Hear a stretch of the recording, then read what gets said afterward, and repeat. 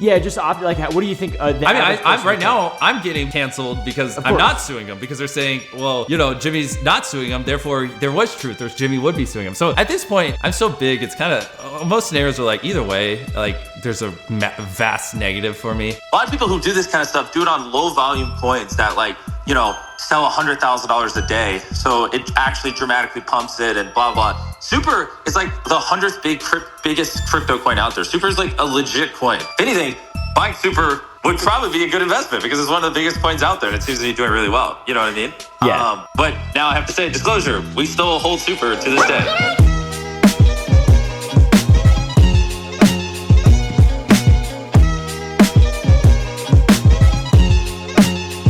I was trying to campaign for this interview to be with the kid, right? Art, because Art's gonna fucking push him. And that's like the main thing that you want from a MrBeast interview. If the guy's not gonna respond, which he should be doing, right? He should be making a video and responding. He should have done it a long time ago, but he definitely should be doing it now. When this whole thing was coming out, this whole interview that's going on with MrBeast, like the main thing you want from an interview from a guy, you're gonna want somebody who's kind of decent at it, which is why I've been promoting Art. Gamer from Mars's video is a place where you won't find bias. He goes through a lot of these topics. He's just trying to put out the story as best as possible. That's probably where I would recommend you go if you want to hear about the older stuff. If you're looking for an actual MrBeast allegation, I recommend Gamer from Mars to become acquainted with things that have already been said. CoffeeZilla for his crypto breakdown, because genuinely I don't think anyone else other than Coffee can do this. And then articles when you're going on with the lawsuit stuff. I also pointed out that you should probably find a decent video essay that talks about Chris Tyson, specifically one that doesn't imply that he had a minor travel across state or took a minor across state lines to like or something, because that whole lava story got completely warped and fucked or whatever. So if you could find somebody who's going to give you that in like a totally reasonable perspective to go over all that stuff, because I mean Chris Tyson's a genuine creep, that's probably worth looking at. And then just avoiding the 3 dog pack videos. When I wrote this, Caleb or Oompaville writes me and goes, why not Oompaville for the dog pack interviews? And I responded honestly. I mean, I figured he was kind of joking. We had a nice chat back and forth in DMs. But anyway, I wanted Gamer from Mars because I felt like he could give a hard interview. I thought, again, Oompaville did 2 interviews. The first one, Dogpack looked like he was zanned out on crack. And the second one was just a horrible interview where it looked like he wasn't really super into it. I'm not really expecting the hard-hitting questions here. I'd be pleasantly surprised if that's what we get. I really push for Art specifically, and I think you'll see in my tweets that I did that previously. And Keem shot me down, but he didn't shoot down the segue to our sponsor. Are you aware that you have rights? The Constitution says you do. Most people don't realize that when you get workers' comp or an injury from a car accident, many insurance companies are trying their best to take advantage of how inexperienced you actually are. If you're injured in any way, you should know how to protect your rights. And that's where Morgan & Morgan comes in. The YouTubers I'm talking about today might not be able to sue over their bruised egos, but when you're seriously hurt, your injury can be worth millions. Morgan & Morgan is America's largest injury law firm with over 1,000 employees, meaning they have the manpower and the resources to get you the best possible outcome. If you become their client, Morgan & Morgan does not settle for lowball offers. They achieved significant verdicts in the past couple of months for victims involved in life-altering car crashes, like $12 million in Florida, which was 34 times the highest insurance offer, and $26 million in Philadelphia, 40 times the highest insurance offer. Most importantly, the fee is absolutely free unless you win. If you ever got seriously injured, your case can be worth millions, and you're only a few clicks away from potentially changing your life. It's so easy. You can start your claim with Morgan & Morgan now by navigating to www.forthepeople.com/DeOrio. Link in the description. Thank you to Morgan & Morgan for sponsoring today's video. Now let's get back to it. All right, guys. MrBeast is currently on a private jet on his way to where I live in Central Texas to have a conversation with me with the intention of addressing the controversy that he has been involved in over the last few months. And I think that it is important for me to document my intentions before embarking on this risky and difficult task. I am not Scott Pelley. I am not a hard-hitting genius investigative journalist. I'm a YouTuber. Oh, God. I really hope that this is, like, good, dude. Otherwise, this is a huge miss. I don't know. I don't want to be mean to this guy because I think Oompa is like a really nice dude. I cannot see him pressing at all here. YouTuber with a medium-sized platform. I am currently doing journalism, to be fair, but I am goofy. All right. Also, back in August, I platformed Dogpack, and out of fairness, I feel... See, this is why I thought this was justified. The only real, like, this is why I think, like, there's a chance here that this could end up being good, is because, like, when it comes to Oompaville, he has platformed Dogpack twice. So if you're looking for sheer numbers when engaging with people who've already been, like, involved with the drama and whose audience is already aware of what's going on, these people are very, like, aware of who Dogpack is and the stuff that he's been saying. So, I mean, it does kind of make sense if you're coming at it from that angle. This guy's done 2 interviews with a guy who's shitting on me. So, I mean, I'll go here to defend myself, but yeah, I don't know. That it is important to do the same for MrBeast. MrBeast has agreed to keep an open line of communication. He'll only be here for a little bit, which is crazy because he's flying halfway across the country. And he and his team have agreed to provide us with evidence and information to give proof to claims so we can actually be as transparent here as possible. The goal of this video is not for it to please everyone or gotcha somebody. It is for this video to be a meaningful source of information. So to future me and you currently viewing, I'm sure I missed some questions, but I absolutely did my best. And I stand behind the result, maybe, and I look forward to seeing the comments and criticism. Firstly, would you be willing to put your hand on this Bible and swear? Oh, this is fucking fun. All right, that's funny. Holy shit, dude. Oh my gosh, you actually have a Bible? I have 2 Bibles. Are you being serious? I am being serious. Okay. I'm swear. We're both from the South. This will be an honest video. Oh, your laptop's blocking it. Oh, whoops. This will be an honest video. You're a man from North Carolina. I'm from Virginia. The Bible Belt. The Bible Belt, Yep. exactly. Dude, this is it. It's provable without a shadow of a doubt. Everything he says is truthful because he used the Bible. What kind of person would lie when they touch the Bible? He's the mark of the beast, yeah. And This means. this means it's legit. Yes. Okay. There we go. I was not expecting that. Okay. This is like legal now. It is. I can go to jail. The first biggest question for me and a lot of people that I've spoken to over the last couple months is like, why were you so silent? Especially off the bat. Like, you did respond to the Ava Tyson stuff immediately, but like, you know, right after that, a bunch of other stuff came out, and Dawson's video, his first video, gained a bunch of traction. What was your reasoning for being so silent immediately? Yeah, it's a... Let me guess. I was waiting for it to blow over, and then it didn't blow over, and then it became way too much, and it was starting to suck the air out of the room, and it was kind of intimidating on how I could even respond to these allegations. Great question to kick it off on. We're going to predict every answer, chat. We're going to predict every single one. You actually kind of laid out the timeline there.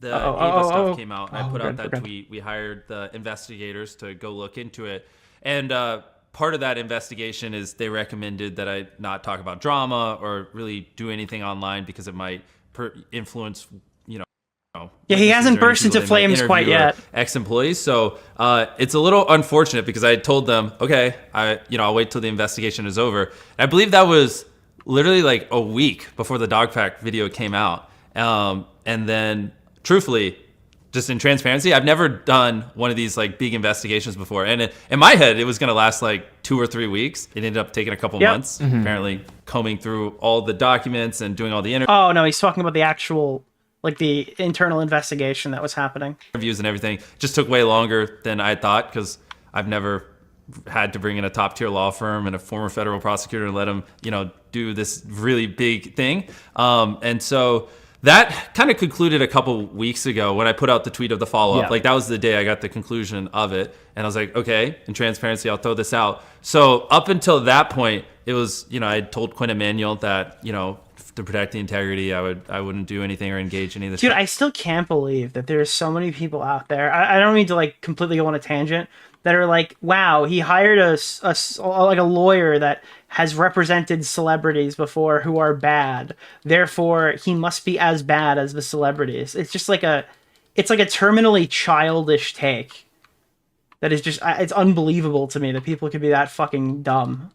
Drama. And then after that, yeah, like you said, a lot of stuff had come out between when the investigation started and when it ended. And I was just kind of like, whoa, I don't really know how to like hit this stuff. And I made like a little response video, but it's just kind of not my style, where I just kind of like put a lot of the information that I assume we're going to talk about here out. And it just felt weird. Yeah, I mean, truthfully, I've never been in a situation where people have thrown this much stuff at me, and I definitely could have handled it better. Like, I probably should have, like, the second I could have talked, like, I don't remember the exact date, 2 or 3 weeks ago when we put that report out, probably should have done something like this right then. If I could go back in time, I would. And yeah, but even that point, it's already too late. You have to respond like in month 1. I had a fight with Willie about this privately because it's a little bit frustrating, I guess, because he'll say stuff like, "Well, Jimmy should have responded quicker because that's what like you needed to do." And I'm like, "Well, yeah, but in 99% of dramas, you're kind of supposed to wait because if you answer straight away, especially as someone who's hated as Jimmy right now, like you're not getting charitability. You have to kind of wait for the jerk wave to end, and then you can kind of engage." But prior to that, it kind of does make more sense to just chill out and kind of let nature take its course a little bit. But it doesn't work in this case because Rosanna and Dogpack have been publishing allegations, several of them a week for the last 3 months with no sign of stopping. Like even now, even after he responded at all, it turned into like more discourse. It didn't even end straight away right there. So it's like, you like need to fine tune how long you're waiting here, because it makes more sense to wait. You shouldn't respond too quickly. You should be prepared, but you also shouldn't just sit back and say fucking nothing for 3 months, thinking that like, oh, okay, well, in a couple more weeks I can start engaging, because by that point you're like standing in a pile of notes. You're writing your video. You're 4 hours in, and you're like, I haven't even covered half of this, because if you miss any specific allegation, that's the first thing people are going to talk about. Right? You could debunk every single allegation. If you leave one out, they'll harp on it because they're not invested in... Oh, some of these people aren't invested in the truth. They're looking for an out. yeah, that's kind of like the brain dump, and then here I am. Yeah, so I was going to ask, you answered it towards the end, but like, do you regret that, obviously? Yeah. If I could go back in time, I would do what we're doing here, because He was listening to the law firm. Yeah, here's the thing, though. At some point, you have to like start assuming these YouTubers are just dumb. Law firms and PR companies don't know how to deal with YouTube drama. Maybe they do in like small cases, and maybe they're getting better at it because it's been years of seeing stuff like this. But I mean, I've seen very few like crisis management teams that get hired that successfully manage the crisis. I mean, like, let's be honest here, chat. You kind of just got to treat this like a human being. In Hollywood, there's a way that you handle this stuff that maybe out of touch people think translates directly to YouTube. It just doesn't. I mean, there's a completely separate standard for online content creation and like the rest of the world. I assume this is like the correct format. It's going to be a little bit more free flowing and natural, and I wouldn't have wasted so much time like trying to do a response. It's just not my thing. I like so much better. Or I'm assuming, I mean, we just started, but I think I'm gonna like so much better being asked the questions and answer it instead of just like sitting in a chair like this, answering it. It just feels a little more natural. Gotcha. Yeah, I mean that definitely, you know, that does line up obviously with what's happened, and it makes sense. And I definitely, I feel. Would you guys want to see if I can get a conversation with him? I hadn't really considered it, and I think I want to wait to make my video prior to doing that, but. Would it make sense to try to film something? I don't know. I don't know if it's like worth the hassle to try to get something together. I don't know if he'd do it, but I probably could. I could put a feeler out and see if it's possible. Like, to be honest, I didn't really want to deal with that because I don't know. Like, this is an impossible thing. I'm gonna shit on Oompa a lot tonight because I feel like he's gonna throw a softball or a snowball, as I have in my title that I won't be changing, right? So I am empathetic in some regard because there's no way to please every person who's watching this, and everybody is going to have something they want to add. It's just I don't know. I don't think that we're going to get any pushback on some of the harder shit. You know, before talking to you, I definitely would imagine that you would regret have not making a response early. Oh, right? 100%. Like that, because you could have just immediately, if there is information. All right, we need to start moving on from this respond faster point because I don't really think there's anything else. I didn't respond. To debunk. Okay. Dogpack's his first video off the bat. Yeah, which obviously had so much disinformation in it. If anyone saw Sagi's video or any of the newer videos now coming out, like you would see so much. Too, so much of it. So it's unfortunate that it happened on the back end of when I said I would not talk about or address drama and things. And I mean, there's obviously, should have done this sooner. Whoops. But hey, better late than never. Yeah. Did you think it would get this big? No, I mean, truthfully, I thought, like, if you watch Sagi's video or any of these other videos that are coming out now showing all the discrepancies, I honestly thought a lot of people would find, like, the information proving the dishonesty earlier. The Google? Because a lot of this could have been, just figure out Google. A lot of this could, and now, I also have to be clear. Like, I'm not. I'm super sympathetic to this argument. Like, I mean, there was shit in there specifically. All that stuff with the illegal lotteries was findable. And specifically, like, it bothers me. It personally bothers me that people didn't put together the stuff with the guy, the millionaire or whatever who won. And we all kind of just assumed that Dogpack was being charitable in that case. And it turned out, like, this guy was posting videos defending himself that nobody was watching. And he was just like, yeah, dude, Dogpack's paying me not Dogpack, MrBeast is paying me universal basic income because I blew $1 million and now I'm a salaried member of the payroll. So I don't work for a living and I literally just get paychecks from MrBeast to survive. Right? Like, that bothers me on a personal level that, like, I didn't find that sooner and that didn't make it into a big Reddit post that I read on stream. Because it would have been very useful when we were fighting with them in the past. There are just so many wild manipulated points that have been just publicly available that people could have deconstructed. And I'm very grateful. Like, I'm grateful Sagi actually posted it. Because as far as I understand, he was making that before the slop video and it kind of got derailed. Not perfect, and I'm not saying I've never done anything wrong, and you can't criticize me. Like, there are things I deserve criticism for, and I'm sure we'll get to some of those things in here. But there are a lot of things that are just not true, and on those things, like, I mean, we'll just get to it throughout this because I'm sure you're gonna ask me the questions. But there's just a lot of disinformation that was easily proved wrong. Like the big one that, I mean, videos with tens of millions of views collectively, claiming I called a guy Delaware. Dude, the worst one I saw, and I don't want to say it. I'm gonna keep it for myself because if I say it, it'll be in whoever's commentary video is finished before mine. I'm actually gonna hold some shit. I have a bunch of clips that I pulled up from just some of these archival MrBeast videos that I downloaded ahead of time. That I imagine will stay up because people are shameless. But there was one, and I'm going to point you back to it when I do it in the video. I'll be back on stream talking about it. It was like the most egregious shit ever. Like, you had to know crazy details to even make this mistake, and they just didn't. There's a really funny one.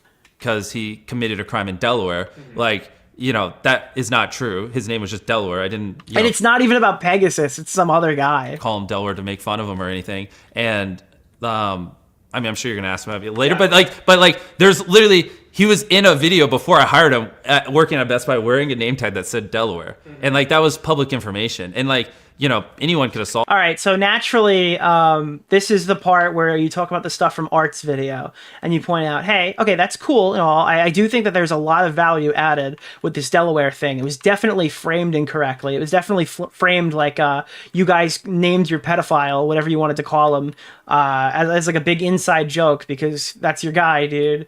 When in reality he used that name at Best Buy, so Best Buy must be into some real sick shit. But you also kind of have to point out here, and if you're Oompaville, this is a big one, that Chris Tyson knew what's his name, fucking Delaware, because he was his manager. That's something I found out recently when I was watching what's his name's video. I think that's in Art's video, that Chris Tyson worked for Delaware. Now that's not clear, okay, he definitely knows this guy's a fucking sex offender. Because again, this guy's working at a Best Buy. The expectation is that he's probably been background checked if he's the manager of his local Best Buy. But simultaneously, at some point, you're like, all right, come on. That's a big point. All that. And like, even during when that was like getting shared. Yeah, if you guys didn't see that, I saw that the other day. It's in Art's video, Gamer from Mars's. A couple months ago. I even sent that. I'm sure Delaware didn't go telling her. To a couple. I mean, yeah, I think it's entirely reasonable that these people didn't know. And I think that Jake the Viking is like an uncredible piece of shit. I was watching Jake the Viking's coverage about this. Connor pulls up a screenshot. I'll show it in the VOD when we're watching it, but I'm not going to pull it up right now while we're doing the interview.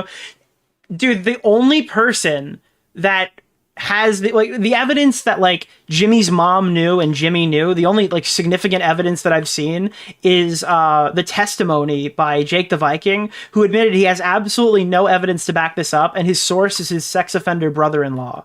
So according to the sex offender brother-in-law, it's a locked and shut case. But for everybody else, I don't really know if that's a I don't know if anyone's taking that very seriously. Well, YouTubers. I was like, hey, just so you know, like, I didn't call him Delaware because of this messed up thing. Like, that was just his name, and here's proof. And I guess I probably shouldn't say the name of the creators, but like, one of them literally just said to me, like, well, it's not really cool to like you or defend you right now, so I don't really care whether or not it's true, or I don't want to take the video down because then people are gonna think I'm controlled opposition. I was like, whoa. And then also like that same photo, are you gonna like throw some things on the screen for them? Definitely. Yeah, so throw it on the I'm gonna blow my brains out, dude. I need to just pull this up in full screen. Minecraft, by the way, YouTube. I'm not suicidal. screen. Yeah. I don't want to take the video down because then people are gonna think I'm controlled opposition. I was like, whoa. And then also like that same photo, are you gonna like throw some things on the screen for them? Definitely. Yeah. Come on, man. I've done this plenty of times, but not in the MrBeast interview. I haven't. Also, like that same photo, are you gonna like throw some things on the screen for them? Definitely. Yeah, so throw it on the screen. That same photo, right after that. I sent you a timestamp in DMs. You guys think this is worth pulling up really quick? It's Delaware, so I guess we'll do the research if they're not going to do it. Oh, Toastify compiled timestamps of the stream. I thought you were sending me the Delaware one. Dog pack video started to get traction on Reddit and saying like, hey, this is a lie. Jimmy didn't call him Delaware to make fun of him, you know, committing a crime in Delaware. That's just his name. And it got taken down by the mods on our side. Again, though, even with that new information, this is still a ridiculous framing. Jake Weddle was like, they called him Delaware because he can't go back to Delaware because he like sexually assaulted a kid. And it's like, all right, man, that's kind of fucking ridiculous. Come on. You can't just publish shit like that. Especially when there's publicly... He wears masks in his videos. Like, you've gone through and you've looked for examples of Delaware, and you only found the one video where he's wearing a mask. I mean, you gotta kind of do a little bit of research before posting it. YouTube drama. And that's when I realized, like, oh, anytime there's a post proving, like, that I'm not evil, they were taking it down. So it was a little unfortunate, too, because, yeah, I wasn't saying anything. And then... on Reddit, anytime something was proving that I wasn't evil or, you know, contrarian to what everyone was saying, they were suppressing it or censoring it, not trying to sound extreme. I've been getting emails that r/YouTube drama has been taking down posts. Now, I'll give a slight defense to them. They are putting things in mega threads, meaning they don't want you to keep spamming new threads about shit. They want to try to compile all the conversation to one place. But I mean, it's a little crazy when the main subject of every YouTube drama is what's going on with MrBeast right now. This is the main topic. So to try to, like, there's nothing else really going on.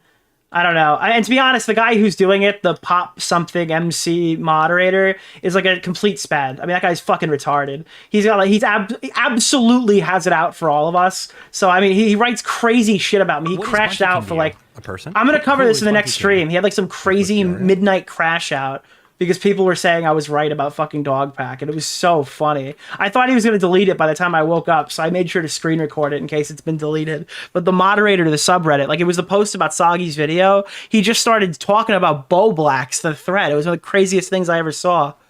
So you're saying it's like a echo chamber, which, I mean, Reddit, r/YouTube drama. Let me show, yeah, we're showing r/YouTube drama right now, actually.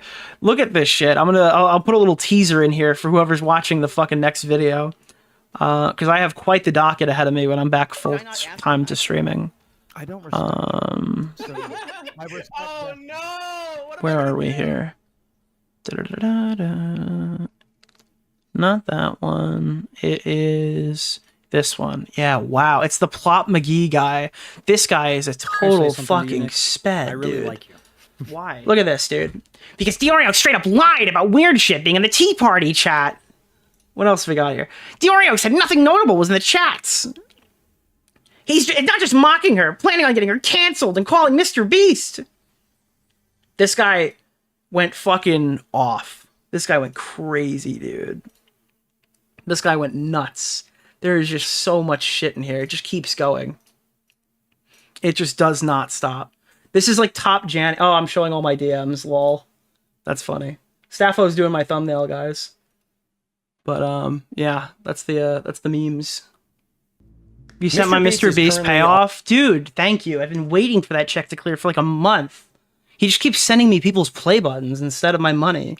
It's driving me crazy, dude. On a private jet. Did I not ask you nice enough? I don't respect. MrBeast is currently on a private jet on his way to where I live in Central Texas to have a conversation with me with the intention. Wait, I'm actually seething right now. I hate Edge. I fucking hate Microsoft Edge. No. No way. Depending on how many people we've hired in the last month. Why is the audio balance so shit, too? Why is Jimmy so quiet? Where were we? Almost 70% of our company is women. So In the line investigate, both of those things make sense logically. paired with other YouTubers, when I would call them and share it with them, they'd just be like, well, I don't Here want we to are. be This is where we Mr. were. Beast Glazer, so I don't really... They wouldn't say it this direct, but they would just Of course, essentially yeah. say, like, Yeah, I I get don't that. really care if it's true or not. I'm just going to say what other people say, like, sorry. Do you have evidence of like people there being posts that existed and then didn't exist on Reddit that Oh, got? of course. Yeah, Okay, I can cool. send you Yeah, if you'd send me Yeah, anything, you of, could throw it of up on that. screen. I mean, that's not You like can throw a it up on conspiracy. screen. Nothing is on screen again. I'm actually seething right now. Holy That's shit. Yeah, of just- course. Yeah, Yeah, Just, you know. we can find quite a few. I'm not that good at using Google. So Yeah. I'll need you to help me with that. Yeah, so to circle back to the Quinn Emanuel investigation, the big thing on the internet, on Twitter specifically, was that you found yourself to be innocent. Of course, you paid a law firm to find yourself innocent. I saw those memes, yeah. There's the big meme. How would you respond to the allegation that the investigation was biased Wait, why am I a massive retard? I'm so confused. What is happening? Is this not... Is something not working correctly? from the start? I'm getting one guide right now. So, first off, to just set the foundation, I think a lot of people are saying, "Oh, of course, Jimmy did an internal investigation, found himself." The document is in the description. Okay, but it's supposed to be on the screen. That's what he's saying. And now there's... But, like, I'm actually so confused. So now something is on the screen, right? And this is a tweet that's still currently on Twitter. This is not your bitrate. Why does it look like that? I'm not even being a dick right now. This is in fucking HD. This is in 1080. Why does it look like this? Did he edit this on his fucking phone? What is going on? All right, I'm being a dick, but like, come on. They didn't find any wrongdoing, which is also I can't not true. read it. Yeah, he's putting the screenshots in there so they're not illegible. Which I assume we'll go into that more later. They did find. Dude, here it is, guys. I put it on screen, but you can't see it. By the way, shout out to Wavy if you're watching from your Uber.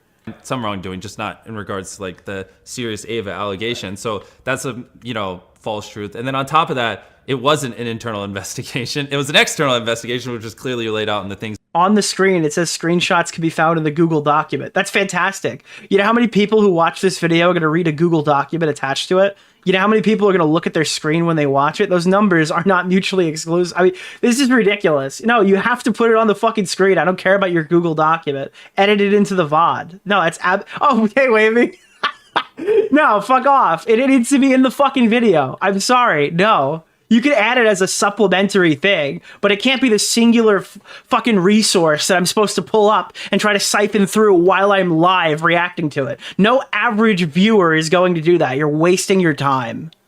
We showed. Yeah, a third-party investigation. Yeah, exactly. And so, I mean, it is a little bit of a, like, a lot of people I saw were saying, like, well, you paid them. And it's like, well, yeah, top-tier lawyers and federal prosecutors don't work for free, so I have to pay them. Yeah. So I don't really know how to debunk that one. I mean, it just... Dude, I can't believe that fucking Quentin Emanuel or whatever fucking got paid by MrBeast to write that document. is what it is.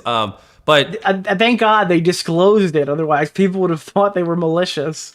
yeah, we hired Quinn Emanuel, which is one of the top law firms in the world. Like, I mean, it was very expensive, but I intentionally picked them because they have a reputation and they're not just going to destroy their entire business to be biased towards me. You know what I mean? And then it was led Which, by the way, is a totally reasonable by a position. former federal prosecutor who did the whole thing. I mean, it was pretty intense. I mean, they did tons of interviews. I mean, transparent. They even like scanned my phone, dug through. Like, they have messages I sent to my girlfriend, and I'm like, why is this even relevant? They're like, I mean, if you want a thorough one and you want us to like be confident in what we're saying, we need to see everything. Like they went pretty hardcore on it, which is why it ended up taking a couple of months. Because truthfully, when I started this process, I didn't realize like how intense it was. But Yeah. I gave them the reins to everything, and yeah, it took longer than I thought. But I don't know. I mean, is there any like how else do I prove it besides? I mean, I think another thing that missing context people don't have is like, if they found anything illegal, they're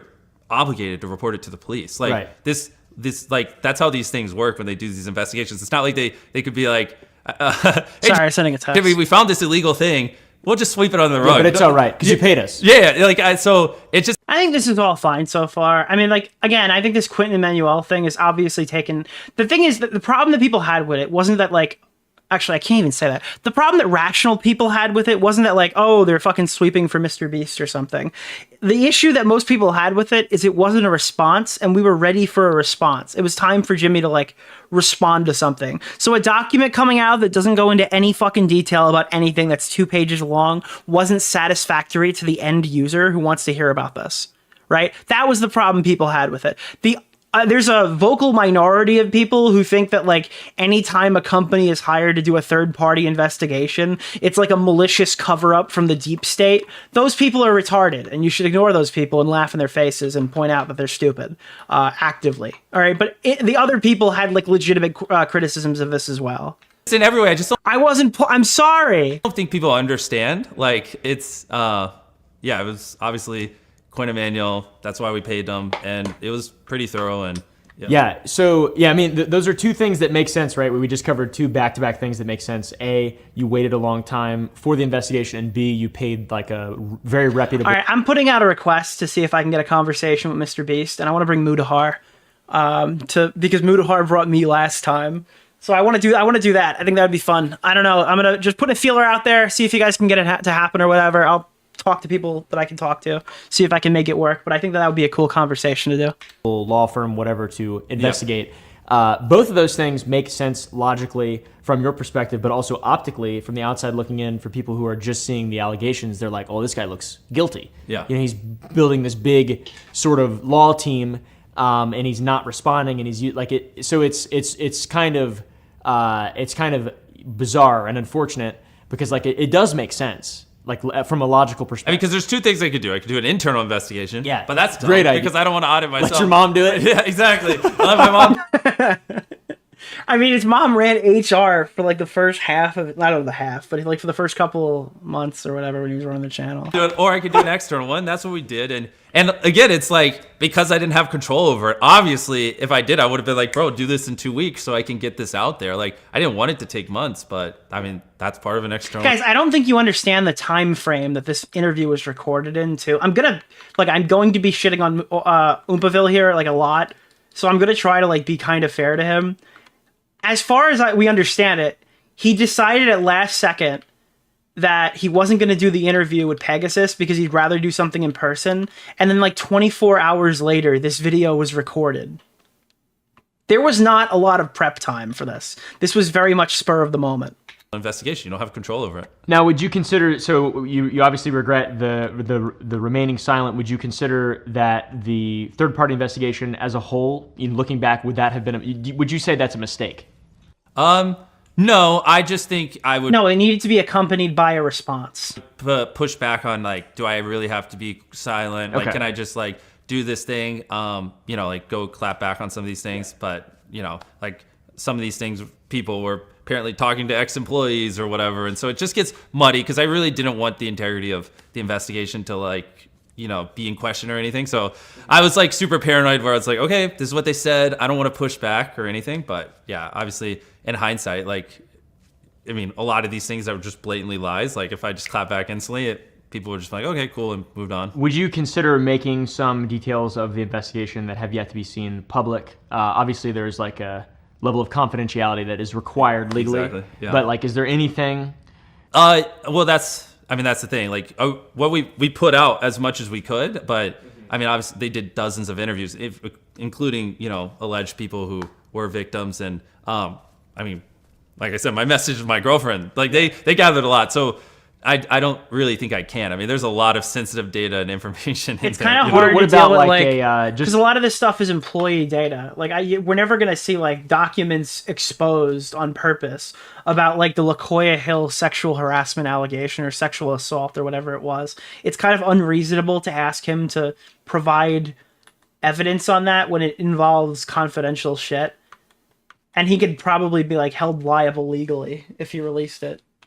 Just to back up your claims. That doesn't mean he can't respond though, which is also still an issue. But things on like how like they did it independently and they weren't biased. Yeah. Like that side. I mean, I don't really know what people would want to see, but yeah, I mean, we can figure it out. Just from what I know about like retainer contracts with lawyers and working with, third-party investigations, things like, which I don't have any experience with anything that big, obviously. Yeah. But maintaining a level of compliance, like I mean, if there's like a retainer contract, something showing that, you shouldn't. Now, this is where I'm ignorant. Like, I don't even know really what a retainer contract is. But yeah, I mean, like if there's any way I could, of course. Like your third party saying, Jimmy, don't talk. Like, just basically giving credence to what you're saying, even more gotcha. so. More evidence of what you're saying. Yeah. I mean, that would be something I'd have to like go talk to the team on. But, Yeah. I mean, that would help if me. that's something where people desperately want transparency, I mean, Yeah. we can figure something out. Yeah, I that would just help me. I'm not sure if people, honestly, I don't know if people would give a fuck. Yeah, but, I don't know either. I would because if appreciate people that. are like, we think Quinn Emanuel's biased, like even no matter what I show them, if they think Yeah, if your position is that it's like this company's biased, they'd toss their whole reputation for Jimmy. Like, you're literally just at that point worthless to talk to. Like, you don't really provide any actual. There's not really a reason to engage with you.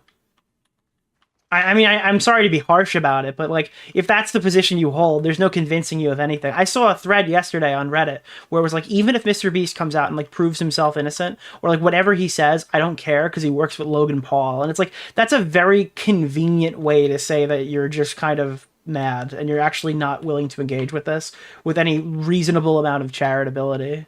top tier law firm would willingly potentially tank their rep for me. Like, I don't know if there's anything that's ever it's to foolish, convince them. right? Yeah, It is foolish, and it makes sense. But once again, it's like optically, there is a very easy, lowest common denominator way to look at stuff. Yeah. And but also, what I would say to those people is I'm here, so it's not like I'm like, maybe that argument would work if I just never did anything, but I'm here, so.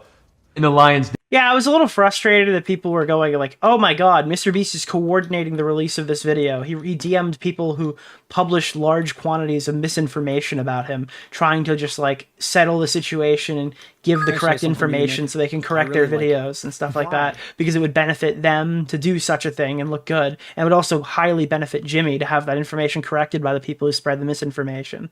Again, it's stupid. Commentary channels eat each other. But people are writing me this. They're like, dude, he's doing this to jump out of the way. And it's like in the messages where he's talking to what's his name about this, he was scheduling this interview as well. So the intention obviously was to do some kind of public appearance and then also send this stuff out. It's kind of bad faith when when every person explains this and they leave out the fact that he was trying to also book an interview where he goes on a face-to-face confrontation, or I guess on Discord initially, where to just actually talk about what happened. Like, I mean, again, I see the criticism, but if you just omit all of the details that makes that not accurate, then you can really paint a compelling picture. Dan. Yes. Controlled opposition towards me. Hey, also, I'd love to say, I don't know if he's posting this chronologically or whatnot, but I mean, he also did interview Dogpack multiple times. So it's multiple times. because I could have done this with anyone, but I think this one makes sense because you've literally had the other side on here. So, Yeah, and also, to be clear as well, I have not signed like an NDA or fuck. I mean, there's genuinely nothing that's been signed. You haven't given me $1 million. No. Hey, you should say I haven't given you a penny. A penny. Okay, Yeah. You gave me 999. Nothing. You've given me nothing, bro. Yeah. Yeah. It's actually just it's kind of interesting. It really is interesting. This is a bold move, I would consider. It's quite a bold move. And it's even more bold because I'm never vulnerable on camera, and like it's from a lot of perspectives. It is quite bold, and it's not like I haven't been critical. I feel like I've been fairly critical. I feel, and like talking to you, I feel bad. You know, obviously because I'm a person. There's different levels to how much you care about shit. Yeah. Why are we not addressing the Cold Ones interview? Because it was filmed in June. It's not really relevant to any of this stuff. I mean, I haven't even watched it. Maybe there's something I've missed and people are talking about it, but I mean, to be honest, there's a whole laundry list of shit that I need to watch right now. I don't think a podcast that was filmed in June is like a super high up one for me. Maybe I'm wrong. Maybe somebody else will watch it and tell me there's like a bombshell in there. And but yeah, I think it is. If there were a testament, it would be that would be a testament to this being being a meaningful source of information. This video, I feel like. I hope. Yeah. Thank you. Yeah. All right. Definitely so you're gonna ask another question? Out of my comfort zone, but I think it's important. Yeah. Yeah. Cool. Okay. So that's kind of past like the main initial allegations. We can move on to sort of corporate culture and HR practices. That's been a big sort of point that a lot of critics have hammered home. Yep. And we're just getting right into the hard-hitting stuff. Hell yeah. So there have been a lot of questions about your workplace culture, such as a lack of diversity or also HR problem. Lack of diversity. There's just too many whites. What the fuck, dude? Wait, I'm sorry. Is there anybody crying about the lack of diversity at MrBeast? Is this like a real fucking crit? I've never seen somebody say that there's just too many whites at MrBeast. Holy shit, there's just no fucking way. Wait, when is that? What the fuck is that, bro? Your workplace culture, such as a lack of diversity or also HR problems. Dude, imagine somebody was like, listen, dude, there's a lot of shit going on at MrBeast right now. What would you describe as your number one criticism for MrBeast in current day? And the first thing that came to mind was lack of diversity in the middle of this controversy. Problems. No fucking way, what, bro. if anything, have you done to address these concerns? How have you handled it since information came out, and how do you plan on handling it in the future? Okay, so I'll start. You're first supposed to ask him, like, is it true X, Y, and Z? Like, I got like 3 examples for you. What are you doing to, like, what is this? Do you agree? Like, are we in agreement that this is what happened? So give him an opportunity to talk about it, and then say, like, well, what are you doing to make sure this stuff doesn't happen? What are you actively doing to prevent it? Or what are you doing after this occurred to make sure it doesn't happen again? We'll start with the diversity one. If I forget the HR one, just bring it up. If I do get the interview and I blow it, I'm gonna look like such a fucking asshole because of the way I'm talking about this. I finished that one. Diversity, I have seen a lot of people mention that about our company, which, I mean, that one's just not even true. Like, I mean, Feastables, for example, a couple months old, but like almost 70% of our company is women. And we actually... Wait, I'm sorry. Diversity. Did you only think it was about women? Excuse me, MrBeast. Are they of color as well? We do dub studios around the world. What the fuck is happening right now? I guess this was an allegation. Now, zooming out of Feastables over to content, I mean, we actually have... This is like Boogie confronting Anita Sarkeesian at VidCon. Pretty crazy amount of diversity in our company. So, because... you know, we have 400 people that work for me. It's not just me and the boys on the camera, which is the 5 you see. So that one, the few people have claimed that, like, they don't have any data to back it up. So I guess I probably should have brought some Well, you know, I see a lot of white people, a lot of white boys are in these interviews. data here. I don't want to say. Dude, how are you addressing the diversity thing? Podcast of 2 white guys. Then just off the top if you have, I'm sure you've got some kind of but I really that one.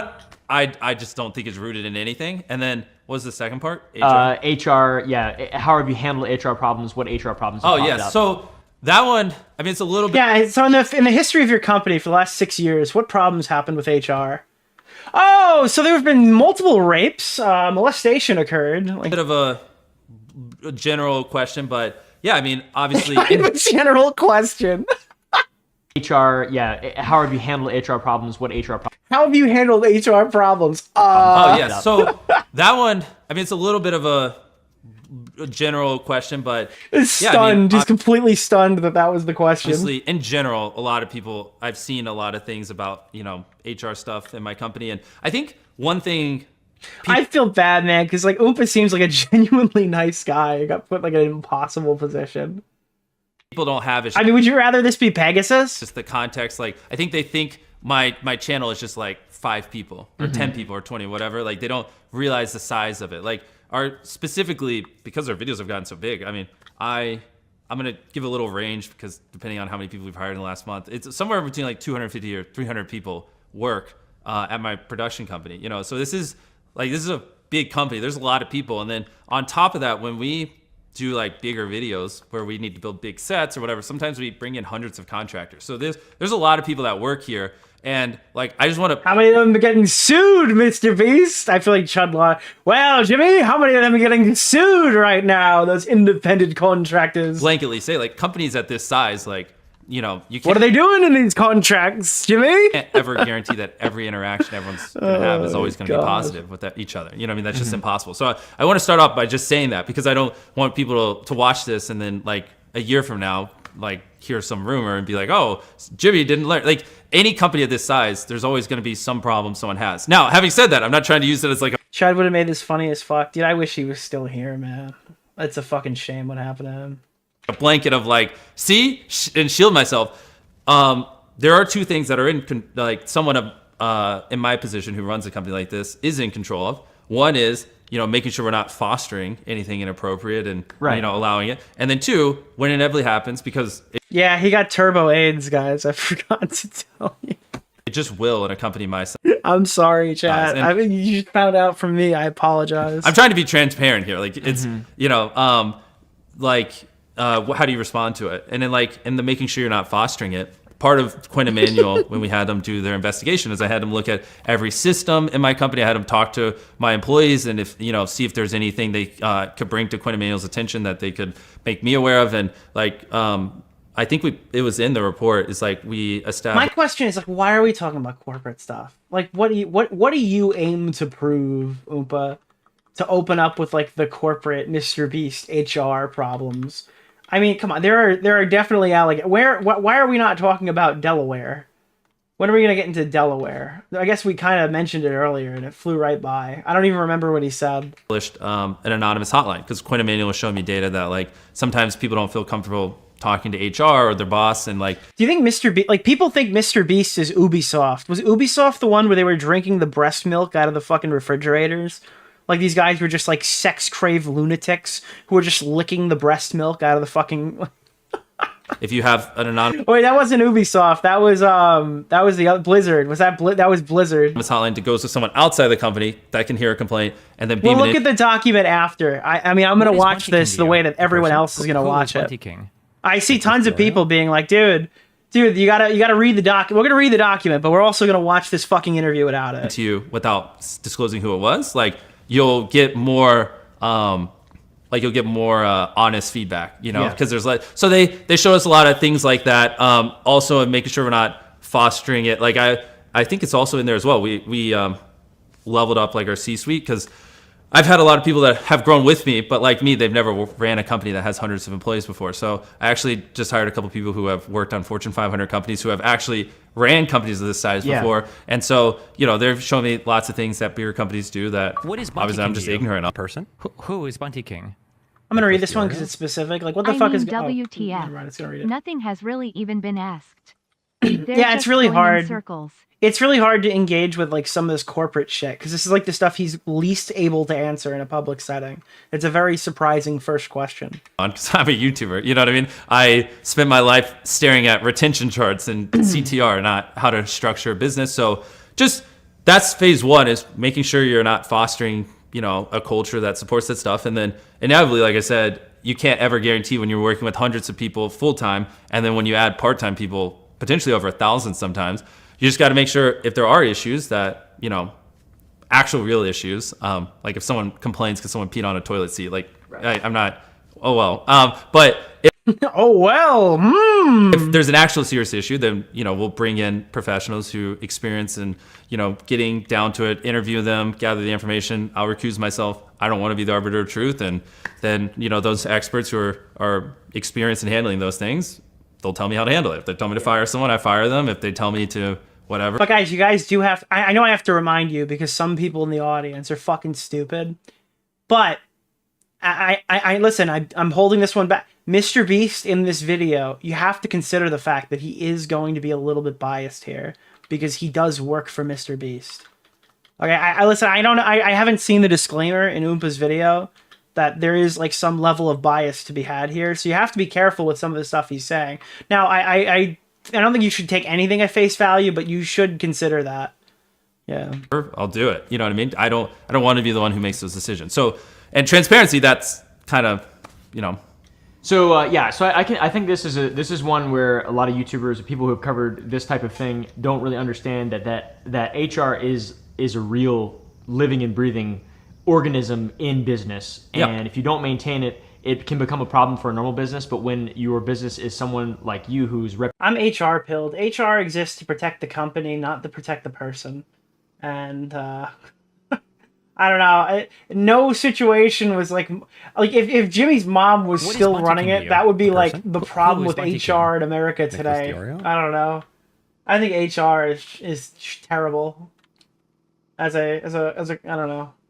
I mean, you obviously need to use it for situations like this, and I recommend you do go through it, but it's just like they're not there for your best interest. They're there for the name on the front of the company.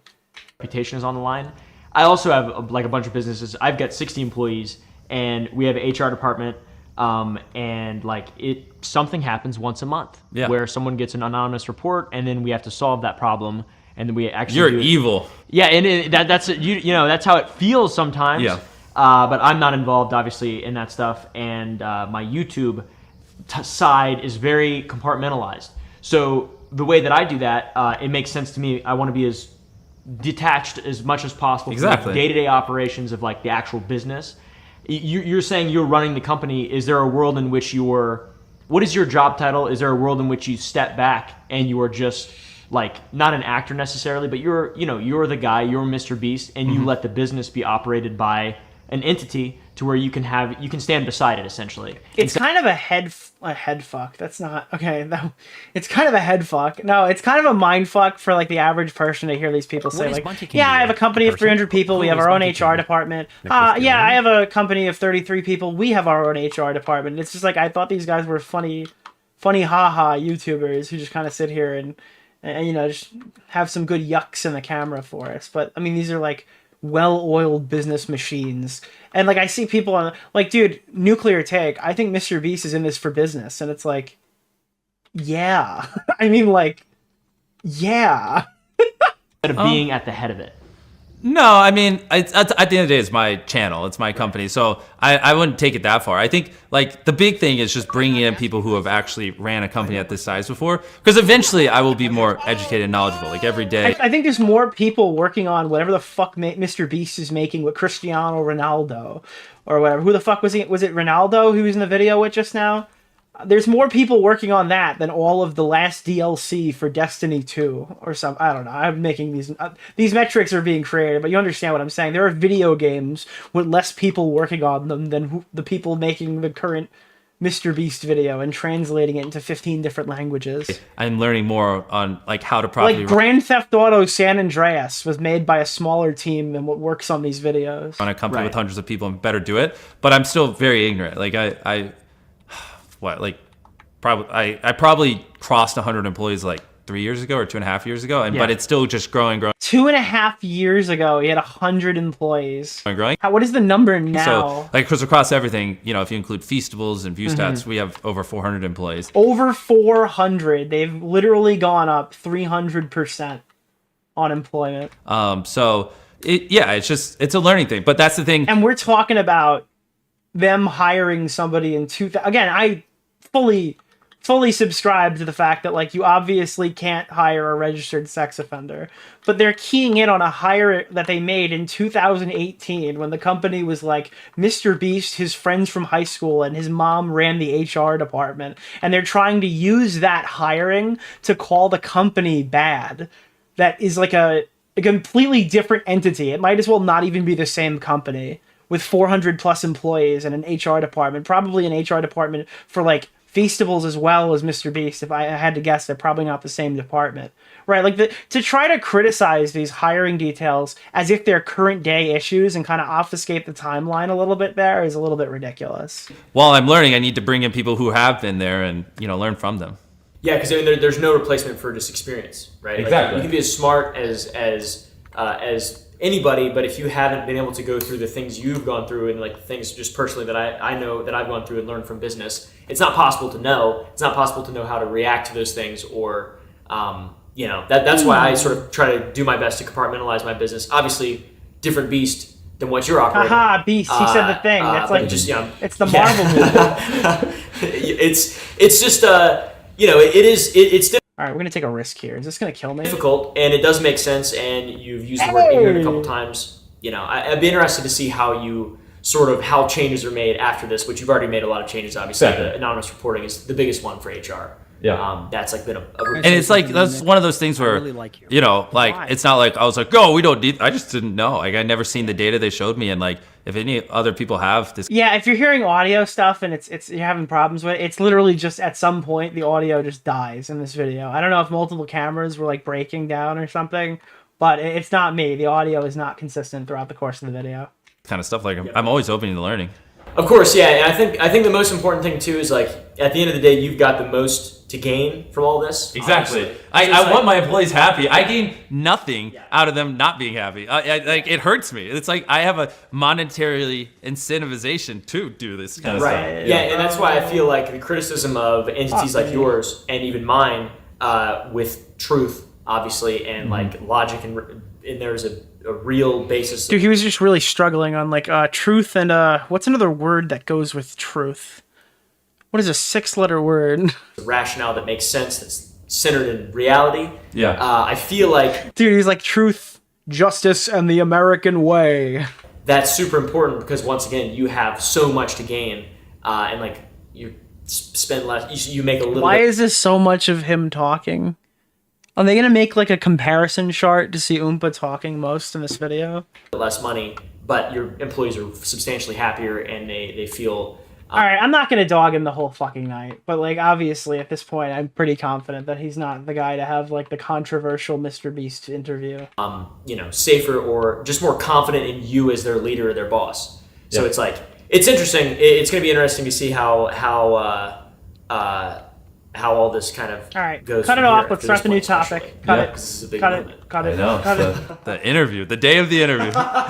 But that makes sense though. I mean, and like I don't want to continuously interject my own business experience, but I Lapel think mics, it boys, does set me lapel apart from mics. other YouTubers who are involved in this, in that I do have business experience. From it's sort of the same thing. I just fell into running actual businesses and having to do payroll and HR, and I'm like, what the fuck? Exactly. I had no idea any of this stuff existed, and I'm like, oh, okay, I'm gonna get fucked. Your mom was previously head of your HR department. And some people have criticized that as a conflict of interest. Did you? Yeah, dude.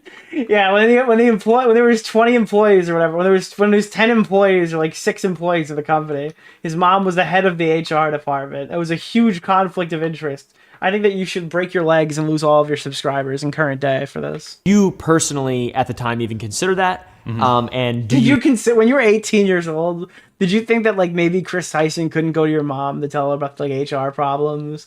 Like, yeah, dude, fucking Toby from accounting keeps sending me pictures of his cock, and I'm not really sure how I feel about it. I feel like it's changing me. What was Jimmy's mom gonna do? now also Jimmy's acknowledge that is a mom. conflict of interest? Oh, I agree. That's a dumb thing to do. Yeah. I do think context matters though, because like this is where a lot of these things that I assume we're going to talk about is like people conflate current MrBeast with 400 employees and spending Yes. hundreds of millions of dollars a year with MrBeast when he's a teenager and starting. I mean, when I first started hiring people, it was like, oh, we went to high school together. You want to help me make videos? And I hired a couple of my friends for high school. And then I was like, how do I do taxes and this kind of stuff? And I was like, Mom, help. And I mean, I wouldn't say she was head of HR. I mean, she was, I guess, but she's also running finance. Oh and, my God, you know, bro. it's not like a real company. We just get in this like little $700 no, actually that one was $1,080 a month office I was renting.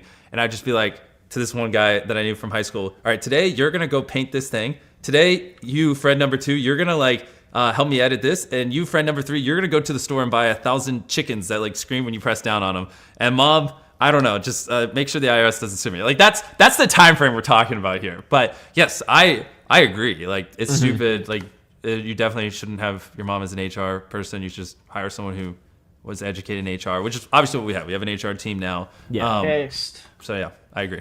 Yeah, I I think mean, that's a fine question and a fine answer. It's just, I don't know. I'm looking for something juicy. Give me something juicy, bro. and that's sort of like one of the weird things from just a business perspective. Once again, it's like someone becomes HR by default. Even if you don't say, well, this is the HR person, this is our I contact. mean, because like back then, it's like, I mean, if you had a problem, just tell me. There's like 5 of us. You know? That's true. I mean, that's literally how any 18-year-old would think to run a business. It's stupid. It's not correct, but yeah, whatever. But yes, but still, I'm like, not asking in this, I'm not trying to like deflect everything. Like, I mean, yes, obviously you shouldn't. You should hire an actual HR The person. rest of your Agreed. money for saying That's good the advice. thing. Yes. That's sound advice. I do agree with that. Shocker. Totally. Yeah, crazy. The no doesn't mean no policy Oh, gosh, that was yeah. criticized. That was Finally, crazy. dude, we're I mean, when I off of first saw that, I was HR. like, what the fuck? What, you're answering for me? Let me answer. Hold on. It was criticized, especially by Soggy recently, of having been taken out of context. Can you explain what the no doesn't mean no policy Yes. was and why it was in the? Yes. So, yeah. So, it's funny. Even the word like policy. It's like so when we started hiring more people, I wrote this little I almost like advice book just for a lot of employees because I wasn't able to talk with people as much as I was early on. And one part of it that people, when this thing got leaked, and I wrote it with some other people in my company, it wasn't just me, but when this got leaked, there's a section that said no does not mean no, and then they just like cropped that out, and they're like, look, this is proof Jimmy's immoral and evil, when obviously, like you were saying, if you read the context below, it makes sense. The gist of why we had a section that said no does not mean no is, by the way, because we do. Obviously, the first thing everybody thinks is like no means no is like a rape thing, which is how people were taking it on. Again, we're talking about Redditors. We're not talking about actual humans, and they probably shouldn't be classified as such. But the first thing I always think was like no means no and yes means anal, which is like the crazy fraternity thing that happened at Yale. I don't know if anyone's ever seen our videos. Crazy things that have never been done before, right? I didn't go to Yale, but I'm in that fraternity. Ever on YouTube at least buried themselves alive for 7 days. No one like tries to dangle an obstacle course from cranes, and it's like the problem I kept running into early on when I was hiring people is I'd be like, hey, I want to do this, and then they would go call someone. So like, let's say the obstacle course in the sky, where we had like this obstacle courses that Mac did, held up by these cranes, weighed like 100,000 pounds or whatever. Like they would call crane companies and they'd be like, no, and then they'd be like, okay, hang up, and they'd come to me and they'd go, Jimmy, they said no, we can't do it. The video's not possible, and it's like. Okay, well, of course they're gonna say no because everything we do has never been done before. But like, ask them why. And like, obviously, if they don't be rude, but if they say no, just try to understand why. Okay, so here's the learning point. Okay, have this policy and don't caption it "no" means no. Okay, like that's literally that. It's so much easier if you just don't caption it that way. And in hindsight, I imagine that's been changed already. But I mean, the first thing that people are gonna think is insidious, I guess. Right, and a lot of times you'll have an instance where like, well, we can't get all the cranes at one time because we're renting them out, and it's like, okay, no does not mean no. I apologize. Perfect. That we respect that, but can I offer something before you actually hard say no? What if we went to the 2 or 3 other clients that day that were renting the cranes? We paid them 5 times the amount of money they paid to rent those cranes to just rent them a week later, and let's just see. And then the company would usually be like, oh, you would do that? It's like, yeah, like we want to work with you to find a solution to make your problem our problem and solve it. And then like, then a hard no will 50% of the time turn into, oh, well, yeah, actually we can do it if you're willing to spend a little extra money or whatever. So that was me trying to educate my employees on that. And somehow, well, I don't know. I'm not even going to say somehow. I know how. I mean, people who didn't care about the truth and just, wanted to spread disinformation and manipulate and lie to millions of people, which it worked, spun that into, I mean, I'm not even going to state the obvious, but I mean, which made no sense because the context mentioning like the rape thing for it was literally written right below it. But I mean, like Jimmy needs to learn about consent, guys. That just shows the no means no and yes. No means yes and no means you get banned from Delaware. That one's good. Ill will intent of certain people. Yeah, because no doesn't mean no. I mean, that is like there's just a massive, heavy negative connotation with that, obviously, in the zeitgeist. So, yeah, I mean, that makes perfect sense in a vacuum, or, with this context, it does make perfect sense, but you got to see, if I were to be like, yeah, this guy, MrBeast, he's getting canceled for all kinds of crazy shit, and he has a no doesn't mean no policy, anyways, like, that's crazy. And it's always presented in like, well, we found out that MrBeast housed Chris Tyson, who we were defending for the last 2 years because they're trans and they can do no wrong, despite the fact that people were talking about like the lolicon Chris allegations months in advance, and you guys were deading me back then. Now I'm the big MrBeast sweeper. In the beginning, I was the Chris Tyson hater that people were deading, lining me up next to transphobic people, saying that like I was completely out of line for criticizing it. It's absolutely unreal. I don't know.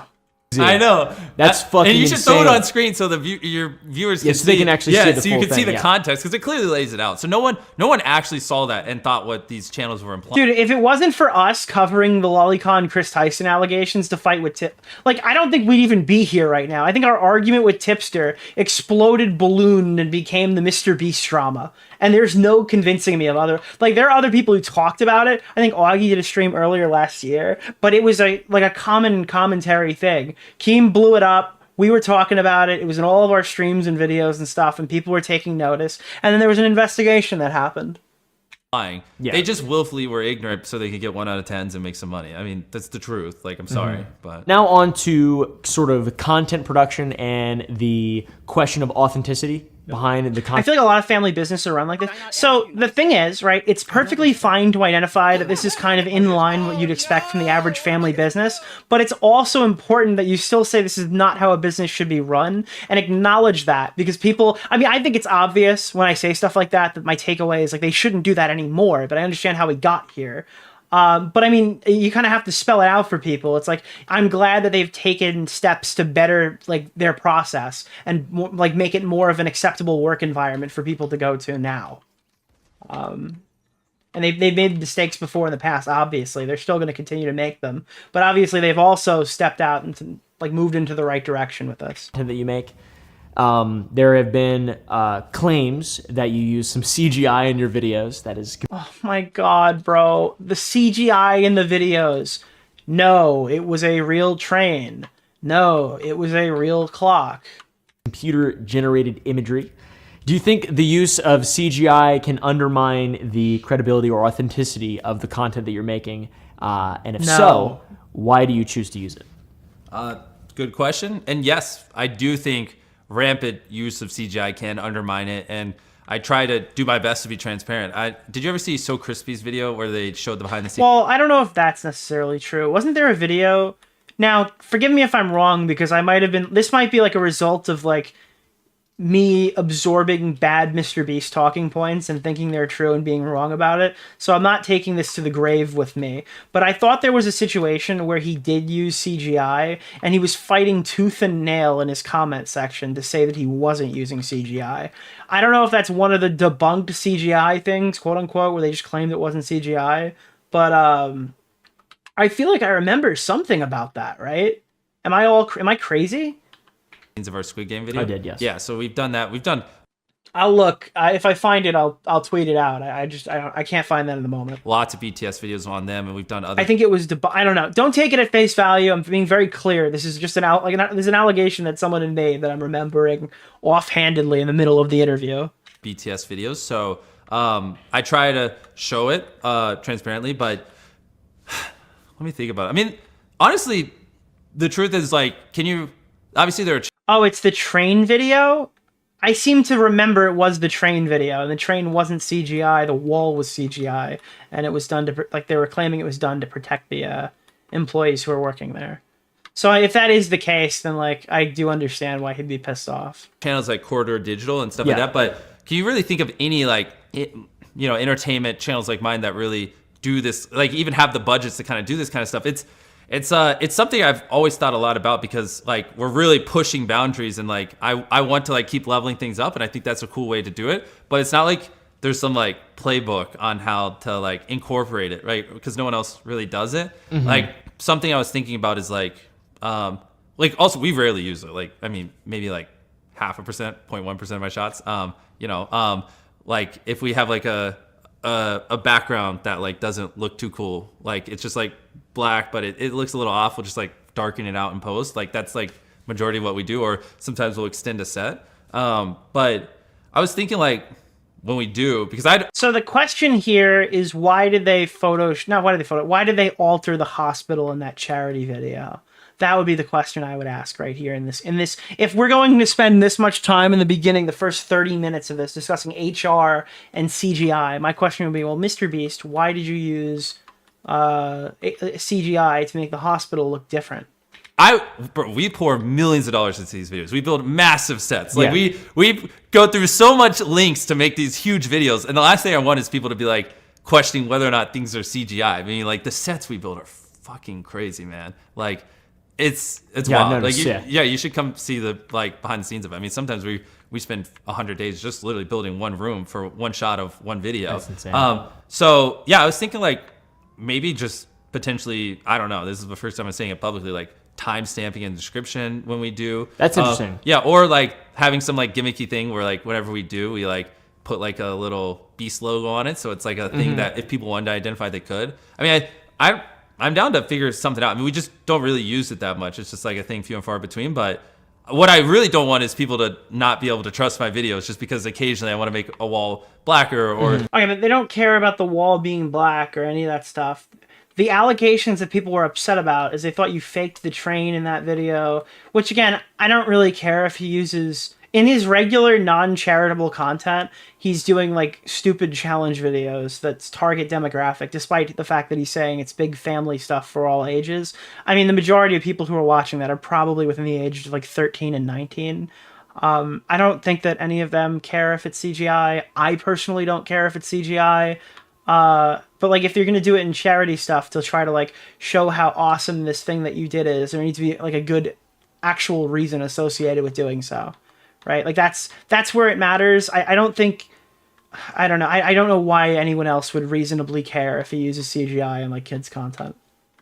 Like, I want to extend a set a little bit just to make it look cooler. Black like, wall helps with DEI. Yeah, that's what he meant by the black wall. It's just like, guys, we're really, dude, fuck off. Like, you feel in tune with it? Because what we do on its own really long? is insane. You know what I mean? Like, we don't need it. You know what I mean? Yeah, and to be fair, too, you know, I totally get what you're saying, and like the logic for the CGI call doesn't really make a lot of sense to me personally.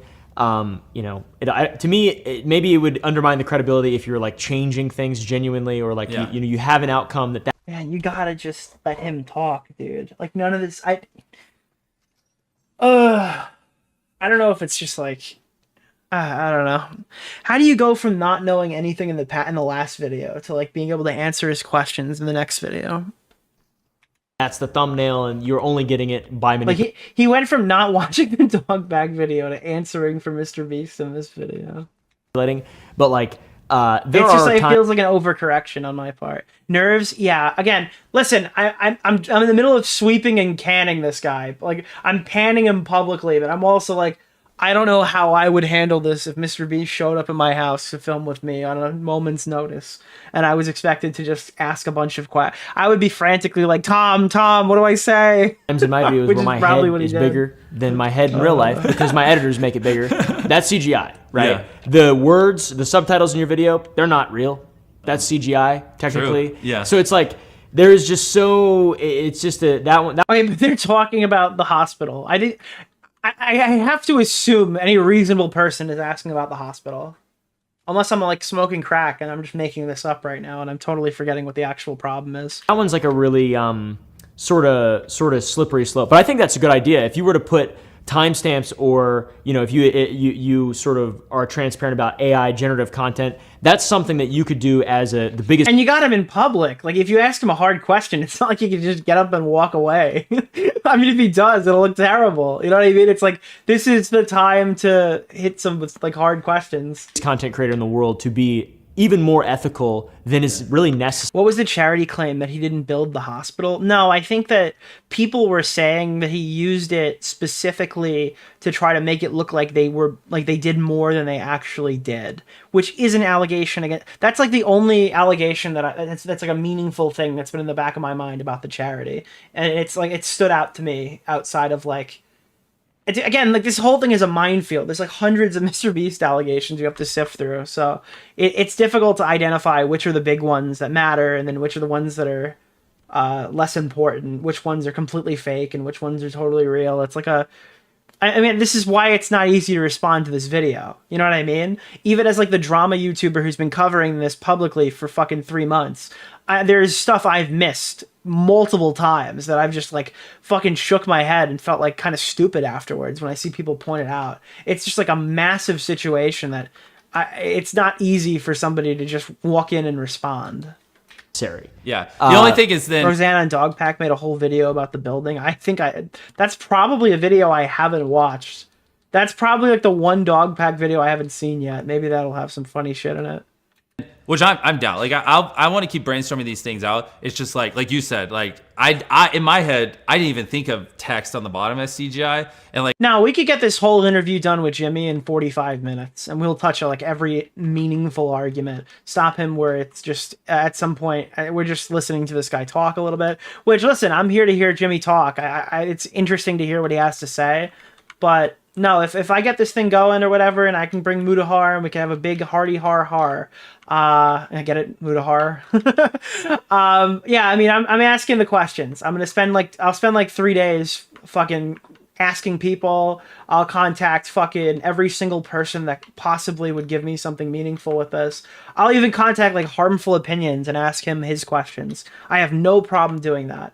And then if we can get this thing going, I would love to do it.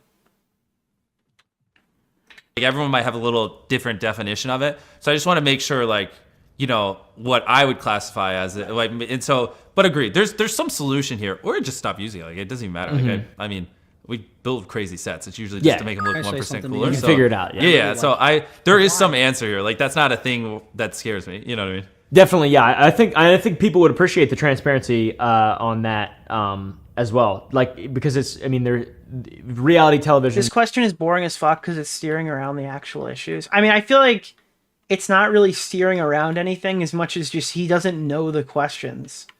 He just doesn't know what to say. I don't think that anybody is really dodging here because Beast is answering all the questions he's being asked. The questions aren't good.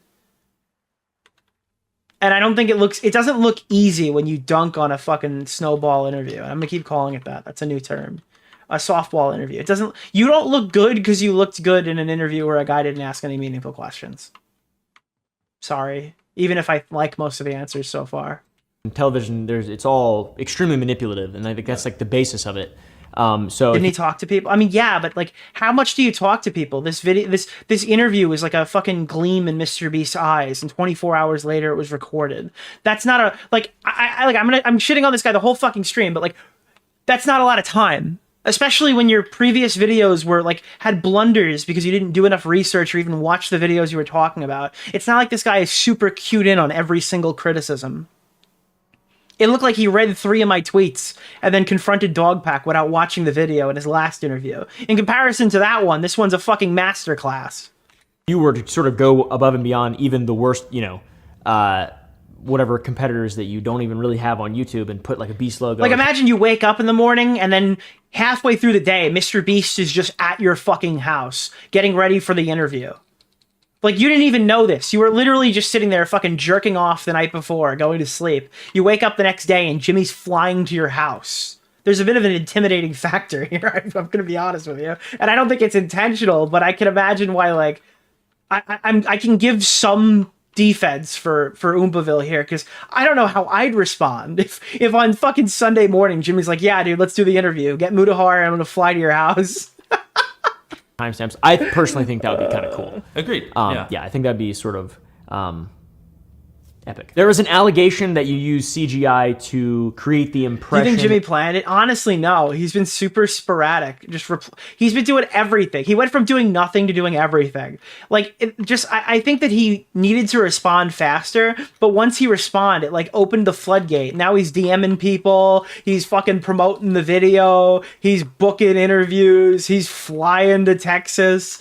No, I don't think this is orchestrated. If this was orchestrated, I think it would have probably been done better. I think this is just like, I think he was floundering and he's just like, I need to like, fuck, all right, this isn't like fixing everything. I need to come out here and make like a fucking response. And what's the fastest way? Maybe I'll just talk to somebody and then they'll just like, it just sounds like he's spiraling. Like he's kind of crashing out a little bit. I mean, I get it, but that you guys this looks more chaotic than organized to me. And I'm not, I don't know, maybe I'm biased, bro. Think about it. But like, I don't know. I've had like shit sent to me or whatever that I've posted. I mean, I've been very transparent about it. Maybe I'm super biased when I'm explaining this to you. I don't know. Built a hospital, part of a hospital, in order to deceive viewers. Dude, MrBeast is gonna go on a negative arc after this. He's gonna be like, all right, guys, today I blew up a hospital. Instead of building 30 hospitals in Africa, I've blown up 30 at random. That's how he's gonna handle this moving forward. Or, you know, manipulate them into. Wait, so this is. I'm sorry, I just fucking tripped out on my stupid joke. We're talking about the hospital. Holy shit, he knows. Then why are we talking about? I was just defending you. Why are we talking about this now? You're just like, you're like, dude, CGI is so good. Okay, but about the hospital. Fuck, man. I'm trying here. That you guys built a hospital, part of a hospital, in order to deceive viewers or, you know, manipulate them into believing that you did more than you actually did. I'm so fucking shocked. Did somebody text him mid-conversation? Where did this come from? This was like the only CGI question that mattered. Tell us about that. Yeah, no, that's a great one. honestly. Another thing that's super hard here before we get to the answer, I'm going to pull it back. We're going to redo this. But another thing that's super important to point out is my mileage of this story is not the same mileage the average end user is experiencing when they watch this. So to say that like I knew all the answers here is a bit it's a bit unfair because the average user who's watching this hasn't seen Soggy's video. I mean, I think Dogpack's video is reviewed like 13 million times or something or more. And like, I don't think Soggy's video has more than 1 million views right now, does it? So most people haven't even seen it who've watched that video. So some of these people are coming in from completely blind, or maybe they've seen a few tweets and this is the first time they're hearing about it. So maybe that shit's more important to them. Maybe that's fair. Maybe that's not how I would personally conduct the interview, but maybe this is the best for the general audience. It's at like 700K. It's like a lot of people don't even know those talking points because they haven't reached louder people. Or guys like Pegasus have made spineless, pathetic, disgusting videos because they're completely audience captured and they've put out months of bad reporting. Dumb mistake. At the start of one of our Beast Philanthropy videos, they were trying to show what this like building looked like in the past, and in the past that hospital wasn't there, so they removed it in the editing. Which and this is just like a small part of this isn't even like the point of the video was that we built this hospital or whatever. There was just a shot at the beginning, but some people saw that and like thought we did build it, which is not the intention, and so it's just a dumb mistake. Like trust me, when I saw that, I talked to the editors. I was like, come on, like. You know, I have 100 editors, and obviously we have a bunch of different channels and things like that. So it's hard for me to like speak with all of them, but it was just truthfully a silly mistake. We never said we built that hospital or anything, but I could see how some people might perceive that we were trying to like. So this is the first real answer. So we never claimed to build the This is like, again, I don't have this video queued up right now, so this is a post video thing. If I feel like this is unfair, I'll jump in the VOD and talk about it. But his official response to the hospital allegations is we never claimed that we built this hospital. It was a thing for the introduction. It wasn't the point of the video. I can see why people thought that, but that wasn't what we actually intended. Again, I don't know. Mileage may vary. Let me see. Do you guys know the name of the video just so we can kind of look at it right now quickly? MrBeast. Oh no, Beast Philanthropy Hospital. Well, if it's not, what was it called? I don't respect you. Hospital, Nepal. We paid for a children's hospital. It was when we saw. Is it this? This video online. All right, let's see. Now, we were completely blown away by this transformation. So, I sent Darren and Dan to Davao City in the Philippines to visit the Cure Hospital, which provided this life-changing surgery. And to find out how we can help provide hundreds of more... Is this just another video of a hospital that they were talking about? This is just another hospital. Oops. We powered a mountain. Here, let me see. What you're watching... Is this it? Yeah, entire hospital. Real footage from what you're watching right now is real footage from MrBeast Philanthropy channel, but it doesn't look quite right. In fact, this entire hospital looks to be completely photoshopped out to make it seem like MrBeast has done better than he actually has. He claims he built a hospital. All right, but can you tell me what the video is so I can? Okay, it's how to master the art of filmmaking. That's cool. Is anybody gonna just? Does someone in chat have it? What was it? Was it nice meeting Vinesauce? Vinesauce was super chill. Yeah. Pack 404, who's I didn't really know who he was, but talking philanthropy. It was cool to meet him. Channel actually being faked, and the evidence is like pretty. But really? Dogpack said. Yeah, no, I'm actually surprised you caught that. So this is what he's talking about. Look real. Yeah, no, I'm actually surprised you caught that. Most people. So this is what he's talking about. Look real. Okay, it's a mountain. Something with a mountain on Beast Philanthropy. We powered a few months ago at the very top. So this is about powering a mountain. Of a 9,000-foot mountain in a remote part of Nepal, this hospital looked like this. Because of its isolation, this community has no electricity, meaning that local doctors have no access to proper medical equipment and often had to perform surgeries and complex procedures in the dark using only a flashlight and very basic tools. If more complex care was needed, it would take hours to walk to So they're talking about like powering a mountain. We're gonna dig down. On this project, the team. The remote hospital like my gift. Okay, let me see. What do they talk about hospital? I mean, I don't know. I'm gonna. What the fuck? Okay, that's not. There we go. I mean, I'm gonna probably piss people off here. It seems pretty reasonable. If I can type hospital. Settings and the remote hospital like this in the background. Realizing the life-saving importance of Settings and the remote. Whatever hospitals or communities need you, and let you just go give it to whatever hospitals or communities need them. Thank you very much. What did he say? that he could give to other communities. Sanjay, by buying 10 more baby warmers that he could give to other communities and similar needs. Sanjay, I want to buy another 10 of those baby warmers from you and let you just go give it to whatever hospitals or communities. That's not anything there either. Building with no electricity. Together, we turned a broken building with no electricity into a fully operational hospital that will service over 16,000. All right, so I see what the problem is here. So I totally understand where people would think that this video is him building a hospital, but the point was the power allowed them to do it, and they put that in CG. I get the issue here, because like it's not just at the beginning. He kind of describes it as just the beginning, but like as you go through the video, it's very obviously also CGI'd here. Into a fully operational hospital. Like this is CGI. That will service over 16,000. That is CGI. People in this community. I have so much gratitude for the fact that I mean, man, yeah, that's misleading. We are able to come in here and give them a gift that will make a meaningful difference to these people for generations to come. It's getting close to... They renovated it? Yeah, but it doesn't look like that. The main thing that they did here, unless MrBeast is like not telling the whole thing in the other interview, is that like they were like that wasn't the main point of the video, but it's very clear a big highlight of it was that they did the hospital. Truthfully, a silly mistake. We never said we built that hospital or anything, but I could see how some people might perceive that we were trying to like give off that we were. Why did they edit out the building? No, they edited in the building. The broken down thing was what they started with, right? And it's a little unfortunate because Beast Philanthropy, my YouTube channel. Hold on, let's go back. Yeah, no, that's a great one.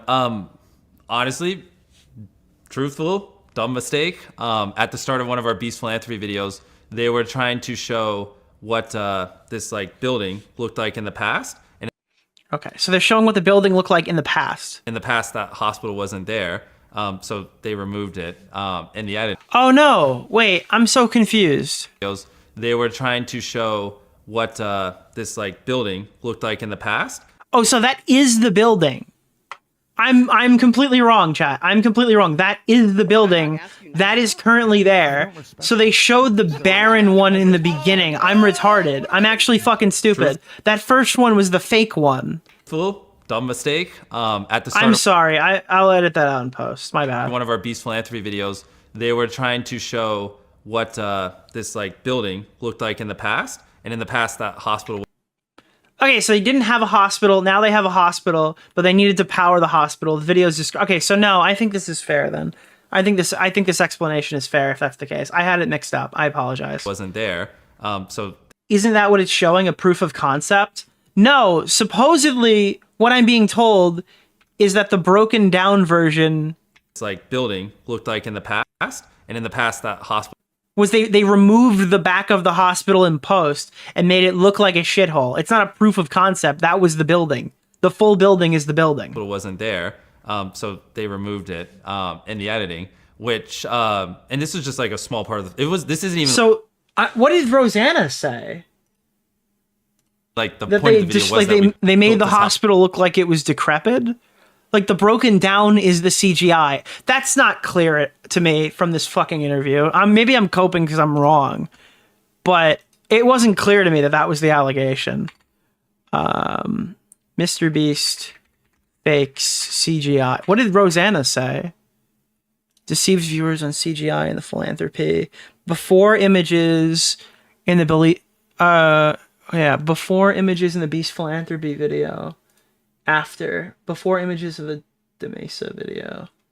That's the same building from there. Where is the rest of the build? So they remove this back part, I guess. CGI decay or whatever. Okay, so yeah, the broken down one was the CGI, I guess. Okay. Hospital or whatever. There was just a shot at the beginning, but some people saw that. Did she show feet in the video? You know it. And like thought we did build it, which is not the intention. And so it's just a dumb mistake. Like trust me, when I saw that, I talked to the editors. I was like, come on, like, you know, I have 100 editors, and obviously we have a bunch of different channels and things like that. So it's hard for me to like speak with all of them, but it was just truthfully a silly mistake. But we never said we built that hospital or anything, but I could see how some this people feels might like the type of thing that we people were would like trying religiously defend 6 months ago. No, not 6 months. Yeah, maybe 6 months ago when he was viewed in a better light.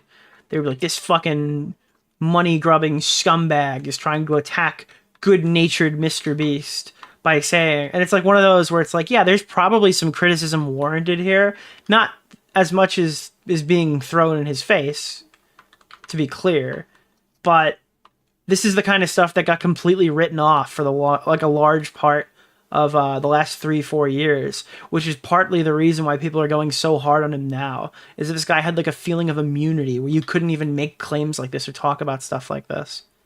Like give off that we were. And it's a little unfortunate because Beast Philanthropy, my YouTube channel, how do I say this where it's like I'm not trying to, like, is literally owned by a 501c3. Like, it's a YouTube channel that is a nonprofit, which is crazy. Like, as far as I know, that's the only one. And Beast Philanthropy does so much good. And like that, you know what's the only reason people, this is what's funny, because like to the people like trying to call me evil and say we fake philanthropy, the only reason anyone even knows any of this is because we actually did a behind the scenes video on that video. So like clearly I wasn't aware of this because we did BTS and we were the ones who revealed this information. You know what I mean? So like if we were trying to hide I didn't know things, that either. Like we wouldn't have done BTS on that video. That's how people got this information. That's funny. So it's just like a little mistake, but it's... So wait, he disclosed that it was CGI and then they acted like they found it?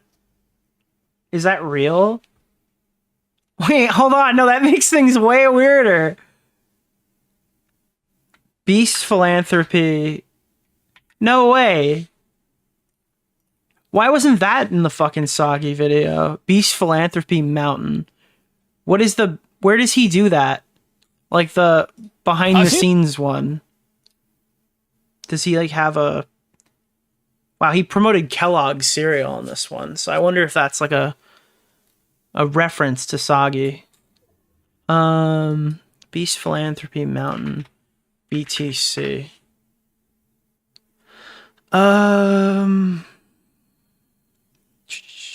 Does he do these? I don't know where he keeps... A few months ago, at the very top of a 9,000-foot mountain in a remote part of Nepal, this hospital looked like Beast Philanthropy behind the scenes. Behind the scenes, look at our partnership with Beast Philanthropy. Behind the scenes of MrBeast videos. I wish I knew where this was. BTS. Oh, shut up. MrBeast, starting Beast Philanthropy 6 months ago. Does anybody know this? This is my food pantry. No. Mountain. I wish I knew where to find... It would be super fucking cool if there was like a link to whatever is being talked about on screen. Wait, they hold on. Okay, I'm actually like spurging right now. It's in Rosanna's video? Rosanna Pansino Philanthropy. I'm learning this like in real time. MrBeast is dangerous. Charity. Where's the charity one? I just had it. MrBeast charity is a criminal. The real MrBeast. MrBeast exposes MrBeast.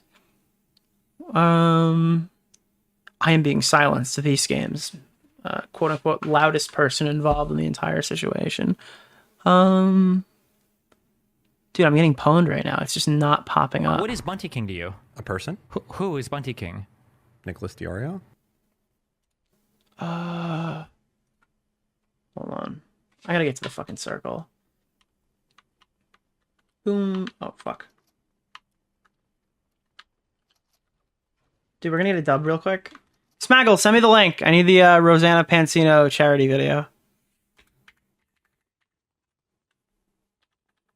I am going to commit seppuku to kill this guy. Oh my god. Holy shit. I actually have no... No way! No way! I just quickscoped that motherfucker. Oh my god.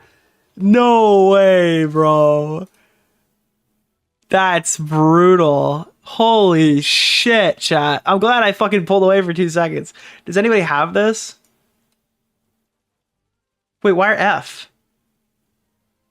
Oh my god, they got me again? Wait, they literally got me at Victory Royale. I'm getting annihilated by YouTube. What the fuck? They're trying to hold a man down. You guys missed the win? Are you actually fucking kidding me? We literally missed the win. I quickscoped, dude. It was insane. Everyone just missed it. I am fucking so mad. Oh, I know where to find it. It's on Reddit. Is it still open? No, it's not. Fuck. Rosanna Pansino charity beast Reddit. Faking philanthropy. A lot of goodwill and good things, and then behind closed doors is a very different story. The filing. Oh my god, wait, did you guys remember this? Holy shit, I'm spurging. I forgot about Also this. Goodwill and good. This has to be in my video. You have to see this framing. Cloak of charity. About this, people like Habitat for Humanity, Make-A-Wish. There's not many that I know that own their own charities. I want to remind everyone watching that a lot of powerful people hide behind the cloak of charity. There's a very interesting article about this. People like Weinstein.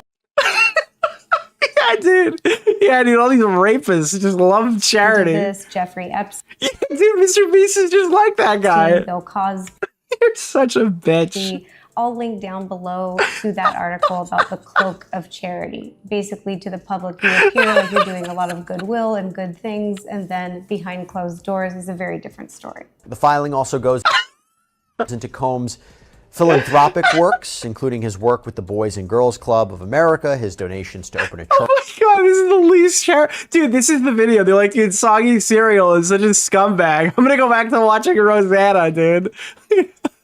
Dude, I can't believe Soggy Cereal is so compromised. He's such a malicious, bad faith actor. Can you point me to the good videos? Behind closed doors is a very different story. The filing also goes into Combs' philanthropic works, including his work with the Boys and Girls Club of America, his donations to open a charter school in New York. It's I don't take any of this shit seriously, man. I don't give a fuck. Where is the fucking... Is this the video? I maybe I'm on the wrong one. Where is the mountain, bro? Do you have the mountain? There's the mountain. Okay, so they're watching the behind the scenes one. Who is Bunty? Yeah, they're like comparing him to P. Diddy, and then people are like, Nicholas, you've got to talk about this, Nicholas. You suck a dick. Oh god. Hear what I say in my video. See what I say in my fucking streams. Dude, look at this guy with a creeper avatar. So where are they watching? Rector on Beast Philanthropy did a behind the scenes video for this shoot where they build a hospital in Nepal or whatever. Started off by getting the opening shots. I like to call these plinky. Wait, I'm so sorry. Hold on. I need to stop the stream. Uber K. This interview is such a nothing burger. I have no idea why you're going so easy on Oompa. Well, I mean, I've given you all of my reasons in plain English. You're just free to look at them. You are absolutely free to hear what I said in the thing and come to your own conclusion and tell me why those are wrong. But if you want to pretend you're stupid, that's fine. Literally no hard questions are asked on or pressed on. Crypto.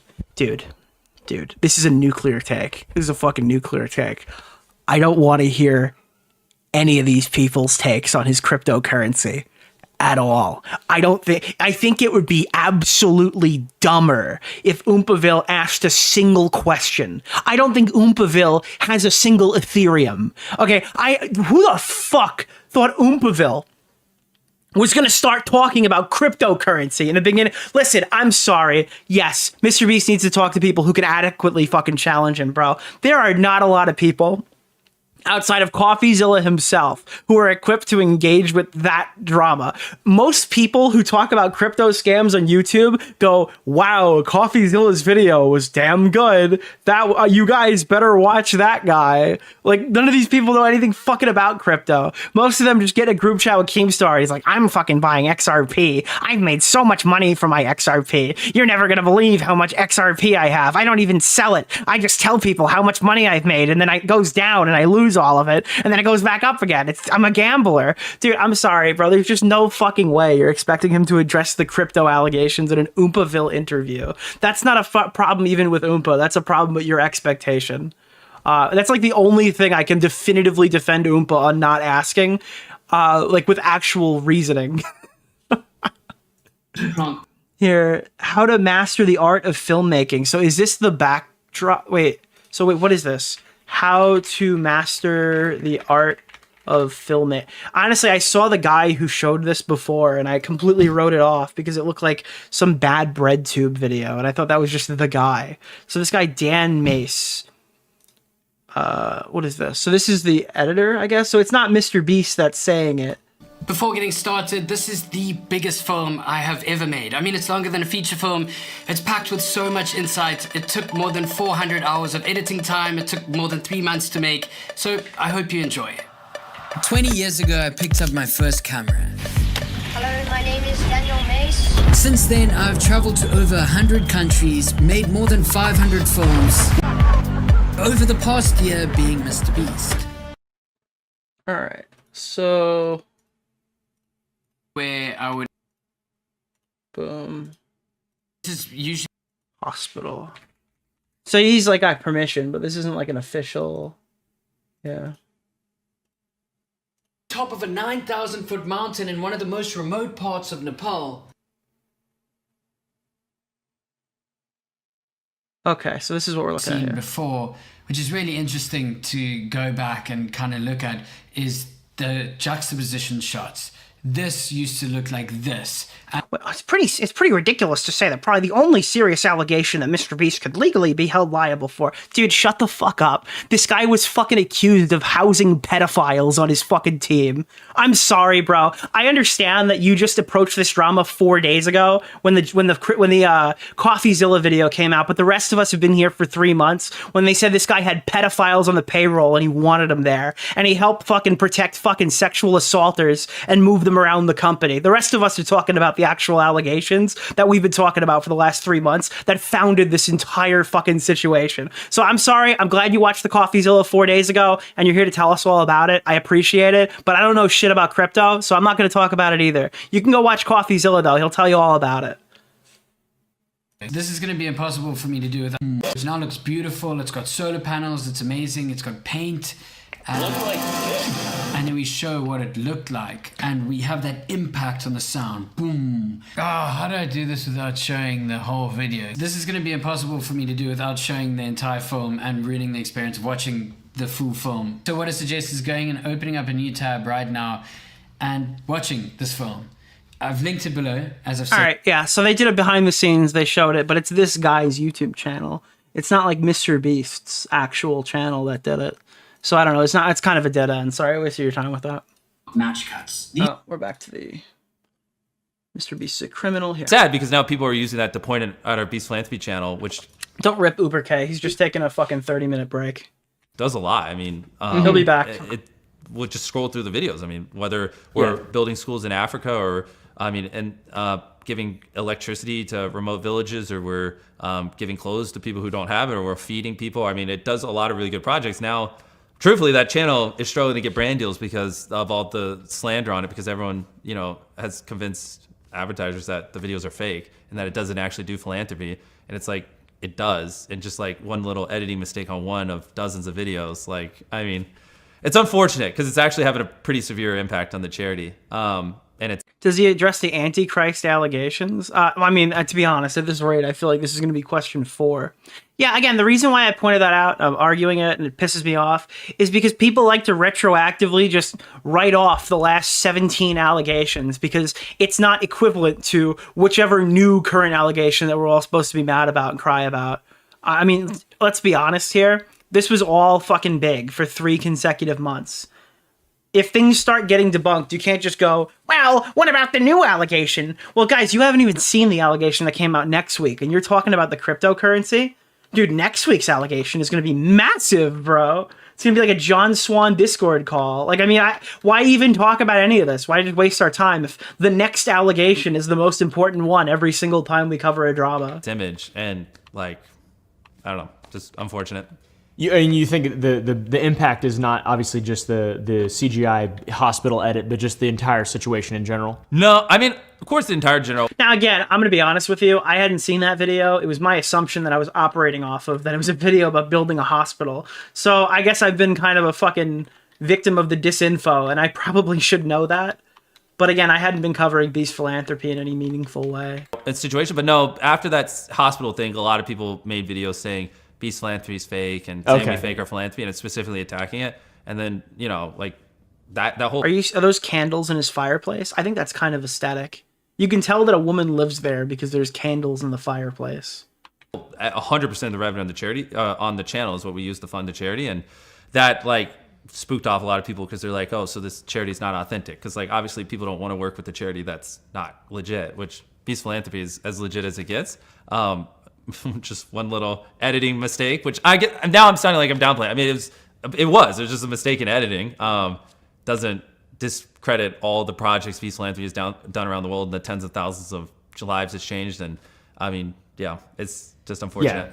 Yeah, I would say that's a fair admission too, because it's like you know, and once again, optically, you're the guy who's talking about, you know, spending 26 hours a day looking at data. And, you know, every decision, every single frame that's in a video is like combed over, and then that is a mistake, obviously, that you're capable of making, your team is capable of making, and like the whole thing is capable of making. And people, you know, they'll compare and contrast whether they know or not. Like, they think everything you're doing is 110% deliberate. Yeah, well, that's the unfortunate part, because it's like, if someone, again, just to be clear, the only reason anyone even knows is because we did BTS. So, I mean, but if that would have happened, you know, 8 months ago, I would have just responded to a tweet saying my bad and just like re-edited it in YouTube editor and just added a voiceover, and it would have been fine. It's just now that, you know, due to the circumstances, everyone's like, we finally got the proof. Is Tom right? I feel like I'm getting fucking gooned right now. Maybe he needed to respond to these individually. But I mean, when did this allegation come out? How much stuff, like, are we past the point where, like, they were saying he was harboring pedophiles at his company? Because again, he tried to respond to the Lunchley thing, and they're like, but why aren't you responding to everything else? And at that point, I would have just threw my hands up in the air and said, fuck it, I'll respond when it's over. Fake. He's fake, and like, let's tear down his charity. And yeah, I mean, but yeah, it's just a silly editing mistake. Like, the VO we should just had VO over that clip just saying we didn't build this hospital. But it was also not even the whole point of the video. It's just like, if you watch it, it's just a clip at the start. It's literally not even what the video is about. Mm-hmm. So you've mentioned the behind the scenes footage of that, specifically the hospital video in regard to your philanthropy channel. Would you be willing to, or consider releasing like more detailed behind the scenes footage or a breakdown of that with the VO you're talking about? Or, you know, the editors who worked on it and sort of their thoughts and opinions or whatever, because they're the ones working on it, right? Like, what on was that their video intention? specifically? Yeah, or just in general. Yeah, well, that one in specifically, I mean, we're owning up to it. I mean, I don't want to put them on blast publicly. Mm-hmm. Like, it was a silly little mistake. Obviously, we talked about how we could prevent it in the future, but I'm sure, shocker, at some point we're gonna have some other editing mishap over. Yeah. So I mean, that's not something I can't guarantee will ever happen again, but like we're doing our best to make sure it doesn't. But in general, I would love to do more behind the scenes. Like, I think throughout all this, maybe you have a beast behind the scenes. This is how you take a solution and monetize it and make it a win.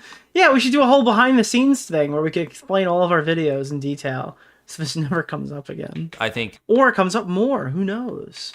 What is causing some of this is like confusion. Is because, again, though, I don't care about this anymore. We're through it. I learned about the hospital. Let's move on. There is so much mystery around how we do our videos because people don't know how we do it. It's like it's almost easier to believe there is this like they're fake or they're rigged, and he didn't actually build a bunker and put it under. There's a whole behind the scenes video. Yes, but it's a behind the scenes video from the guy who shot the video. That's not on like MrBeast 2. You know what I mean? Like, some people have behind the scenes videos as their like members only content or their Patreon content or something, where even then it's like attached to their name. It's like the only reason there's a behind the scenes video is that guy wanted to post it, right?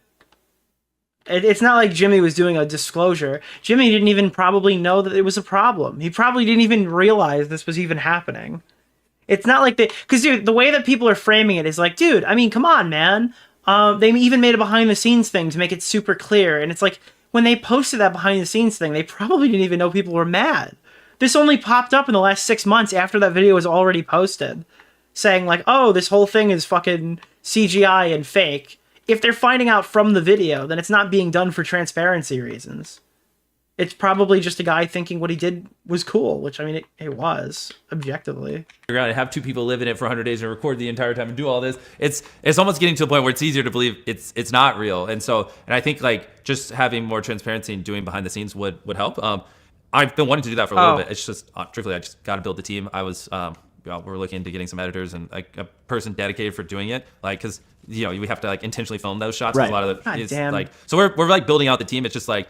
It just takes time. Like you need someone who will make the thumbnails for it, and like I also don't want there to be editing mistakes in this. So I need someone who's doing QC, and that's like a really important thing because I don't want them to post it and make a claim in the BTS that's not true and say, hey, we spent $500,000 on this bunker, and it was actually $480,000, right? Yeah. Which is these are the little kinds of things that because I have such a large company, people will do, and they think it's innocent, but it's like no, like. But at the end of the day, it's my name on it. And so it's like, in theory, it seems simple. Like, oh, you're already filming, just throw BTS. But there's a whole big process in it to make sure that's if you're trying to spend $500,000 and you want to spend anything other than $500,000, it needs to be like $501,000. You could always round down, and that number probably sounds better than if you round it up. But you kind of like you have to be punctual with that because some fucking idiot in the comment section is going to be like, actually, you haven't even considered the fact that like, okay, sick.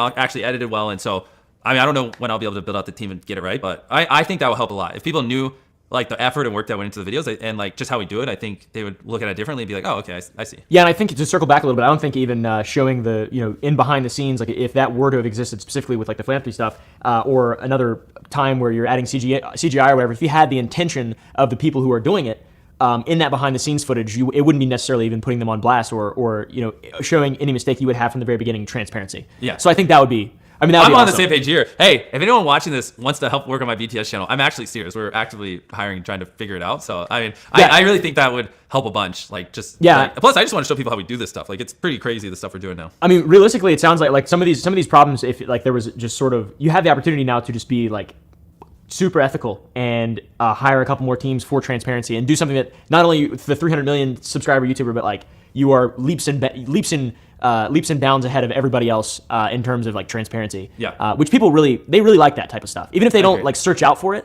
they just like to see someone who's honest and relatable. I agree. And like you guys are really good at this insane MrBeast thing, but like you said, even with sort of talking about the allegations in the beginning, you didn't want to make a video where you're just sitting. It just feels cringe and awkward. Yeah, no. Like but it makes sense, right? Like I get your perspective and the outsider's perspective. It's cool to see, how it's not cool to see how angry people can get. But it is cool to see that there is a possible I don't care. I'm going to just start muting him when he talks. In a way that nobody else has ever been before. I agree. Yeah, I feel like you could probably do that. So there's evidence that you put your previous employees, friends, whatever, controlled opposition. This isn't like your challenge video, such as the 100 boys. This feels like the drama's over. It's been settled. We've reached an agreement. MrBeast has been fucking saved. And we're doing a reflection interview to kind of flesh out the arguments after he released like a triumphant return video. This does not feel like the big interview where we're hearing him speak for the first time. This is like, you can give this performance if you've done something already. This is not the first. This is like the last thing you post. Versus 100 girls video. Yeah. Did you put them in that video or videos like that specifically to rig the outcome of the challenge? The challenge? And if so, do you think that's acceptable, MrBeast? I know. That one was a big one. Videos talking about my 100 boys versus 100 girls video in the last couple months. That one, people really talked about that one. So yes, Sagi's video, he talked about this and uncovered it. I'm surprised more people didn't. Like my girlfriend after that video literally went on a podcast and described this. So it's not even like this was hidden again, but this is another one. It's like, oh dude, MrBeast is fucking paying people off to defend him and make these videos. It's like Jimmy's own girlfriend explained this on a podcast and I missed it. I feel partially responsible for not finding this while I've been fucking profiting off this situation. Not as much as some other people who just blindly fucking post bullshit. But I mean, I've been profiting off this situation by talking about it for 3 months, and I completely missed that. It was not even on my radar. It was a jaw dropper when I was watching it. That there's been fucking breadcrumbs to figure out what these, like, how these things were fucking misreported for, like, that we just didn't find. Nobody covered it. That's a frustrating thing as a drama YouTuber who gives a shit. You know what I mean? If you give a shit, you're gonna care that, like, it's out of your fucking wheelhouse. Like, you can't always get every single thing or whatever. But there are too many situations in this drama that I've been spending a lot of time with that I should have had. 100 girls versus 100 boys for $500,000. Yes. On the day, everybody had to go for COVID tests, and a lot of people came. How do you argue at this? What level of... did MrBeast was fucking her, so she's biased. She was fucking MrBeast at the time, so we can't take her word for it. Their COVID tests, and they tested positive. I mean, like, this is like, what are we supposed to say to this man? And the girls somehow... She was getting fucking dicked down. Oh, Cope and Seethe fucking raided. I wanted to raid into you, Beckett. Happy birthday. I hope you have a fantastic birthday. Thank you so much. I ended up with way too little contestants. So I got a call randomly from the studio, and they're like, we need a female. I'm like, well, I am a female. I guess I could do this 100-hour challenge. Were you dating at the time? Yes. And did the others know you were dating MrBeast? Like, if you have a situation where you can prove it with public information, or at least heavily imply it, and then fill that in with stuff that MrBeast's, like, employees are willing to tell you, that's much more credible than 99% of these allegations that are just fucking random text messages in all the other videos. There is so much more being done in Sagi's video than the average fucking video talking about this. At the time. They pretended that they didn't, but I think some of them caught on. Did he, like, move to the side of the circle? Oh, no, he avoided eye contact at all costs. But, I mean, literally, like she said on the podcast, we had 100 boys, 100 girls. They're competing in a video. Leading up to the video, they're supposed to quarantine. This was years ago when, you know, at the height of COVID. A lot of questions people have about my videos, like that in these recent things I've noticed, usually the answer is, like, COVID, like why things aren't as, like, we would normally do it. But in this instance, they quarantined. When they showed up to the studio, a couple people on both sides tested positive for COVID. Like, this one's even crazier. The stuff that we learned about it when they talked to the former contestant and stuff, that, like, well, MrBeast just never made this video, turned into MrBeast spent, like, what was it, $1.2 million after paying every single participant 10 grand, which I think is 24 participants, it's $240,000. And then they just split the million prize. So every single person walked away with 10 grand on the first fucking run, and then they all came back and did it again, and then they all left with, like, I don't know, 1 million divided by 24. All of these people were well compensated. We didn't have them all in a group. We, you know, isolated, tested. And so now I'm stuck with a tough decision. And it was like group decision to not finish and film the video on a third occasion. Because we have all these people who just took off work for... And to be honest, they probably could have just took another 10 grand and then filmed it a third time and made even more money. Week and took even more days off work to film this video. You know, a couple people on each side of the 100 girls, 100 boys tested positive for COVID. I can't go grab random people off the street because they haven't quarantined, right? And back then, I think COVID tests are better now, but back then, you know, it took like 2 days for the COVID test to be able to pick up whether or not you had COVID, something like that. Not a doctor. This isn't Joe Rogan. I obviously... There's something funny that he just said, I'm not a doctor. This isn't Joe Rogan. That I just know these people on Reddit are going to talk about. MrBeast literally says Joe Rogan is a doctor. Bro, no one knows that though, right? I could have just gone and grabbed random people off the street and that would have been fine. But I was trying to like be protective of the contestants. So my employees were routinely quarantining back then because, you know, in the studio and things like that, we didn't want an outbreak. So I just went to... He created the NHL bubble and rented out a hotel. It's literally, the NHL had the same quarantine process for the playoffs. The employees who weren't working on the 100 Girls vs. 100 Boys video. I was like, hey, I don't want to cancel this video. Who wants to be in it? And fucking so crazy. A couple of them volunteered, What a filled in the empty gaps. scumbag. My girlfriend quarantined with me, so I threw her in there. And then we got the numbers up. I was good. Like, good. The video's on. And yeah, they were competing for money like everyone else. Transparency. I'll look at the camera. No, they were not there to rig it. I did not tell them when to get out. I did not tell them what to do. They had their own free will. And yeah, I really didn't think too much of it. And, you know, here we are a couple years later, and that's turning into proof that I put employees in videos to rig them and script them, and they're just filling in for some people who got COVID. Yeah, I think it's another situation in which it's like, sure, there's evidence or whatever of both or whatever. It's like a trust me bro versus a trust me bro. But this one's not even a trust me bro. Like, I mean, my girlfriend literally years ago said on a podcast all of this, so it's not even like I'm retroactively making this up. I mean, right. I could probably go pull up COVID tests and yeah. show you. I mean, it's I mean, just in terms of like the interpretation of what people have for that specific event. Who Like is Bunty King? Nicholas DeOrio. It's gonna read. Oh no, it's not gonna read. Upper Echelon did a video about anonymous tips after receiving a bunch of them, but was unable to really do anything because none of them wanted to be on the record or give any real information. I'm not really who is Upper Echelon. When someone like you or someone with this big thing, people just see who they don't care. They see, oh, he's using his friends. Like obviously it's fucking rigged, you know. But they're not gonna look into it. It's just optically, you know. Like there's so many things that it's really. Yeah, I mean, there's really nothing he can do if he's filming a video.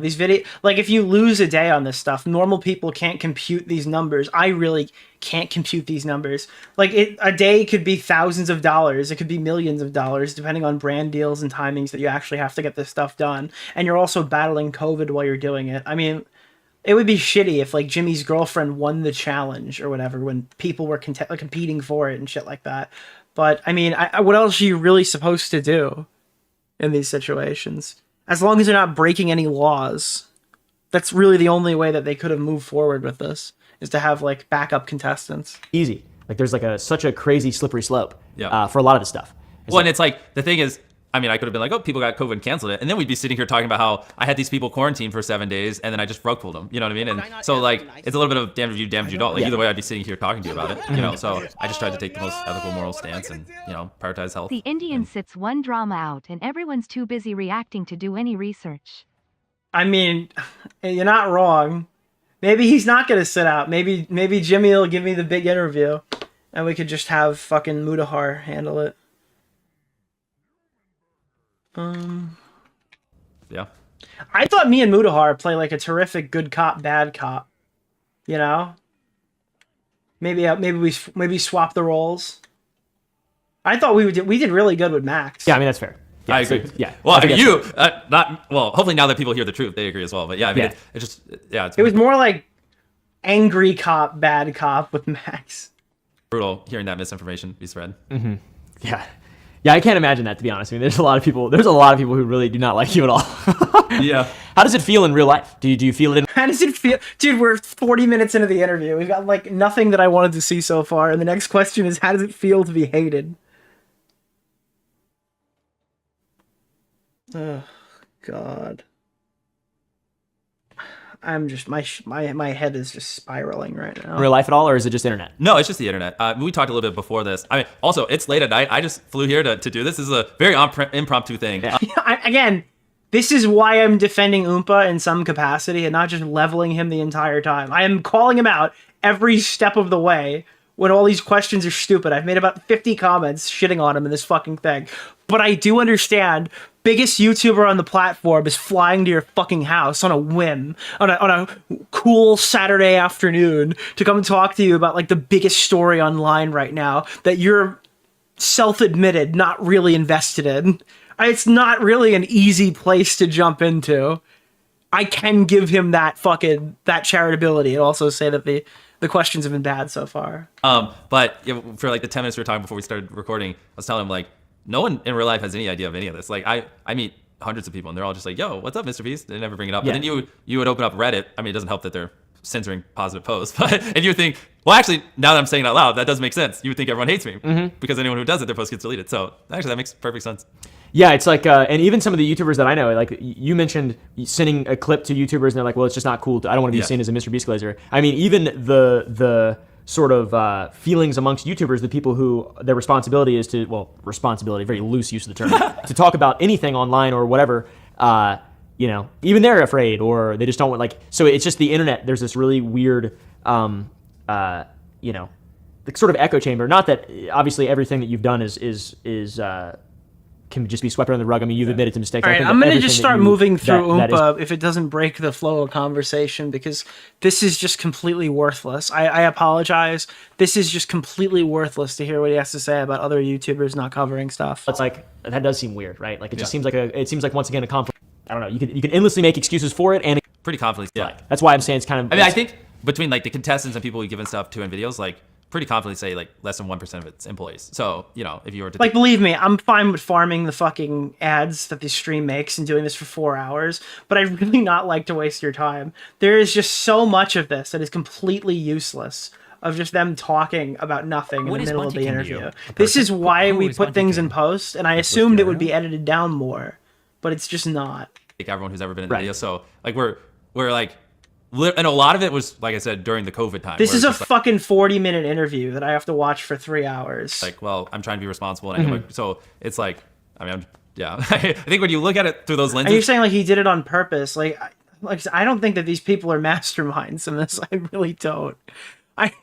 This doesn't scream mastermind to me. I feel like any rational person. But this feels like a filler arc. Yeah, it's a weird episode of Dragon Ball that they put on the dub because they didn't have time. Yeah, it's fair. Yeah. Okay, so now on to the response to critics. So the first person really to respond to critics was Chucky. But the second person, it seemed like, was Soggy Cereal, YouTuber, commentary YouTuber. And he made a video, and he's been, you know, that video is sort of blowing up a little bit. It's not quite to the level of Dogpack's video when it first came out, but it's, you know, it's coming up. Not even close to the level. And he did his best to. And it should be required reading if you care about any of the Dogpack shit.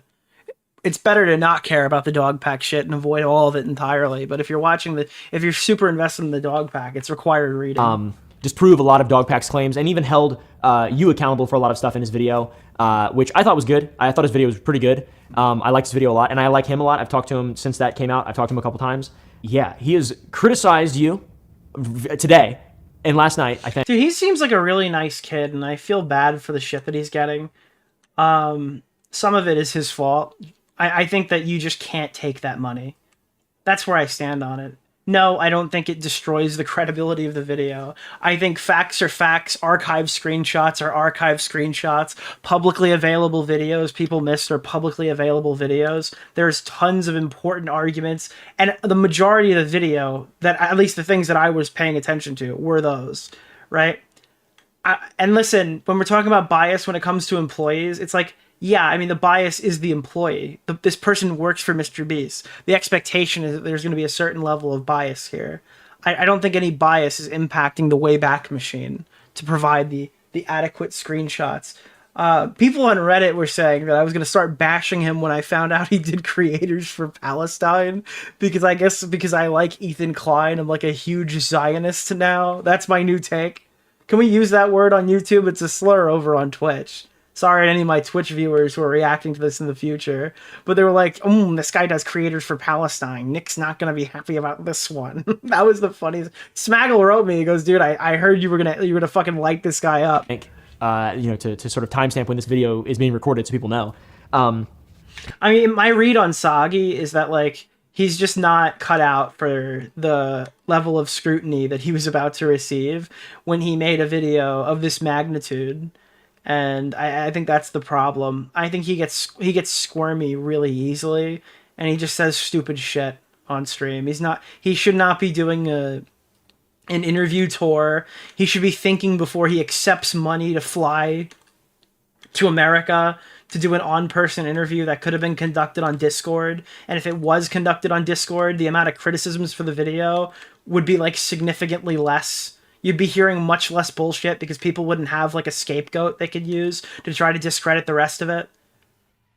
I mean, like, these are things that he should have ran by people, ideally with like a form of checks and balances. I imagine if he, I don't know, reached out to some people, they'd say, hey man, you ought not fly to United States, even if like MrBeast isn't explicitly paying for it, because as far as I'm aware, that's not what happened. As far as I'm aware, it was out of Dustin's pocket, and it's not like a written off work expense. He's not being compensated for it, but again, it doesn't matter. The damage is done. He said, Soggy has criticized you sharing his video with other YouTubers as a way to shield yourself from criticism, you know, like deeming the video to two people. He also expressed feeling used... Not two people. Pyro, guy on TikTok, right, that posted it. Turkey Tom, some guy in Turkey Tom's chat, Pegasus. No, he reached out to a shitload of people who reported misinformation on him for 3 months Obviously, not all of it was misinformation, but they reported on misinformation over the course of 3 months. And he was hoping that they would just turn around and be like, "Oh, I'm going to correct that now." When in reality, like guys like Pegasus, that guy doesn't care. That guy doesn't give a fuck at all. He's just looking for the next video, and then he like cried like a bitch when he didn't get the interview. By you, given that you used his video as a strategy to gather It was a favor. miscalculated move. Again, like I don't know, like I don't know who he's floating these things by, but he's not like this is not like this is a very robotic move. You know what I mean? This is not like a way a normal YouTuber would do this. And you got to be thinking like the humble YouTuber here. You got to pretend you're not millionaire MrBeast when you're talking about stuff like this, because that's not going to elicit a good reaction when people twist it that way. From the public, which, you know, that's pretty wordy. It's like it just happened today. It's got to be something like, how do you feel about him feeling that way? Because he's not really defending you. He's more so trying to hold like the truth, which I appreciate that massively. Yeah. And I do, you know, talking to him, I do believe that he is an honest guy. How do you interpret his responses on Twitter if you've seen them? Have you seen them? Yeah, I've seen them. But you gotta know you're making the most fucking controversial video of dude, I'm sorry. My fucking video, when I release it, is gonna have the disclaimer in the first minute of the video, and you will know exactly where I'm coming from when I make my video. There's nothing that you're going to, there's no big surprise at the end or something, and nobody's gonna be like, "Ooh, yeah, dude." Like yeah. You're gonna get your fucking disclaimer right in the first 2 seconds. I mean, I interpret it as him just trying to be honest with his audience and just expressing how he feels. And I think, you know, obviously he probably, in his head, if he was even being more honest, he'd probably be like, "Jimmy, why don't you just say these things? Why am I saying it?" You know, and I think obviously now that I started making it last week, a little earlier, but the video that you're going to see ultimately with a feature from Toastify that he's already sent me. After this interview I've been busy all fucking weekend. I'm aiming to drop it next week. I initially wanted Sunday. It's not going to happen. I have like 2 more sections to write, but other than that, we're good to go. We're written. There's some of it, like it's in my timeline. This is a video, I promise. We're not just jerking you a chain here. There is a video attached to this project. If I can open Premiere. I'm here and doing this, that will alleviate it. But I can see how it feels. Like, obviously, I saw that video and NickVid, it's probably gonna be about an hour, 45 minimum. There are some things in there I don't agree with, and he does go pretty hard on me, so, which people seem to forget. But there are a lot of things in there that he disproved. And it's an intro, 3 sections from me, a section from Toastify, and a conclusion. So that's probably going to be roughly 40 minutes to an hour. Let me see if I can. This is the one. I imagine I have stuff like something on the timeline that's playable, that like proves I. Is this it? That's a raw. I don't want to pull up a raw. Deliverable 1. Hi, my name is Nicholas DeOrio, and I'm going to cut right to the chase because this video will be divisive. For the last 3 months, MrBeast has been the target of a well-orchestrated smear campaign, led by a former disgruntled employee named Dawson French, or Dogpack404, and a disgruntled former channel contestant named Rosanna Pansino. MrBeast, his company, and worst of all, his... So, I mean, this is very specific. When I made my video, I wanted to make it very clear. This is not the MrBeast is a good guy video. This is the Dogpack and Rosanna are bad people video. If you want to watch something else, there are tons of videos for you. I'm making a video on Dogpack and Rosanna. That's why my video exists. That's what I'll be talking about in it. But yeah, like it's very specific. You're not getting like this. I'm not going to title the video like the truth about MrBeast because that's not what my video is aiming to prove. You know, but yeah, yeah. I mean, I got excited and shot it over to a bunch of creators who covered the false information. And it was just like, look, you know, yeah, that's exactly what I said. He thought he could just shoot this message over and everyone would be like, "Oh my God, it's MrBeast. Thank you. I'm gonna go correct that right away." And it's like, no, that's not what they're gonna do. There are piranhas in the water, and you're thinking you're dealing with seals. Actually, aren't seals kind of aggressive? And dolphins rape people. You're thinking you're dealing with penguins right now, and there are sharks in the water.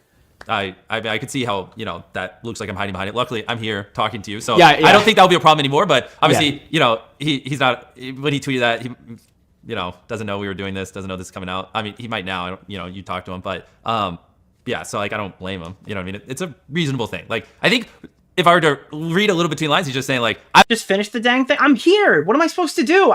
Dude. In the old days, they're like, Nick, you gotta make a video. Nick, you gotta make a video. And then I fucking work on a video, and you guys, Nick, you gotta stream. Nick, you gotta stream. I'm sorry, I can't be everywhere at once. I don't want to be a shield. I'm gonna do both. I promise. I told myself I was taking a break in November, and I kind of did that, and people have noticed. And I plan to go harder in December, but I also spent the break working on main channel shit. So I hope you guys are enjoying it when it comes Jimmy, out. say something. You know what I mean? Like, actually go address things and like. Yeah, because he's really not defending you. He's just disproving Dogpack. Like that. Exactly. That's the primary kind And just of driver. to be clear, that's how I. Before everyone freaks out, there's always a more aggressive version of every video I release. So I don't know if that version of the audio you just heard is going to translate to the final product. I apologize if it doesn't, but the version that is currently in my YouTube tray that is recorded and sitting in the thing edited is significantly more aggressive than I usually release. I forgot to mention that before I played it. Interpreted his video. I was like, oh, this is pretty balanced. Yeah, I like him. He's a cool dude. So the only time the aggressive one came out was the Max video. That was where the aggressive intro made the cut. He didn't go with the grain and disproved a lot of things. But yeah, also went kind of hard on me too. So, but yeah. He's not a big fan of Lunchley. He's not. That's one thing for sure. He does not like Lunchley. I went through the conclusion today to Wavy in person.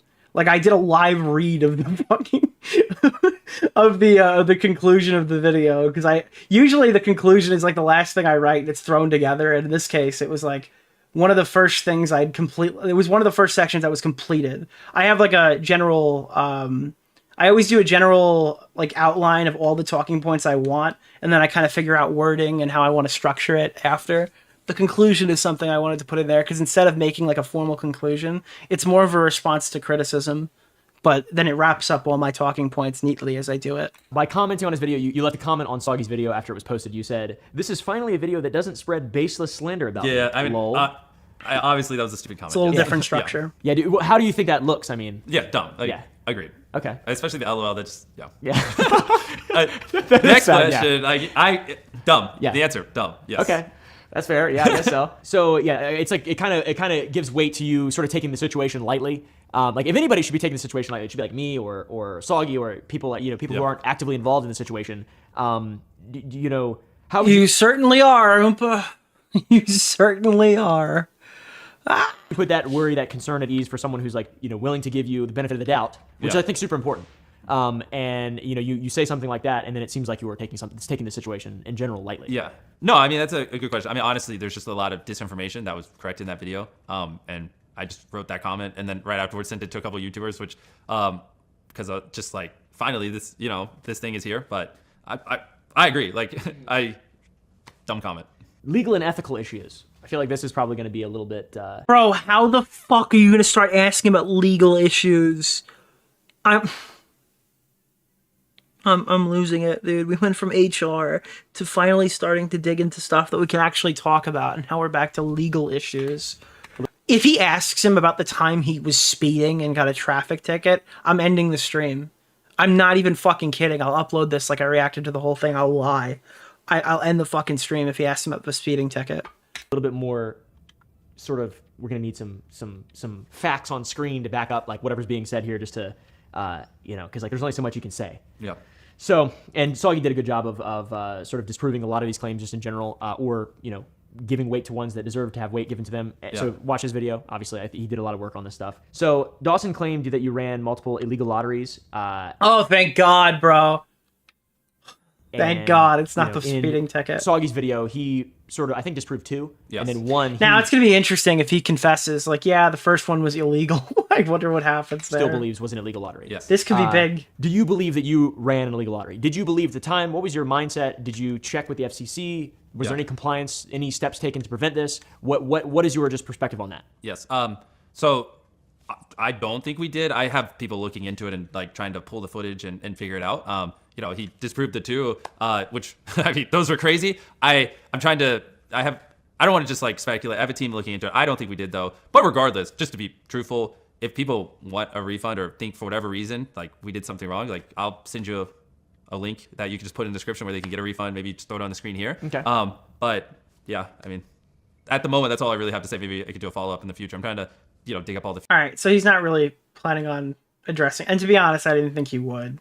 He's not going to be like, yes, I did an illegal lottery on the stream, but I'm going to say that the refund link, depending on how that works, is probably better than I expected that response to be. But I mean, maybe like a follow-up question discussing like, well, if you're saying it wasn't an illegal lottery, was there like a way to enter it without buying anything? Was there any links that like were posted on the original video? Are you aware? Like there's a follow-up question here, not just, oh, okay. Footage from that live stream. This was like many years ago. Like this isn't like something I did 3 months ago. Yeah. COVID. It was 2020, right? I don't remember. I think the first one, the one... COVID was 2020, right?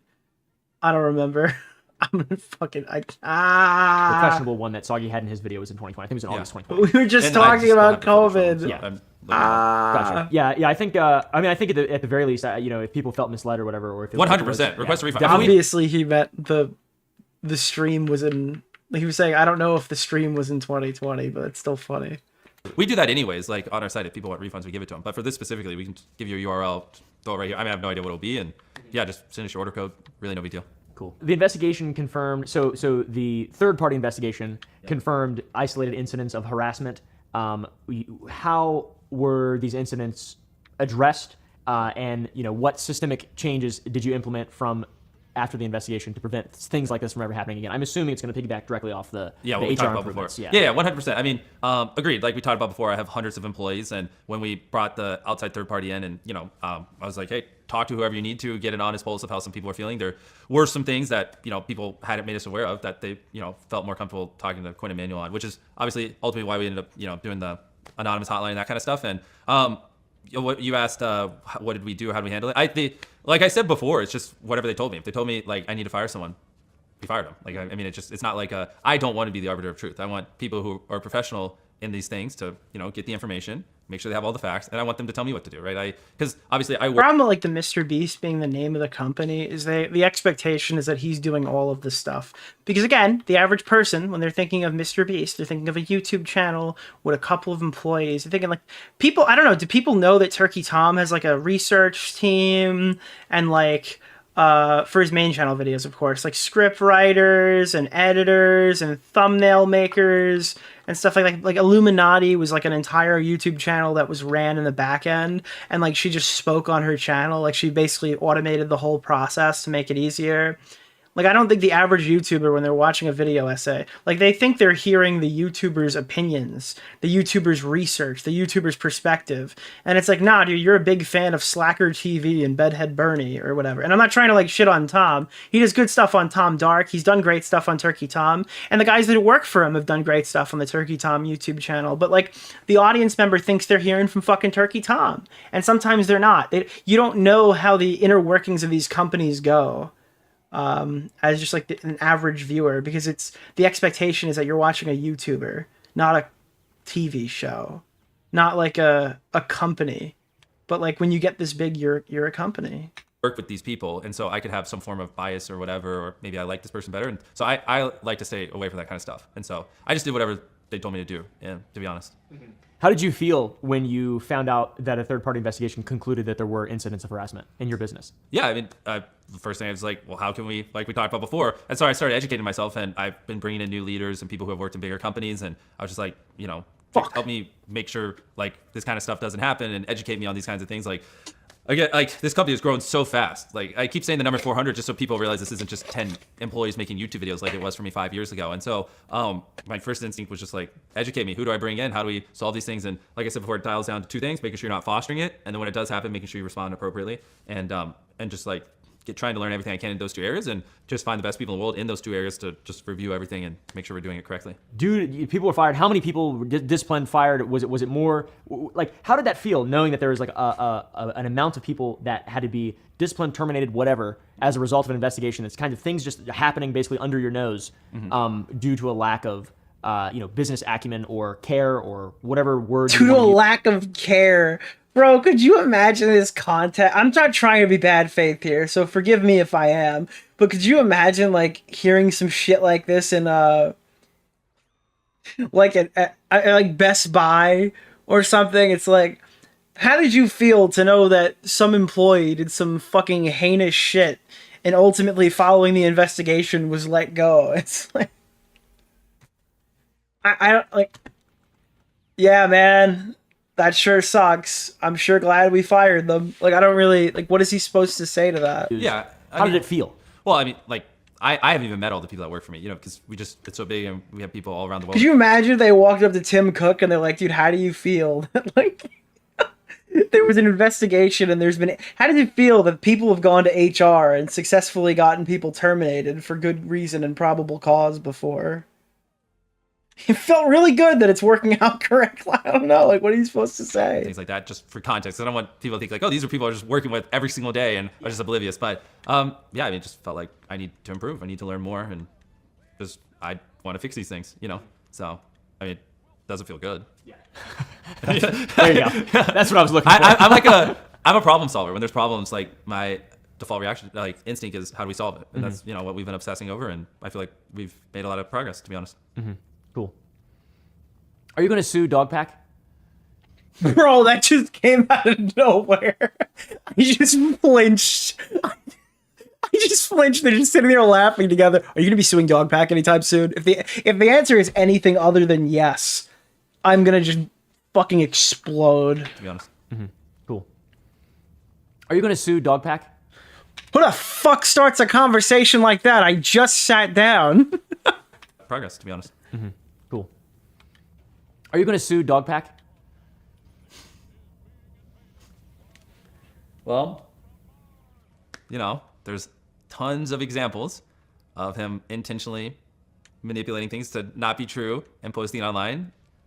Tons and tons and tons of that. Soggy has basically an hour and 27-minute video, and an hour of it is just flat out proving manipulation and lies and caused a lot of harm to my businesses. I mean, I've literally had people pull out millions of dollars and then tell me it was directly because of his video. And don't worry, I instantly was like, can you send that in writing? So, you know, if I win a case or anything, I can directly point damages. No reason why. And so you just got to assume that, like, I don't know, a Newsweek article, like MrBeast has child porn in his group chat, but wasn't great for advertisers.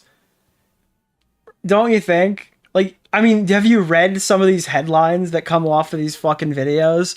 The way that they're worded? It's like, you gotta think, like, you don't think Rosanna knew what she was doing when she made that shit? You don't think that shit's got... You don't think he's fucking writing that stuff down? I mean, it's just unfortunate. Like, I don't want to be put in this situation, but probably gonna have to. I mean, it's just... I mean, what do you do if someone's just spreading misinformation about you and, you know, just causing harm to your business and like getting... I think that a lot of the stuff that's been going on, it's been two things, right? You've got MrBeast, who's not responding, so it means I can go and continue doing whatever I'm doing. And Dogpack, who after 3 months was getting really fucking comfortable lying about shit. Because he was lying about shit, he was manipulating context, he was doing bad research, he was just publishing shit that he absolutely couldn't fact check constantly, and was using those as justification to make wider criticisms that also couldn't be fact checked. Okay, so like at some point, I think this guy got way too fucking comfortable, realizing, okay, so Jimmy's not doing anything here. Jimmy doesn't appear to be like litigious in this so far. I can just keep doing what I'm doing, and I think that ultimately will be his downfall. To the point where you might have to potentially fire people because it's costing you so much revenue. It's like, it's not fair to the people in my companies. You know what I mean? It's just sad. You know. It's not a thing like, even if Jimmy's telling the truth that he didn't want to sue people, like, you gotta pick and choose. All right, like, are we gonna start laying off people? Like, how bad is the sponsor situation right now? How bad is the money coming in? Because they're just doing streams of like, MrBeast's numbers are down, MrBeast is losing sponsors, and they're now realizing that, like, if it comes down to you as like the people exposing him or whatever and lying about him publicly or his employees, he's going to pick his employees. Take joy in, but right. Yeah. Yeah, so, okay, so, yes? They're not done drafting it up, but once they're done, more than likely, yeah. Okay. Interesting. I gotta tell you, I feel a little soiled here. I think, Oh no! What am I think Dream had like I don't like lawsuits for YouTube stuff unless you're like super egregious. I've said publicly that I think Dogpack needs to get a tap on the wrist here for sure, because this is the kind of shit where it's like, this makes everybody else look bad. This is a black mark on YouTube. Like, this is a disaster, the stuff that he's been publishing. So yeah, I see where it's coming from on that one. The only other time that I really felt like that I can remember was when Dream did it. And when Dream did it, bro, that shit was insane. At the end of his fucking video, he's like, by the way, so-and-so, check the door. By the time you're watching this, there's probably a letter in the mail sent for your name. And then you should read it because you're going to be seeing me in court for a while. Like, he said some shit like that. It was fucking ice cold after debunking a shitload of stuff in his video. He's like, by the way, knock knock. The fucking lawsuit's outside your door, ready to serve you. Yeah, that's every law firm I've talked to, they're like, I wish he did that. This is kind of a soy unveiling. this would be the easiest win they've ever seen in their life. I mean, it's like crazy. I had one tell me like you could chop up all the evidence into like sue 3 separate times and win all 3 cases because you'd have enough for each. Like one person I was talking to, he's won like 67 out of his last 70 cases, and he's like, yeah, that's the thing, right? Like, I mean, last year it was Thanksgiving time, and I'm just sitting there, and I get this gigantic text message from Dream, and it's like, hey, I'm gonna be making this fucking video. This is what I want to accomplish. I'm running this by people, and it's so similar to the way that MrBeast was reaching out to like Dolan Dark. And my initial reaction to hearing Dream come and privately talk to me about it, somebody who's had negative interactions with him in the past, somebody who defended John Swan when he didn't deserve it. When the time came to like talk about it, he reached out to me, and I heard everything he said, and I offered honest criticism, and he put out like a really good video. And I thought like that was a really cool process. Never for a second did I think I was going to go to Twitter and say like, this scumbag is going around asking drama YouTubers how to fix his career. This guy is such a degenerate piece of shit. Or like say like, this guy is so fucking desperate. I never thought for a second to use that for content. I was just like, it's cool to me that like he reached out and wanted, I guess, feedback on how to like go about it. Like he obviously had all like his mind made up, and I don't think any feedback I'd given him provided any significant I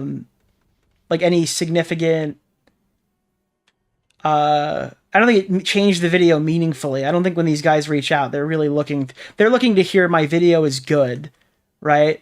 But I mean, we had a call about it. This is when I wasn't streaming, so I didn't even farm this for content. I didn't even like go, oh shit, I have the in. I know Dream is making this big response video in like a month and a half or like 2 months, because I wasn't even making content back then. It's just fucking crazy.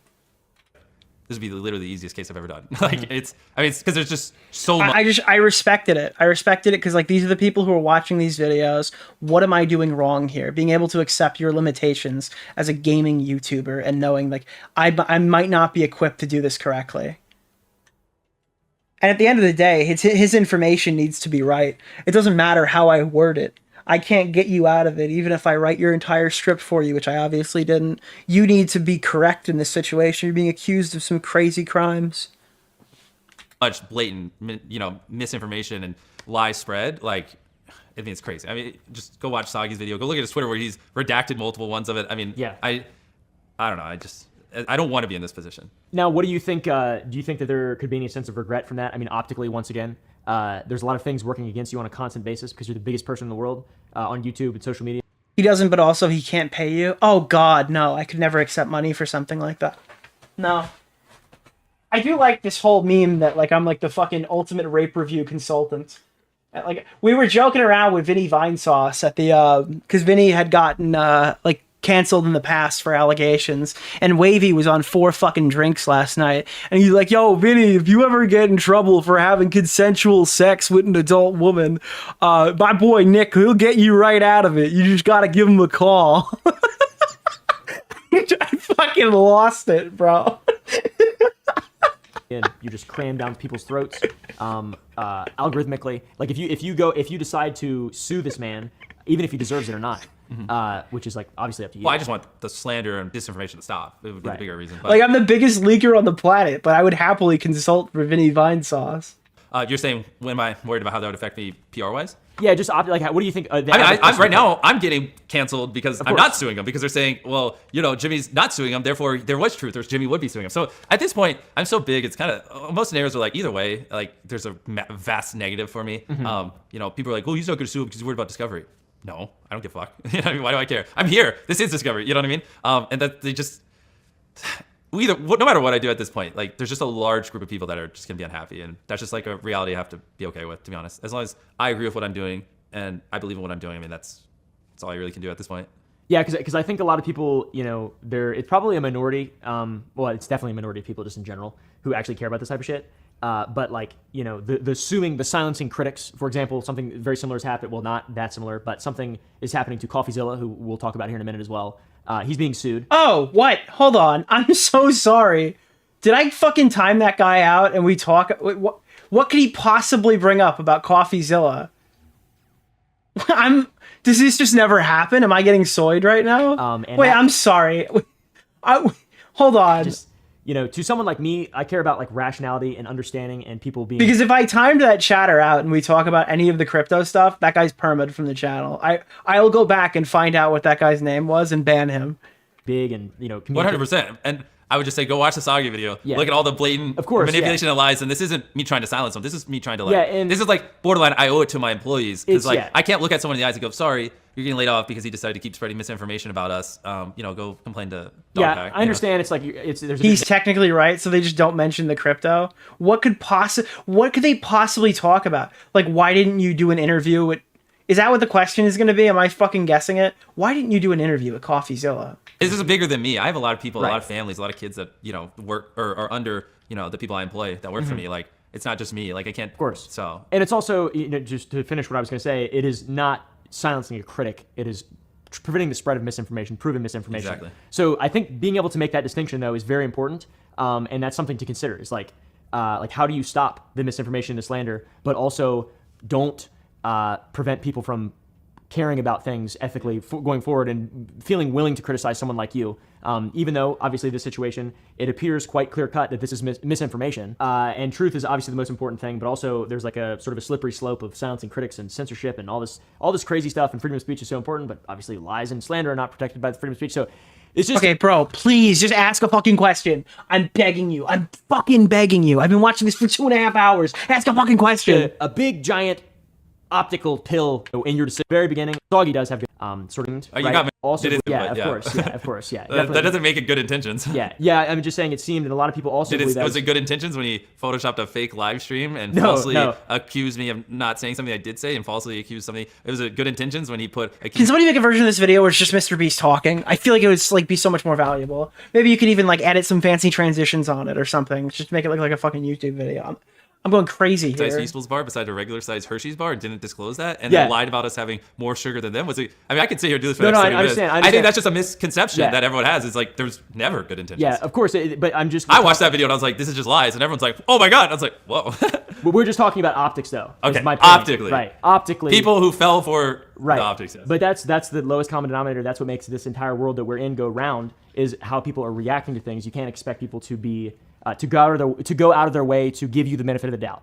You know what I mean? Yeah. And so it's super important to consider all that. Yes. But yeah, and obviously it's been proven now that he is Mr. and Misinformation combined, right? It's for someone like me who actually cares about like I like to pretend I care about the truth of things. I don't want someone like you who has worked very hard objectively to get where you're at. I don't want you to be slandered or for people to lie about you, etc. But at the same time, you know, like you are the one who's going to win.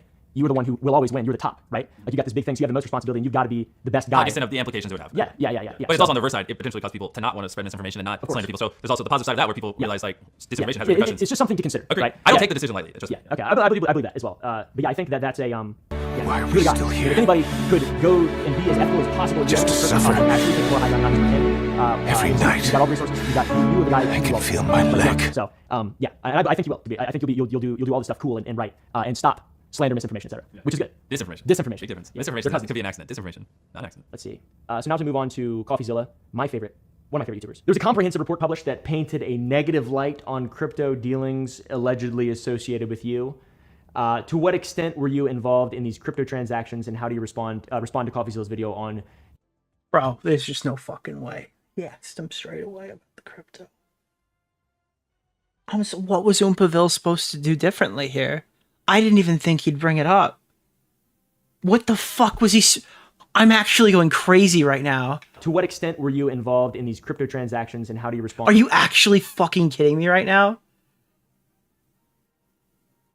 Respond to CoffeeZilla's video on you detailing these allegations. I thought he gave you a benefit of the doubt in that video. Yeah. Dude, chat is listing this guy's name on who to ban. I think he's a very reasonable guy, to be honest. I think he's a very smart, reasonable guy who cares about like doing the right thing, which is pretty rare on YouTube. You know. So he's gonna answer this like, yeah, he's a super caring guy and dance around it, right? How do you how would you respond to Coffee's video? Yeah, Coffee's video and the report. Well, so I'll start off with the report. I mean, most people probably haven't even read it, but that's what kind of spawned that whole thing was this. Did you see it? Like that? Yeah. So the gist of this crypto report that was, 1 second, sorry. It's not my. Why is, oh my God, bro. I'm just sorry. What the fuck, dude? Report that was, 1 second, sorry. It's not my. This guy just choked up snot, bro. What the fuck just happened? Why is this in the video? Jimmy is too stupid to like make this kind of money, therefore it must be insider trading. This is his wallet, you know. Clearly there was insider trading because he never would have been able to make this kind of money. When in reality, which is what I told Coffee in that statement we gave him, it was managed by a fund. So I wasn't the one managing the wallet. You know, I've never had access to that wallet. I've never done the buying and selling of that wallet. There's a actual professional who's written books on crypto and lived and breathes crypto every second of the day managing it. So most of the allegations there like are just answered by like, I am too stupid to do that. That's why a fund was managing it. You know what I mean? And yeah, I mean, like Coffee said, like if you, he literally said this in a video, if you like Jimmy, then you're like, yeah, he has answers for everything and just checks out. And if you don't like Jimmy, then you're gonna go, you know, there's obviously wrongdoing here. But yeah, I mean, the honest truth is like, I make videos, I'm running 7 businesses, I got a lot going on, and yeah, I invest in a crypto fund. Again, like I don't really know what people were expecting. This is the expectation of the response we would get to that question. I've never like obviously Oompa's probably not smart enough to push back significantly on this. Like had access to that wallet. I know I'm not. I have no idea what I would say. I would have to have CoffeeZilla phone in mid conversation, even have anything engaging. I would have to literally fucking jump him, which I wouldn't do, by the way, MrBeast. If you do want to do the interview. Doing the buying and selling. I mean, there are thousands of transactions on there. Like I don't even have that kind of time. I'm sure you could probably even look at it and see like days where I was like maybe in solitary confinement or like doing a video where I didn't even have access to a computer and there's trading. True. So for the conspiracy theorists that think I'm lying and using the fund as a cover up, like, I mean, there's gotta be some way where you could just figure that out, like where I was on a plane ride or something. But yeah, that's like the honest transparency is, you know, I was in a crypto fund and people thought I owned the wallet because it's called Wu-Tang Clan. Do you listen to Wu-Tang Clan? I have, yes. I don't. Yeah. So I feel like that's another indicator. Really? I wouldn't have named it Wu-Tang Clan. Yeah. I had to educate myself on what Wu-Tang Clan was. So okay. Yeah. I think that's pretty interesting. Cause yeah, I mean like the whole like. Bro, Aiden just tweeted that he's gonna stream tonight whenever everybody else gets off. Chat, we're just gonna stream all night. Dude, we're just gonna keep going. Wait, this guy was talking shit on Twitter saying he's mogging me, and then he just admitted he won't go live until I get off stream. That's so pathetic.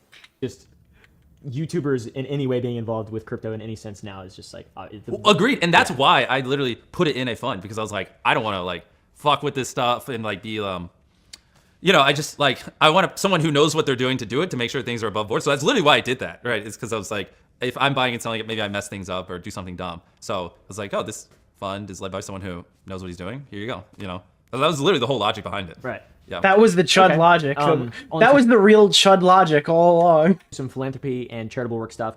Soggy revealed delays in philanthropic projects such as the walking assistance video due to lost partnerships. He talked about that in his sort of disproving video. Yeah, how do you intend on regaining trust between that brand that is literally a vehicle for philanthropy? Yeah. And how do you intend on regaining trust with the brands to put money to that to generate revenue? So what they're talking about is saying the walking assistant people just didn't want to work with them because they didn't trust the charity anymore after the exposés. To use for. Yeah. I mean, I hope step one is literally this video. I mean, I hope like I just need people to hey, just stop making videos titled MrBeast fakes his philanthropy with devil horns on in the thumbnail of my head, and like you know, just stating facts that aren't facts, like because like as long as people are just spreading that disinformation, I mean, it's gonna be pretty hard to convince these people, but hopefully once that dies down, I think it's just more. What of a is time Bunty thing, King to you? Because a person? Yeah, Who that is Bunty King? It'd be Nicholas nice, DeOrio? like, because the charity definitely needs that whole like disinformation thing to kind of just stop. Like I spend $150,000 a month, like so I pay for the employees' salaries, so all the revenue from the videos goes straight towards doing our project. So I cover all this employees, a little bit of overhead, that kind of stuff. So that way, if we get like a $400,000 brand deal plus the ad revenue from the video, we can like spend all that money on like Do you guys hear these numbers right now? Does this not make your head spin? It's like, yeah, I got a $400,000 brand deal last week. Holy, it's just fucking, it's difficult to compute in my mind. I'm going to be honest with you. Buying shirts for, homeless people or whatever it is. So I just put that money in, but this like, this past week when we also put the $150,000 in the account, I had to put another $1 million in to make up for like 2 lost brand deals. So I'm like now having to like plow money in on top of the, yeah, we lost 2 brand deals. So I had to put another $1 million in the project. It's just like,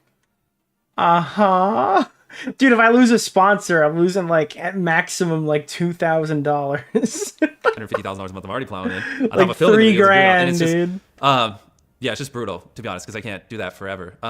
So because I'm already putting a lot And of that's a money into main it, and so, channel one back in the hopefully. day that I used I don't to know the do. answer. I don't have a crystal ball, but hopefully like people just kind of stop slandering you. You can attack me, just don't attack the channel. It's literally a 501c3. Like that'd be nice. No, but you don't understand, dude. P. Diddy did charity too. I understand what you're trying to say, MrBeast, but you haven't considered that P. Diddy was also a charitable man. To be honest. Yeah, and that one is weird to me because it's like I would unironically, this is a crazy sentence, but unironically, if instead of starting a YouTube channel, giving it to a 501c3 and filming videos and donating millions upon millions of dollars, all the revenue to a charity, and then using that to help people, if I just started any other channel, like I don't know, like a channel where I just sit down and talk and kept all the money and just bought a $10 million mansion after like 2 years, I think that universe where I just sit down and talk and buy a $10 million mansion and make a video on the mansion, that version of me would get maybe 1% of the shit that the version. Yeah, and so it's like, but that's not why I do it, because I actually. All right, and I will say it, but that version of you does exist, and he's choosing to work with Logan Paul, and like I get it. In the grand scheme of things, like the WWE is for fucking working with Logan Paul. But on YouTube, you're always going to get those people who are not going to support you because you're working with Logan Paul. Let's hate if I just stopped the philanthropy channel, but I just want to help people in school projects, and I believe in what it's doing. But it's a little funny when you think about it. I mean, it's hilarious. Yeah. It's absolutely the devil horns thing. Dogpack actually cut a part out of his first video. No fucking way. This guy has all this information, and he's literally going to pull up the biblical beast section of Dogpack. You being the Antichrist? Did you see that? I did. What'd you think of that? I mean, you did get here a little fast, to be honest. The sad part is he was being serious in it. And, yeah, he cut that part out. And that he showed that part publicly, and people still were like, okay, well, Kim's saying Jimmy's the Antichrist because one of his studios was a church, because there's not many warehouses in North Carolina, so I just bought a church and converted it into a warehouse. And like, he unironically was claiming I was the Antichrist in the same video as all these other accusations, but everyone's like, oh, that's the only crazy accusation. Everything else is true. When I saw that, I was like, oh. That's the crazy shit, is like, people will unironically sit here and argue with me about Soggy's video, and the people who have legitimate qualms with it, fine. I am not talking about you. If you're just coming at this thing and you're like, you're showing up late and you're wondering why people are fucking talking about it like this, I understand where you're coming from, right? I'm not gonna fucking hammer you. But if you're like a Pegasus type and you were looking at these allegations and you just swept past that he made a segment calling MrBeast the Antichrist, and you're talking like, well, aren't these employees in this video technically employed by Jimmy, so couldn't that add some kind of bias here? It's like, yeah, okay, man. You've ignored the last how many months of like clear, decisive coverage of how this guy has been fucking slandering people, and he made a section called The Biblical Beast, where he talked about the chances of Jimmy being the Antichrist and how people believe it because something 666 and he runs a church. All right, I'm not gonna sit here and take that from you. I'm sorry. I got a chip on my shoulder. I don't plan on listening to you when it comes to this criticism. I think that you're a fucking scumbag. Okay, now people are gonna like be like, okay, maybe he just, I don't respect you. Didn't change anything. I mean, yeah, does it He like, put his hand on the Bible and it burned. bother you? Did that bother you specifically, or is it just? I mean, because like, how do you even? I'm not the Antichrist. I mean, where's the Bible? I'm not the Antichrist. There you go. Dude, that's he didn't burn really up. interesting. That was the CGI. He's actually dead now already. You just didn't know because they used CGI. I kind of thought you might be. It is a weird one because I've heard people say that in my real life. They're like, his name is. We live out here in the sticks. Yeah. All right. And they're like, his name is Beast. It's got the 6,000. That's a 6. Like people, I think that's very funny. To be honest, Dude, this is the most knowledgeable subject. I'm gonna lose my mind. This is the most Superville knows. I'm fucking done.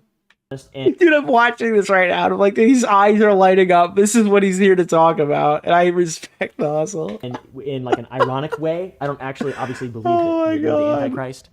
I'll be honest. I don't even know what that means. The Antichrist. I see those conspiracy theories occasionally, and I don't even. Like if I was just like, I tweeted, yes, I'm the Antichrist. Like, what does that even mean? Yeah. Do you ever speak in Babylonian curses?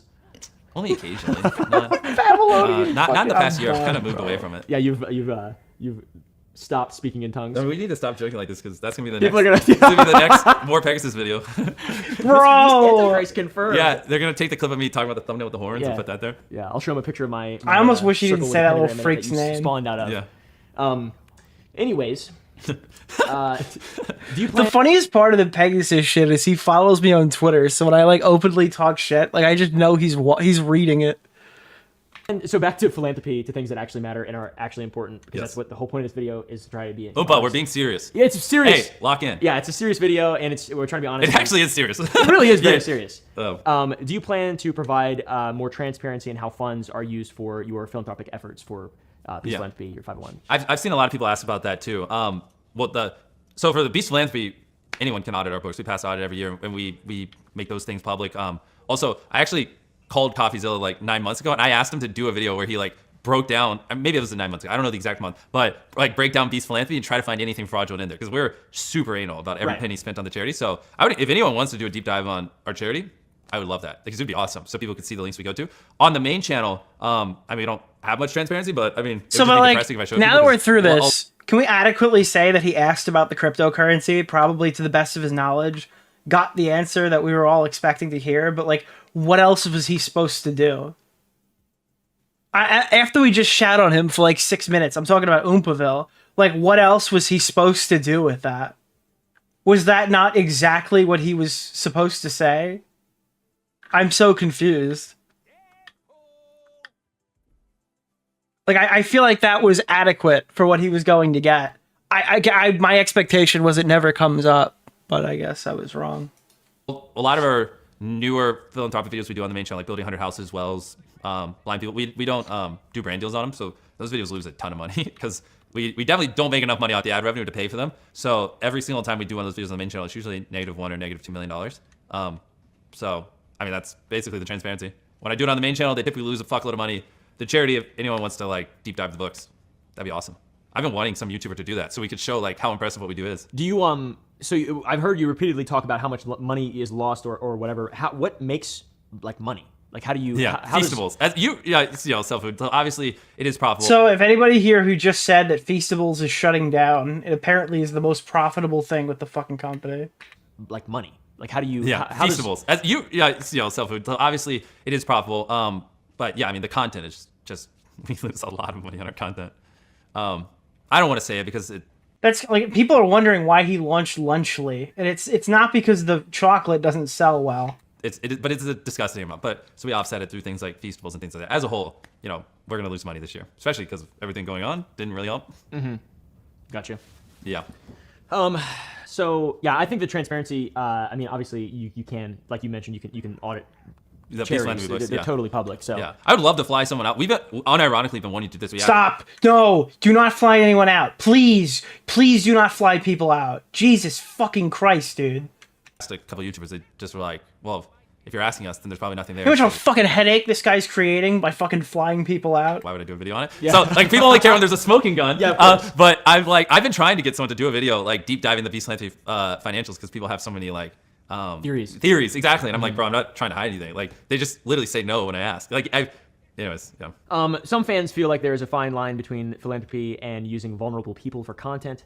How do you feel about people who think that your videos unintentionally exploit vulnerable people for entertainment? So I think that's a very valid concern that people have. And I think this is one that's going to be hard to kind of explain because people are going to just be like, well, you know. Bro, you're answering preemptively. Just fucking let him talk. Just Nicholas be a DeOrio? rich guy and donate all your money and, you know, Yeah. you have more money than me, therefore you have to donate it or I can criticize you. Like it's a really hard argument to win, I guess. But if you had to explain that, or what are your thoughts on that? Oh no. I have a trial Honestly, for that would be an easier one to take video by video. I Because want obviously that that is something back. I'm very cognizant of. And, I gotta don't buy want to those. take advantage of people or use people. And so, but I mean, one video, I'm burying myself alive. The next video, we're, you know, flying, like comparing it, the world's cheapest plane ticket, the most expensive. The other, we're helping 1,000 people see. The other, we're putting 100 people in a circle. They're just so different, right? The answer to that for helping 1,000 people see again would be completely different than the answer for, you know, when I put 100 people in a circle or whatever. So as a blanket one, I'm not 100% sure how to like just blanketly answer it. Besides, like, that is something I'm very aware of. And like, we try to, you know, pick people who, you know, don't really fit that bill, if that makes sense. Yeah, I mean, it makes sense. It seems like a difficult line to walk, to be honest. I don't think, it's a tough. Like tough when business. we were doing the helping 1,000 people see again, like if someone's like, I don't want to be on camera, which this happened lots of times, you know, we just like, that's fine. You can still have the surgery. Like, you know, so a lot of times we do that. I mean, that's really the best way to handle it. You know, you're always going to get that criticism. It's like, well, this is charity for profit or whatever. You're doing this for money, so you could just. But I mean, the money. It doesn't matter if the money's just going back to like the next charitable endeavor or whatever. People are still going to have that criticism. But the way to mitigate it is like, oh, I want the surgery, but I don't want to be in the video, and then to just give that to them, and that's basically all. That's all you can do, right? I don't know how else to fix that situation without just saying, all right, MrBeast, it's time to stop doing charity.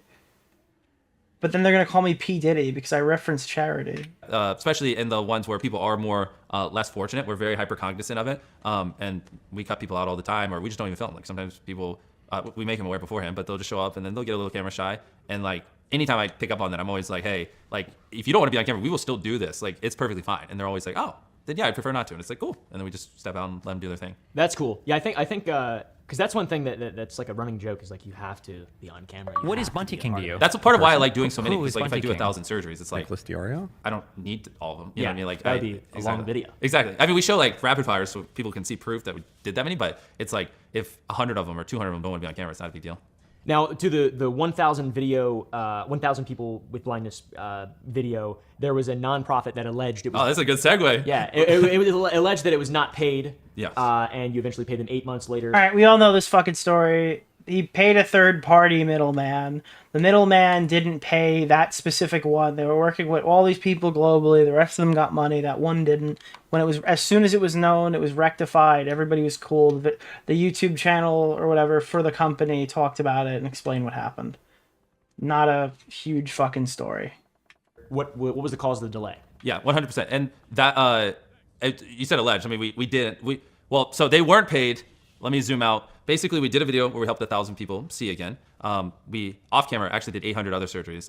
So we did 1,800 surgeries. All right, Jimmy, answer the question. And we, for a lot of them, we worked through with the charity just to make sure things were, because they had a lot of experience with this. And that charity worked with a lot of doctors on the ground and other little charities. And one of the charities that they worked with did a couple dozen surgeries. I don't know the exact number. I'm gonna say around 30. And then the charity we were working with was supposed to release the funds to him afterwards to pay for it. There's a little bit of a misunderstanding. They didn't get it, so we ended up paying for like 970. And like I didn't know of this, but like that little misunderstanding never got taken care of. So then the charity that did the 30 surgeries made a video saying, hey, we didn't get paid.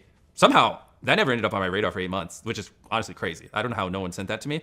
We obviously had no knowledge of it. And then I saw it a couple weeks ago and I was like, whoa, I instantly called the team we were working with and I was like, what's going on here? And then we looked through it all, blah, blah. And then I was just like, I just paid them. So I actually double paid for those surgeries and just paid them separately. Obviously just a little misunderstanding, 1,000 surgeries. Even if you here's a couple ways you could look at this rationally. If we did 970 surgeries, why would I intentionally not pay? Yeah, like there's no, even Chud said this. I don't know why I even Chudded him as if Chud's like a fucking malicious actor, but I mean, there's just no fucking way MrBeast is going to short the people during his fucking eye surgery video intentionally. But like there were people who thought that. Like obviously this thing still needs to be mitigated, but it sounds like on their end they did everything they were supposed to do. It doesn't even sound like the issue is from them. The last 30 to save 3%. Just nuke the entire rep of the video just to save 3% of money. A, that just doesn't even seem logical. B, what makes it even less logical is we did 800 more eye surgeries off camera. And obviously, I'm over-explaining things, but I have to because there are literal videos using this as proof that I'm evil and using this as proof that I don't care and using this as proof that I fake things, the horns, yeah. So like, but when you think about it, we did 800 off camera. So yeah, I know, it's really fucking sad what happened to Chud, man. So if I was aware that of the paperwork trail, the mishap, and that we didn't pay those 30, why would I not just take 30 of the 800 we did off camera and swap it out for those and just, you know, put the 30 that people are claiming we intentionally didn't pay for off camera? It's almost like I didn't know. Because if I was trying to be manipulative, I wouldn't have put them in the video because I had 800 other ones. You see what I'm saying? So everything about it just makes no sense. And then even the person, after we reached out, he deleted his video and he uploaded a video saying, oh, it's just a misunderstanding. But everyone just conveniently ignores that because it doesn't help their narrative. So it's not as fun. I mean, yeah, I don't really know what else to say. Like, these are huge projects. Like, I'd love to see any of the people making videos on this, like, try to just help 10 people see again. Now picture... I just know how this is going to be perceived. And it's like, I have no problem with anything he's saying here, but he's angry. And like... justifiably angry at certain people, but it hasn't been earned. I don't think. I think you have to earn this. I don't think you can just come off sounding like this and just kind of be like that, be accepted. I feel like you have to be able to earn this frustration, and you're not going to get it in a softball interview. It's just not going to happen. 1,000. Like 1,000. Like nobody's gonna care about. If anything, they're just gonna be like, MrBeast is spurging. Well, actually, we did 1,800. So 1,800. It was just a lot of stuff. Like it's, you know, it's not like I can individually call all 1,800 afterwards and things like that. Like some of these were in poor places. They don't even have phones. So yeah, a little bit of a whoopsie, but we fixed it when we found out about the whoopsie. I mean, that's the honest truth. I don't respect. Yeah, I mean, you can't expect to not make. Is it not earned? I mean, I think in some regard it's justified, but no, I don't think it's been earned. I think this is a really easy interview thus far, and I think this is the kind of thing, like, if he was getting really pressed and he was getting frustrated at the end, it's like, listen, man, I mean, you're giving me a hard fucking time, but, like, I've been getting fucking completely slandered here, and he's, like, completely in the right. I think it hits a lot harder. But no, I don't think in the state of this conversation it feels earned. Thanks. With an operation that's big, it's just gonna happen. It's just gonna happen. When I do, we fix them. Yeah, and then say there's transparency there. Yeah, I mean that's definitely a non-issue. I mean, you would think that, but plenty of thumbnails. It took Team C's 3 years to remove the equivalent of 10 hours worth of trash being dumped into the ocean every day, and a lot of people have criticized the campaign as being ineffective and that you should have been doing something else instead of Team C's. Yeah. Yeah. Like how do you respond to that? Yeah. So. First off, because I get this a ton with Team C's. Like, this isn't even like a new thing. Ever since we did it, people constantly bring this up. So I just also, to the people who allege that criticism, because obviously you're just trying to be the mouthpiece for the internet. I assume you don't believe this, and you can probably already guess what I'm going to say. But to the people who I see this every single day on Twitter and Reddit, first off, let's just contextualize what we're talking about. We're saying only 34 million pounds of trash was removed out of the ocean. We're talking like multiple Empire State Buildings worth of just trash, if you piled it up, is out of the ocean. And we're acting like that's not a crazy thing if you just look at it in absolute terms. Like, 34 million, not 34,000 million pounds. You know. By the way, I just want to fully disclose something right here. The only thing I've ever been paid by MrBeast for is in 2021. I think it was this. Was this 2021 when they were launching Team C's? I said I would do a Team C's video or whatever. I got added to like that leaked list before it went out of all the people, and they sent me like a hoodie to wear in the thing, and I just never did it. So, full disclosure, MrBeast sent me a hoodie like 4 years ago. Crazy that is. And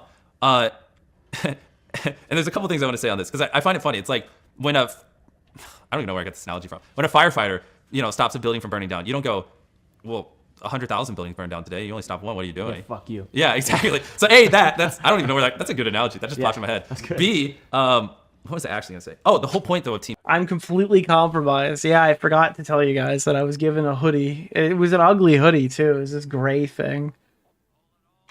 Which we've said this multiple times publicly. Same thing with Mark Rober, was to inspire millions of people around the world. It's crazy. I probably fit in it now. Maybe I could wear it. I'll wear the Team C's hoodie in my next sponsor. conscious of these things and to like just care and be more aware, right? Like over 1,000 creators made videos on TMCs talking about the environment. I made a video that I believe has 100 million views, Mark Rober, all these other big creators. And all these people that look up to these creators saw a video of these creators talking positively about the environment. And like, my thing I would say to them is like, when people are like, oh, it only removed like half a day's worth of trash that's put in the ocean. How do you quantify the impact of those millions of people who got inspired to? Could you imagine? I'm just sitting there like, I am not compromised, and it's just me in full face cam, like wearing holding a Feastables bar and a Team C's hoodie. It's like, I am not compromised, sir. I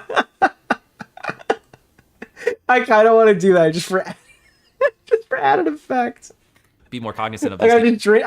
I'm chewing on a box, like not even like an empty box of lunch. I'm just gnawing at the cardboard, holding a Feastables bar and a Team C's hoodie. Things and extrapolate that over the next decade. You know what I mean? Like no one seems to factor that in because it doesn't fit the agenda. I stand by Team C's. I think it was a phenomenal project. I think it did a lot of good, and I would challenge anyone else to try to remove 34. I mean, it wasn't me. It was the whole YouTube community. But like, if you have a better solution, go do it. But to me, 34 million pounds of trash out of the ocean plus. You know, inspiring millions of people to be more cognizant of it. I think it's a win. So I'm actually glad I got to say this here because that is just something that I just feel like is absurd, to be honest. Yeah. Another topic in the same vein is the 100 wells in Africa project. Yeah. In that video, part of the criticism for that video is that a few of the wells that you built were showed in different shots, or the same wells were showed in different shots. Yeah. It's probably just B-roll. To some people that you I've never heard this allegation. It sounds like B-roll. may not have built all 100. Yeah. Did you build 100 wells in Africa? Yes. So you already know what I'm going to say. I mean, I would loop this in with the same thing as the hospital thing. It seems like I need to have someone who like QCs things before we upload it more hardcore. I need someone who literally goes frame by frame. Like we finish a video and then they spend like 3 days just going. You gotta hire some fucking dickhead on Reddit. Yo, MrBeast is gonna hire Umbra Excalibur Ree from the YouTube drama subreddit to go through and fact check every single thing. And he'll be like, you don't understand, we need more Palestine representation in this. Frame by frame, making sure there's no mess ups. Yeah, I think like 1 or 2 of the wells we accidentally showed this like same well as different numbers. But once again, like I said with the blind thing, like why would I spend 98% of the money and then just fake 2 wells like and destroy the entire integrity to save like 2%? I'm glad we're hitting these though, so I can. Anyone who made those videos like saying the philanthropy's fake, like that's the one that bothers me the most because we go so above and beyond. Like honestly, if you could just delete them, like that'd be great. So like it's so bad, man. Like because it makes charities not want to work with us, and it makes like. It just really like has made doing the projects we want to do like a lot more difficult, to be honest. Yeah. So I'm glad we're hitting these. Aside from it being just difficult, does it make like how I've asked you how it makes you feel? You said it doesn't feel good with regard to that. Like this charity thing, it's got to feel good to do this. Yeah. And you're surrounded by people who I'm assuming are enjoying the work that they're doing. I know a guy, fellow Darren, is involved in the philanthropy, or at least was. I'm not sure if he's still around, but you know, there's some good people obviously involved in this. Like, how does it make you feel after all these allegations that are coming out that you can't really do this anymore? Well, we can still do it. It's just infinitely harder. I mean, we're never going to stop. But yeah, it's... There's a time limit on it. It's finite. Yeah. Well, I'm hoping, like, that's why I'm here. Like, one of the reasons why I'm here. I'm hoping this, like, puts this stuff out there. These things kind of die down and we can go back to the status quo where I can actually do brand deals and help people and charities want to work with us and things like that. But, I mean, shocker. Sucks. You know what I mean? It doesn't feel good. But it's really, it's not even about me. I mean, it's a lot of these things. What bothers me is that they're employees, even for the charity. I'm sorry. I have to get mogged by Chad again. LMAO. Wait, look at his body language. MrBeast is mogging Oompa right now. Look at his subservient and breedable Oompa when he's being asked, when he's asking MrBeast questions. That's the worst thing I've ever read. Like, regardless of the people we help and the projects we do, I also just have a lot of people who work for my charity. You know what I mean? Like, and those people, like, I just, a lot of these things, like, the first thing that jumps to my mind is, like, it's just not fair to them. You know what I mean? Like, think of, like, the Wells Project. We worked on that for a year. You know what I mean? Like, think of my employees who worked on that and poured everything they had into that project over the course of a year, and then like some small editing slip up, and now everything they did that they put their stamp of approval, they put their name on, they showed their family, so they made is now being discredited. You know what I mean? It's like, it's kind of like, it's very depressing for them too. And I'm like, yeah, but you're leaving out the fact that P. Diddy and Harvey Weinstein were like fucking turbo rapists and they loved charity, and you haven't considered that in your response right now. Like, you're being super malicious by not referencing how you're just like P. Diddy. You know, what do I say? I'm like, you know. What is Bunty King to you? It's brutal, person? to be honest. Who is Bunty King? So fucking... If you guys are wondering, we're calling back to a reference from like an hour ago on stream when we played the most charitable Rosanna Pansino clip. For them, you know, more even more than me, because like obviously I have a lot going on, multiple business, and I'm always filming videos. Like, but we have certain teams dedicated to certain videos, and like when those videos get like deliberate disinformation, it's like I can tell like it really impacts the people that worked on them because it sucks. Like that was your life, and then people are just like, oh, this small little mistake, it's fake. Yeah, it's brutal. How much charity do you do off camera, if you don't mind me asking? Also, some people say that filming these types of things sort of calls the authenticity or the intentions into question. If you're filming charity, like, is it? Bro, who fucking cares about the intentions of charity? It's fucking charity. God, it drives me fucking crazy. Why? What does it matter? If a bear shits in the woods, it's one of those old adages. Do you do? You know what it matters, bro? When the company is taking home like shitloads of fucking money off of the charity videos. Like if I'm donating $500 to fucking cancer and fucking $50 goes to some guy's retirement fund or whatever straight away, then I got a problem with it, right? When you have those for-profit charities or whatever, like that's when it's a fucking issue. And it doesn't sound like that's what's happening here. What do you do off camera? What do you feel about that? Because that's a big criticism that a lot of people have had on YouTubers for a very long time. It's a big criticism I get, which is funny because if I do something off camera... It's for tax evasion? I'm sorry, is the federal government looking to use MrBeast's money to better... Do they have a better plan for how to use it? Even if this guy's evading all of his taxes by using the shitty fucking thing... Like, do you think that, like, the government was going to go build 100 wells with his money? Where do you think the government's... What do you think the government would have done with that money if he was paying it to them? I'm just super curious. I don't fucking know. Maybe I'm super out of line here. But even if it's like this huge tax evasion ploy, it doesn't make sense to me. Biden was just about to go build that mountain in Africa or whatever the fuck we were watching before. How do you know about it? So all the people who tweet all the time or whatever go, you wouldn't do anything. They're going to use it to go fucking send more munitions to blow up people in third world. Okay, now I sound like a sod biker. But, like, I mean, realistically, what the fuck were they going to do with that money, bro? It was going to go to weapons for Ukraine or something. Sure as hell it wasn't going to fucking local communities. Really does it because it's on camera. How do you know? Yeah. Literally, how do you know? I mean, and does it defeat the purpose if I tell you right now? I mean, I will, just because... I mean, all these fucking people are like, I'm so mad that MrBeast does these eye surgeries, that there should be fucking free healthcare in the United States. And then they're like, MrBeast is bad. He does charity so he can evade paying his taxes. It's like, you're literally identifying the problem. And then when, like, he does this stuff, it's a bad... I don't get it. I don't understand it. This is not my strong suit. I apologize if I'm saying something completely out of turn. I guess I'm not like married to this position. If you can convince me I'm completely off on this, I'll listen to you. But it just sounds like fucking delusion to me. Assumes the worst, so. But it's just that one's always been a crazy one to me every time I've seen those go viral. But I mean, now it sounds like weird to just list them off because it's like feels like I'm bragging. But I mean, the first one that pops in my head is like the Mark person that we gave $1 million that actually got slandered in a lot of this controversy.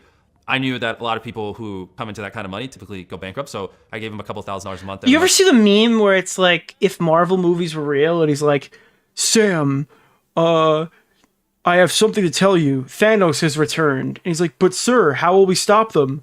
The Avengers aren't here right now. And he's like, Sam, I know just what to do. I'm sending $2 billion to Israel right now. That's what this feels like. For like 4 or 5 years after that video, never mentioned it publicly, just to help us transition to his new lifestyle. Right. That was an easy one. I mean, we did 800. More Pegasus dropped of it. Are you fucking kidding me? We started streaming right after this came out. And we're not even done watching it. And this guy posted his thoughts already? Are you? No way. No, he didn't. He posted it 15 hours. That's a different video. Surgeries off camera for blind. Never mentioned that. I'm bringing it up. Wait, do you guys not know what I'm referencing? Versus making me. It's funny because like even things like Feastables, we do a lot to ethically source it, and I spent an entire week in Ghana, early this year, just going working on the farms for Feastables, on the cocoa farms, and then cutting the cacao and fermenting it, the QC, working alongside the farmers, the entire supply chain to make sure it's ethically sourced. I never posted that anywhere. I don't think I did. I don't remember posting anything. I didn't make a video. I just went there to, inspect our supply chain, do that ethically. I mean, I could go on. This is what I'm talking about, chat. I have a Facebook window to open up right now. Here. Watch this. Full screen. This is super important.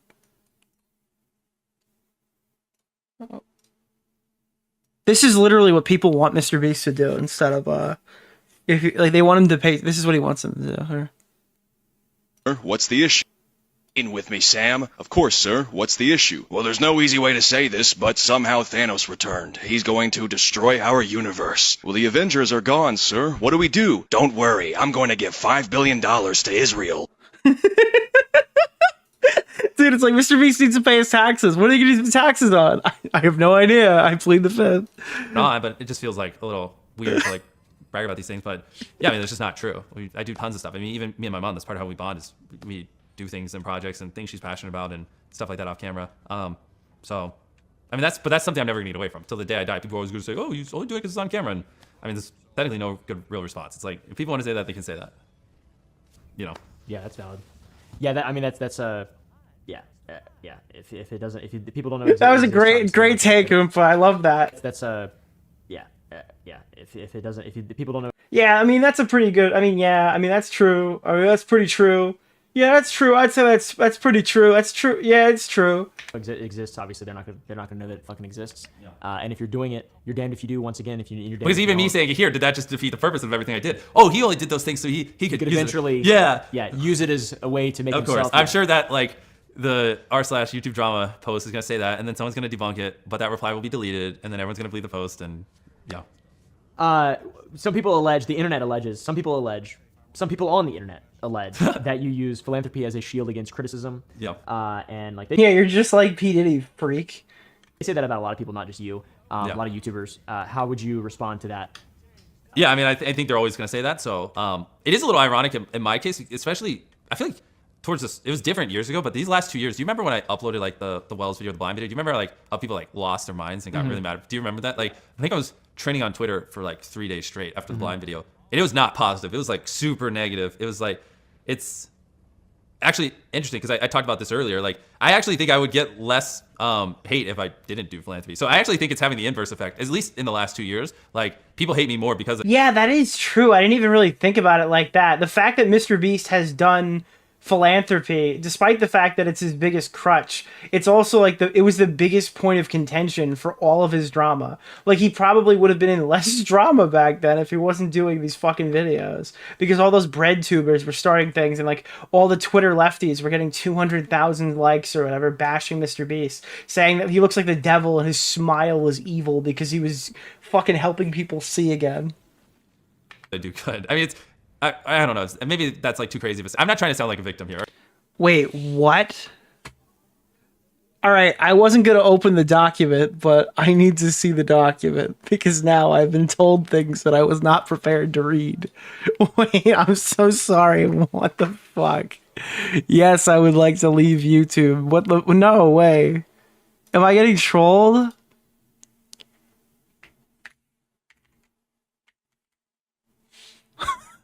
Oh, okay. I didn't get mentioned, but I am in the document. Yeah. I'm here. Tweets from people, not me, making the claims. Oh. What is this tweet? Breaking or whatever. This part of the video is made in bad faith. This drama has been posted within the subreddit before. Yeah. Wow, there's a lot of these. Holy shit, that's worse than I thought. What the fuck? Okay. Or anything. So maybe that's too crazy of a statement, but it's just something Someone's I'm noticing. Like, you've been mentioned in the document. I was like, what the fuck? I'll do a video, whatever, buried by stuff alive. No one criticizes it. It's like, oh, this is a good video, to watch it. And then I'll do a video where I build 100 houses. Everyone loses their mind, and give it to homeless people. And Twitter erupts. And so it's the document in the description. We're gonna watch after another hour of this. Guys, we're going to sleep tonight at like, what time is it? This is going to be a 5-hour stream. I hope you know I'm not cutting this into segments. I'm just releasing this raw dog on your fucking feed tomorrow. I just don't even agree. And I'm going to put a fucking, and I hope you know it, chat. I'm going to put an ad on it.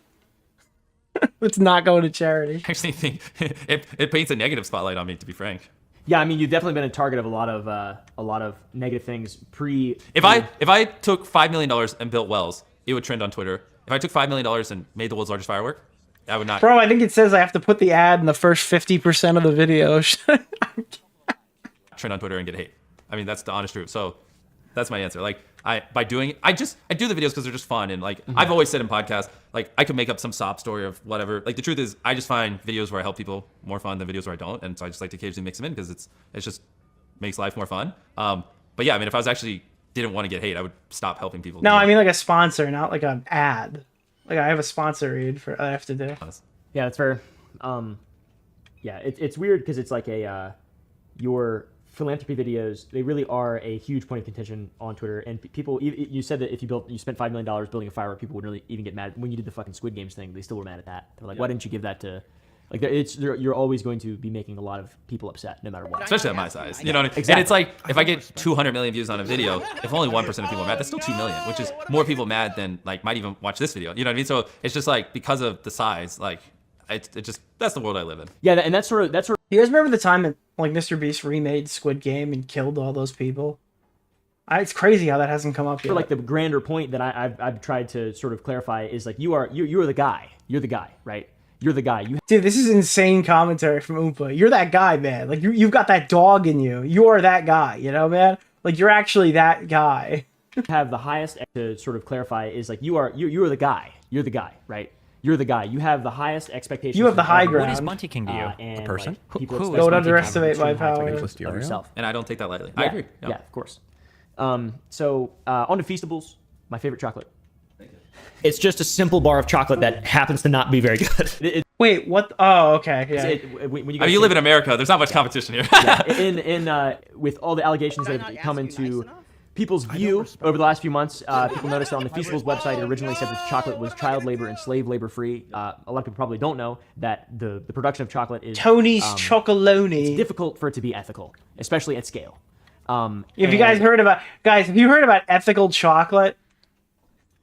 Who did you hear about it from? Because that will give you there are people in chat who know exactly what this is, but they don't know why they know about it. Or if they do know why they know about it, they know it for a very different reason. There's two types of people. People who learned about this now, or people who learned about this in a very, very different context.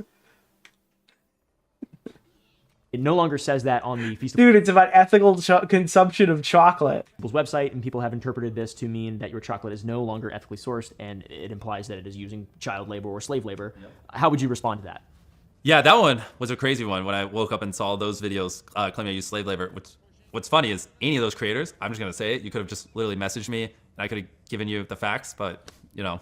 You didn't even have to. It was on Google. We all fucking... I mean, to be fair, I didn't cover the chocolate. But it was on fucking Google. You could have found it. You don't even have to message MrBeast. You don't have to fly across the country to find this fucking answer to this question. And then people are like, well, I mean, it's not really a big point. They're saying that his biggest moneymaker uses child fucking slavery. Okay? That is a big fucking point. I'm sorry. I don't care how you minimize it. That is a massive argument that he uses child slavery. Like a crazy few days, like...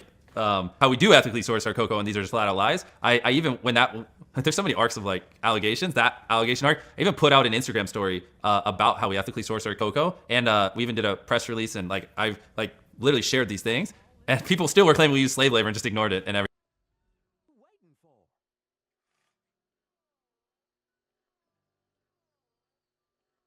Oh, I'm fucking muted. I'm actually seething right now, bro. Oh, I'm Oh, Jesus Christ. Holy shit. Alright, we're back. We had internet shit and I was muted and I totally didn't even realize it. That's so fucking funny, dude. Holy shit, this VOD is gonna suck to edit. Fuck me, bro. I thought we were cooked. Then I was uncooked and I saw people were coming back and I was talking to nobody. That is so funny, bro. Alright, we're good. Let's keep going. I'm sorry. I don't know. YouTube's having problems tonight because it's not on my end. Is that you are capable of making money on what you're doing. Yes. So, you know, the ethics of that are even more important, arguably, than... Well, and it's also hypocritical with everything I do. If I, you know, just turn around and use slave labor, then it's like, okay, it's just... Yeah, so... Yeah, but it's just pretty hypocritical if I'm a fucking... If I have slaves. So anyways, to get into it, yes, there's a lot of unethical stuff in the sourcing of cocoa because people big chocolate just wants to buy cocoa as cheap as possible. Majority of the world's cocoa comes from, again, I'm going to really lay this out. I have lived and breathed this. I've visited the farms. I personally have put over 1,000 hours of my own time into this. Dude, he visited the farms. That's gonna get clipped out of context. You're like, he visits Kiwi farms. And like, yeah. So Majority of the world's cocoa comes from West Africa. Feastables early on, we sourced from Peru, which Peru doesn't have ethical problems. But after we started getting bigger, all roads lead to you have to source from West Africa because that's just where most of the world's cocoa is grown. And that's where things are the worst and the most unethical. So when we were switching our supply chain to West Africa as we were getting bigger, the company that is the gold standard that has been living and breathing this for the last 15 years is Tony's Open Chain, or Tony's Chocolonely. Have you heard of them? Yes. Yeah, I mean, phenomenal. They are nuts about this stuff. Like they've done all the research. They live and breathe it, like on how to eliminate child labor, how to best support the farmers, how to everything you can think of, which I'm about to Bro, he's supporting the farmers. What the fuck, dude? And so I was like, hey, I need to talk to these guys. These guys know what they're doing. And so I spent a lot of time with them, and we actually formed a joint partnership with where we sourced through Tony's Open Chain with Feastables and Tony's Open Chain when we were moving over there. And this has been a thing well before the controversy. Before anyone says, oh, it's only because of controversy, it was a thing before the controversy. And basically, 100% of Feastables cocoa is fair trade certified, which is expensive. It's basically the most expensive certification you can have on it, which for most chocolate companies would be enough. You'd get your cocoa fair trade certified, and then like... K in chat says, we should go on a date. K, your name is literally the letter K, and you're in my YouTube chat. That is like a suicidal thing that you've just brought up right now. I am not suicidal. No.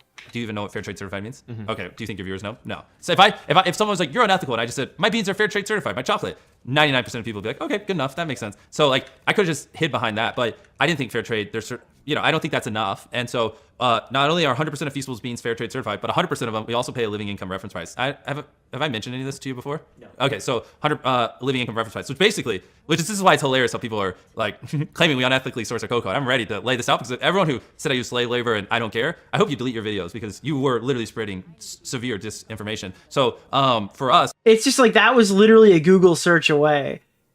I gotta show. There's something in my video. I don't want to tell you guys what it is because it's so fucking funny. One of the main drivers of child labor in cocoa is poverty. Like they don't make enough money. So you can't just go to a farmer and say, don't use child labor, because if they can't afford to pay a grown-up, then you're telling them, hey, go starve. They have to make money. So one of the ways you can eliminate child labor is you have to pay a living income. So there's a thing called living income reference price where they look at, and tell me if I need to dumb it down or whatever, I don't know. But they look at inflation, cost of bread, basically the cost of living in these areas in West Africa. And they say, hey, if a farmer sells you a metric ton of cocoa, they need to get paid blank to actually be able to live. If you're paying under that, it's just not reasonable for them to live, which then will mean for them to live, they're gonna have to use child labor. So 100% of our beans we pay a living income reference price. So if a farmer theoretically sold us a metric ton of cocoa for, I'll make up a number, $800, and the living income reference price is $1,000, we'll go, hey, we actually want to pay you $1,000 for that, a $200 premium on top of it to make sure you make enough money to live off of. And that's what we do for all our beans, which is like crazy, you know what I mean? But if we're doing this, we don't want child labor on the farms. And so there's child labor mediation system. There's a lot of stuff. And this is where Tony's has been great to work with. We have people who check in on the farms and, interview the families, interview the kids. If there are cases, remediate it, follow up, make sure the case was remediated. And it's about part of solving child labor is making sure the farmers make more money. So we also have coaches that will work with farms to, on their theoretical hectare, see if there's any way they can educate them so they can get 10% more yield. So for the same farm, they can make 10% more money. Therefore, they're not as in poverty. So it's easier for them to pay, actual labor that's not children. And even I could go on and on. I mean, you tell me how in depth you want to go, but the gist of it is Feastables, we are super cognizant of our supply chain. And I'm going to move past the Feastable stuff because it's a pretty fucking lock and key. There's not really much I have to do here. Working on.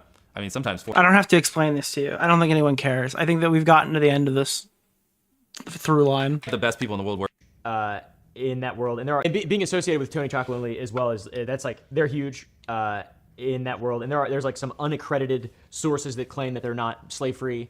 But they're once again unaccredited. Like Tony Chocolonely. No, Tony Chocolonely is super transparent. So you can see every year they drop a transparency report. And in their last transparency report, I'm pretty sure. I mean, you can look up and throw it up on screen. They said there's no evidence or any traces of slave labor found in their supply chain. So yeah, but they interviewed themselves, What you're failing to realize, MrBeast, is that they paid somebody to find it, so therefore they're pro-slavery.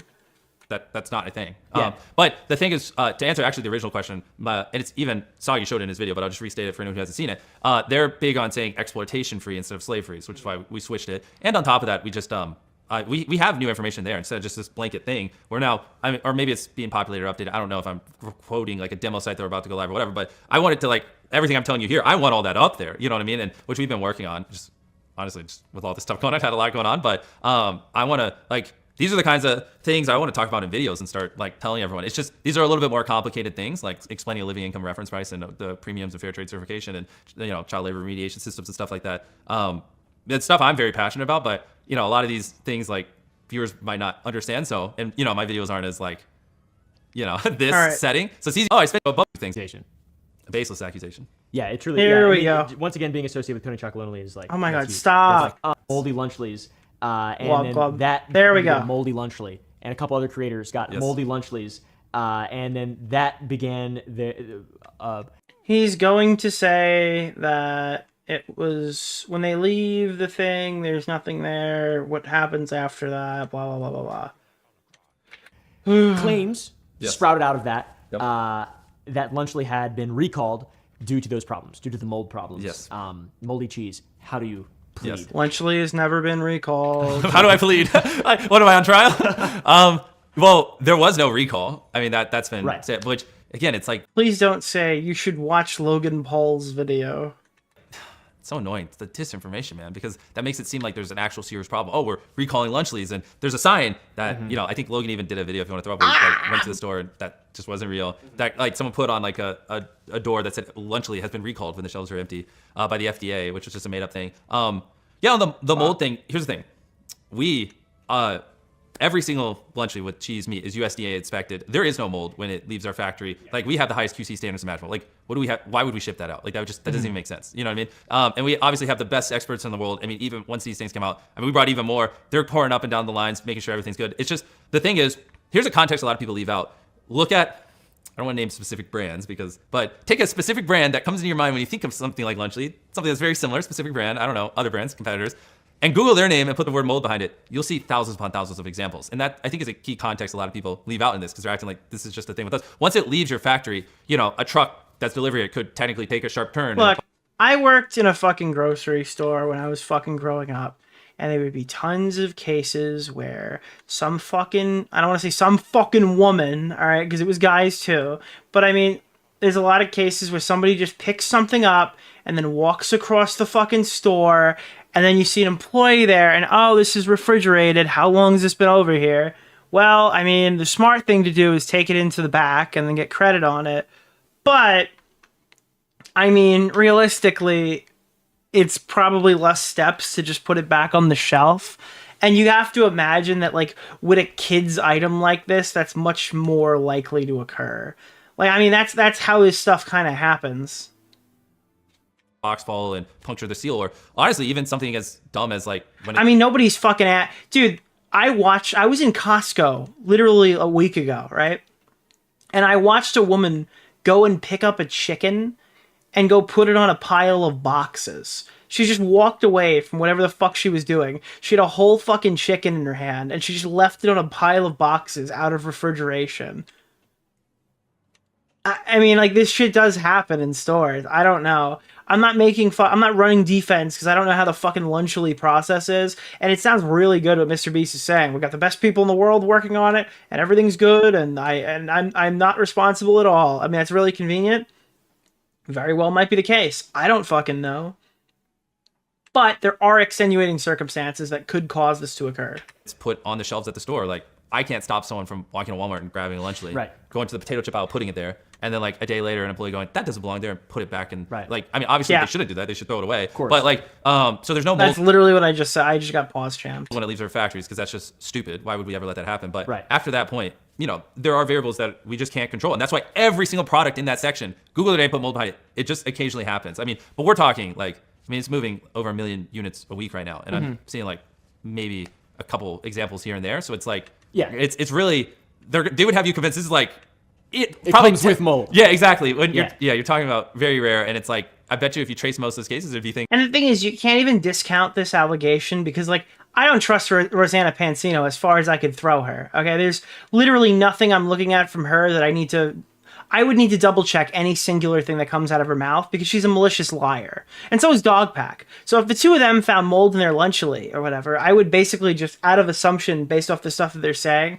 probably just go, yeah, I don't know about that one. But there are people who are not Rosanna Pansino who found mold in their Lunchley. There are people who are not even influencers who reported they found mold in their fucking Lunchley. So when it comes to stuff like that, it's like, No, this is some kind of an issue. There's a problem here that is occurring. And it's just like ironing out and finding where that is. This is a new product launch. It shouldn't be going down like this. So we have to figure out, we as in them, have to figure out what's going on. It's like, oh, someone just like, I mean, it could even be like Hello, Matt Pitterson. They're cut out, or they like, when they put it in their car, they like threw it in their car. And then like, you know what I mean? Like they're just, I can't control these things. You know what I mean? Yeah, I mean, mitigation of mold and shit like that's difficult. You have to, there's a process. But there isn't, like, we literally, everything with cheese. You know, they offered Matt Pitt the interview with MrBeast, but I mean, they said he didn't have a leg to stand on. He'd be compromised if he was talking about it. He couldn't like keep his hand out of the punch bowl, you know? And meat that we use is USDA inspected and held to such a concern, like you wouldn't even understand. It's like, so it's not a thing until after it leaves. But I mean, when you buy the product, like it's, there are just variables that we can't control. I understand. Yeah, definitely. And like, you know, you're using the logic of, you can look up the other brand and then mold. Logan Paul had a moment on Twitter. MrBeast should buy Matt his new leg. Do you guys remember when we were doing the fucking, we're like, yo, give my money to Matt to salvo fucking pancakes. And we're like, dude, we're going to get Matt his new leg. And Matt's just like, please stop doing this. I do not want a new leg this way. And everyone's like, we're going to get Matt a new leg, guys. We're going to use this stream to like buy Matt his leg. That was probably so uncomfortable. I apologize for doing that. Where he basically did that exact same thing, but the reverse logic, and said that other brand lead. Keemstar's in the chat. He knew that Matt needed that leg. That's what he's talking about right now. And then compared that with Lunchly. But I think it's important to state the same thing you're saying about mold. It's possible that, you know, someone could toss something, there's a hole in the package. It's important to also note that, you know, food products do contain trace amounts of... Keem, if you're watching this, convince MrBeast to do a fucking interview with me and Mutahar, okay? This is softball shit, all right? Sit down interview, pre-recorded, released fucking interview with me and Mutahar. We will get to the bottom of this situation. Make it happen. Make it happen, big man. Like cadmium, lead, arsenic, and it's really... I didn't even run this by Mutahar yet, and he agrees, just to be clear. I listen, I have telepathy. Mutahar agrees. Run it. Important QA, like you're talking about. You know, across the board, that sort of transparency is important. Yes. And if there's anyone who... I mean, I have, like, people who have done this their entire lives running this stuff, but if there's anyone who thinks, like, anything they can educate me on or we're missing, like, I'm down. You know what I mean? DM me. Yeah, I think it was actually really funny. I'm not sure if you saw... Because like the food stuff... Yeah, it's a snowball, dude. I legitimately forgot if it was snowball or softball, but I'm rocking snowball, knowing that's now the incorrect one. I find very important, and because I have educated myself in it a lot since having my own food company. Like we manufacture here. This was a snowball interview. Yeah, you can. Yeah, that'd be cool. So like. All right, I don't want to hear about. Listen, Oompa, if you want to send me these sour chews, I'm fat. I can endorse them, but not right now. Can I just have this moment to talk about what we're actually having here? It's a strange world being in YouTube, just in general. I know you're very well aware of that. But thank you. So like you guys promoting Lunchly, traceable amounts of lead in a metal. Okay, like traceable amounts of lead. Acting as if you can find lead, like traceable amounts of lead in a metal detector, with like that. That's just there's misinformation from like both sides. You know what I mean? And for someone like me, I find that to be very important. I did make a video about that. Yeah. And you know the same thing you're saying about the mold. You know, giving Lunchly the benefit of the doubt. It's important to do that across the board. Is he talking about G Fuel? I feel like so. You know, which you didn't make the claim that there's no lead. I honestly, I know what video you're talking about. This is what I'm too ignorant on what that machine does, so I don't. Yeah, I'd have to. We've got the same one. It detects metal. Every product, like Feastables, has lead in it. All cacao has lead in it. You know, anything that comes from the earth has lead in it. It's very difficult to get lead out of things, and like the lead that they measure for is parts per billion. It's like you can't detect it. You're not going to find like a little chunk of lead. This is where you're in a different league than me. I'm so ignorant on this. It's important though. I mean, it's really important to note that because it's like it's just like you said, use the word ignorant. It is really ignorant to, you know, it's just as ignorant for people to say Lunchly's got mold in it than it is for people to say recalls. All right, I don't know any. This is way out of my wheelhouse, and I just fucked up the upper play field. It's important to like hold things at bounds better than the PR with Lunchly. Yeah, dude, could you imagine the peak of YouTube is where I'm like, all right, listen, MrBeast, how will this affect Tipster's legacy? Could you fucking imagine if a year we were able to do that? MrBeast, what do you think? What are your opinions on Tipster? Like right at the end of the conversation. I think you're doing a really good job with that, to be honest. Well, Lunchly though, The next SKU, or how would I say? It's not everyone listening. What's a different word for SKU? They might not know what that means. Next, this fucking guy, you kept that in. The next one, flavor. Flavor. I guess that's what you'd call me. The next one we're dropping, I think people would be very surprised. Like, we're obviously, this business is like 2 months old. Like, Lunchly, like, we're just getting started. We obviously saw the feedback, and we're incorporating that into the next one, and I'm excited. I should have checked with the team beforehand if I could just say what it is, but I'll tell you off camera. But I think. Bro, imagine it's like chicken. Like, it's just some crazy flavor. All the criticism and things where we obviously are seeing it, and like, you know, think everything can be improved, and I think people are gonna be very happy with it. Something healthy is gonna come out. We're thinking something healthy is coming out. Oh, all right, let's not go crazy over here. Like I said, maybe like grilled chicken nuggets with maybe like some barbecue sauce, like high quality meat, you know, good source, and like trying to figure out what the. Oh wait, Lunchly. For some reason, I was thinking Feastables. Like, dude, you're not gonna believe what's coming next. I thought it was like a fried chicken flavored chocolate bar. I'm just completely all types of fucked. Dude, I am exhausted. It's 1 a.m. I apologize. It is, but like taking the criticism and applying it. It's like like something like. Dude, like, you're not gonna believe what chocolate comes next. I was like, what are you talking about? That I'm very excited about because that's huge. Yeah, that's good. That's awesome because it's like. I mean, it was funny. The day that I filmed that video, I got a box of Lunchly. Bro, here's the thing, though. If MrBeast came out with a healthy one, that shit wouldn't sell. That's not what the kids want. Like, if he made a Lunchly and it's like, this is beans and rice. This is grilled chicken, beans, and rice. Is beans good or bad? I don't eat beans. I would assume that makes them good, right? No, it's grilled chicken, rice, and carrot. Next to, like, fucking pizza. Could you imagine? They're like, dude, I don't get it. Like, well, I made a healthy one. It's like, yeah, none of the kids are eating it. Into my house, as if it was like some kind of sign. Like, I don't know why or how or who sent me it or what. I don't know how the fuck. Yeah. But yeah, it was good. It was good. It's like, you know, it's just the quick snack food. And that's what it is. It's nothing crazy. It's nothing. It's like, sure, less bad, whatever. But who the fuck cares? If you're doing something like that, what you're saying there, that's leaps and bounds better. I know. I'm very excited. Leaps and bounds better. I want it out so badly, but it's probably going to be early next year. I'm very excited for it. Yeah. People allege that you hired a registered sex offender named Delaware. Holy shit! Holy shit! Holy fuck! Oh my god! What the fuck was that transition, dude? I'm actually fucking seething. Holy fuck! There's just no way that just happened.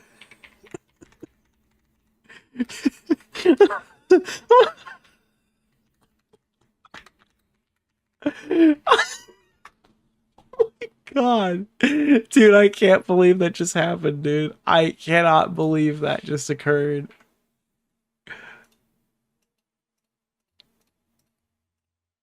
Wait. There it is. Here. Oh fuck, wait.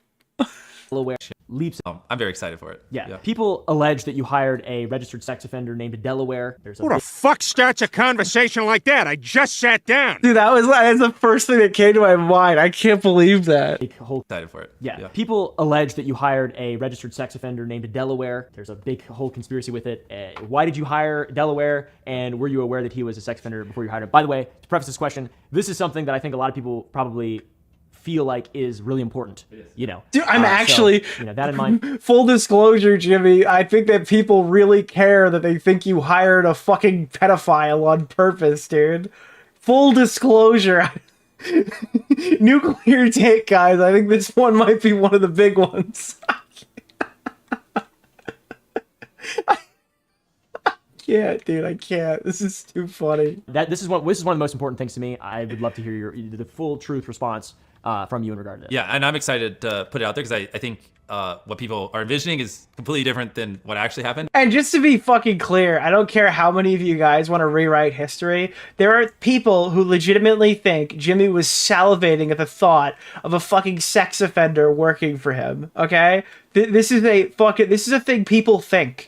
I don't care how much you gaslight me into thinking that's not the case. It's not true. There are people who think that he was super hyped to bring a pedo onto his team.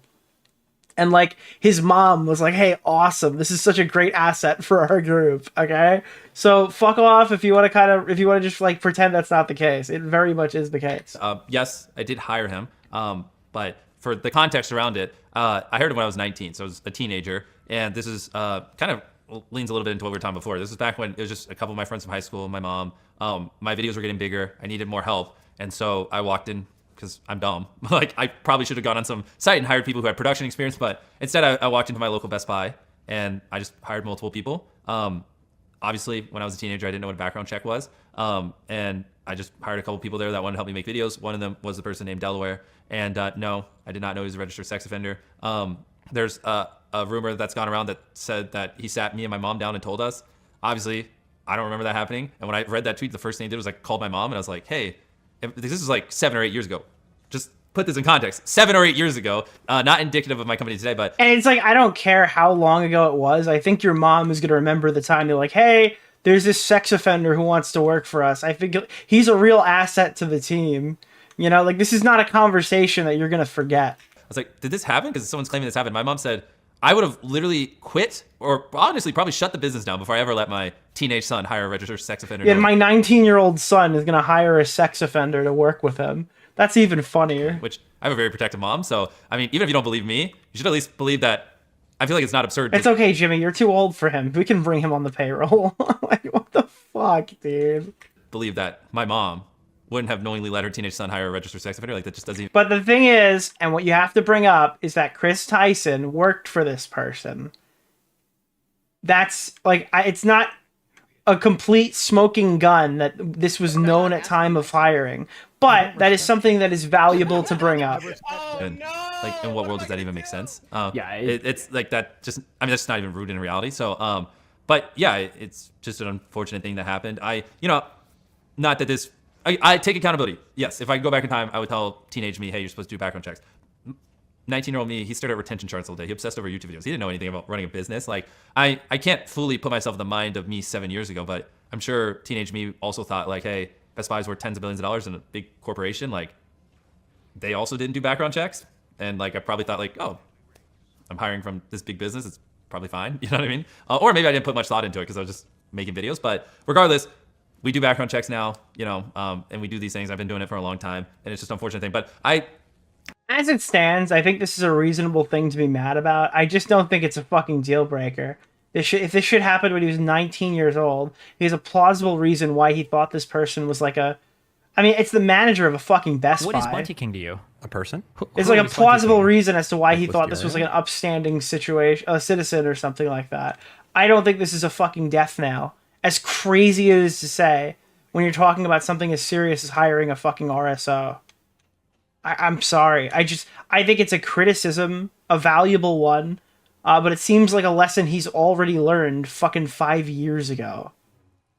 This is the kind of mistake that you don't make twice on purpose. You know what I mean? Like, I don't know how he could... If he starts hiring more sex offenders, then I'm going to start asking questions. I just don't think this is a kill shot for him at all. Just for context, though, just to give to a lot of people listening, like, or watching, I called after that stuff came out, too, because I was just curious. I called, like, I don't know the exact number, maybe, like, 24 YouTubers, and I asked them, like, you guys do background checks? And I think, like, a dozen of those YouTubers have, like, more than 10 employees, and literally only 2 of the, like, 24 YouTubers. I gotta be honest, I've never done background checks for Staffo, and he does my thumbnails. Bro, it would... Dude, Staffo is like the only guy I've been paying for thumbnails for like 5 years. If that guy ever does anything fucked up, I'm going to be so mad. Because I just refuse to work with anybody else. I called, do them. You know, like 6 of them were like, I don't even know how to do a background check. You know what I mean? And they all had employees. So, like, not that I'm not trying to deflect anything or whatever. I'm just trying to give context. Like, you know, it's like, it is a little much to just think that 19-year-old me was just supposed to know that and have this knowledge. But, and it's unfortunate. And like I said, yeah. And to be fair, I keep saying that you're the guy. Back then, you weren't the guy. I was not the guy. So calling what I had back then a company was would be. Good luck doing background checks on artists. To be honest, the background check would like find if you're not a fucking degenerate for at least a Twitter artist. You have to have like 3 stages of degeneracy to be able to be hired in that community. Yeah, generous. That was the bully. You were the bully. That was the boy. And but yeah, now I have hundreds of employees. We obviously have rigorous standards for that kind of stuff. Yeah, and to speak on that as well, we do background checks for everyone who works at our okay, I don't care about your job. Yeah, dude, he also has a mustache as well. I'm not sure if you know. There's an interview with a former employee and contestant named Jake Weddle in which he alleged. Oh god, I hate Jake Weddle. I literally, guys, I'm gonna be honest with you. I felt like I couldn't do Jake Weddle on my YouTube channel because it just wouldn't jive with people if I did a significantly longer segment exposing Jake Weddle. That's why I needed another YouTuber to appear to do it for me. So I got like a young British lad named Toastify to do it, because I just felt like if I did it, it would have been way too fucking mean. And it wasn't like a significant portion of the video. So I figured it would be valuable to like do a little collab with it. And Toastify knocked it out of the park. Is inhumane treatment on set, even war crimes. Use the term of phrase war crimes. How do you respond to these allegations, and do you plan on putting procedures in place to make sure this doesn't happen again? Yeah. Glad I can talk about this one. Tom is talking about. Wait, what does Tom want? Bro, I still have like 40 minutes of this interview. So I think I should set the floor, because maybe not everyone here fully even knows what the challenge was or anything. So yeah. Right now? Okay, wait, there's only one person saying that. I don't believe that's the case. I think it would make sense to... So for the Weddle video, Jake Weddle was the person who competed in one of my videos. The video was... we built a room in our studio, and then the challenge was every day you live in this room, you win $10,000. And then how much more of this is left? There's fucking 40 minutes left. There's like a pool table, a bed in there, a bunch of other items, blah blah. And let me just gather my thoughts on this one. How do I want to say? I think the best way to talk about this is to also talk about how we did similar videos with other people, because one of the things is like multiple people can do the same thing and experience it differently. Is he calling me? Why didn't I? These, like, he's not. He didn't even send me a Discord message. I don't think he's trying to call me. I don't agree. I can never know 100%. Tell him to send me a bit. If he wants to talk, tell him to send me a Discord message. Similar to the Weddle video, I just want to lay the foundation before we go in specifically to that. Similar to that, we also did a video where we put two. Did you see the video where we put two people in a room, Bailey and Susie, 100 days trapped together? So one thing that Weddle struggled with was the lights being on, and he mentioned that in the video. But Bailey and Susie, on day 20 of 100 Day Trap together, I offered to turn the lights off for part of the prize pool, and they said no. And like the lights wasn't, I mean, I'm sure it was difficult, but it wasn't like that big of a difficulty for them. And so it's like something for them that's not that big of a difficulty. For other people can be, challenging and hard. And like what I'm trying to say is you never know how someone's going to react to something, right? It's impossible to fully predict. And so that's one of these variables of these challenges, which is why we give people the ability to quit, or to leave at any point. And so in his video, he went 11 days. All right, we understand. It was a fucking challenge. Jake Weddle couldn't do it. He left. He had a really bad experience or whatever. Okay, like he got paid for every day he was there. It's not like they took that money away from him when he stepped off. He just didn't get the rest. That's the part that gets me. It's like he was in a financial chokehold. What? He walked out with over $100,000 fucking dollars. He was in a financial chokehold. He needed that money, bro. This guy's retarded. Did he have college debt that he had to pay off? Like, I think he had some kind of debt. He did say. Maybe that's why he had to pay it off. But like, oh god, I don't care about Jake Weddle. I just don't. And then when they sort of made the claims of how he was mistreated, etc., you reached out to him after the fact as well. Yeah, I mean, now that I didn't want to bring that kind of stuff up, but yeah, also off camera after he made that video. Money.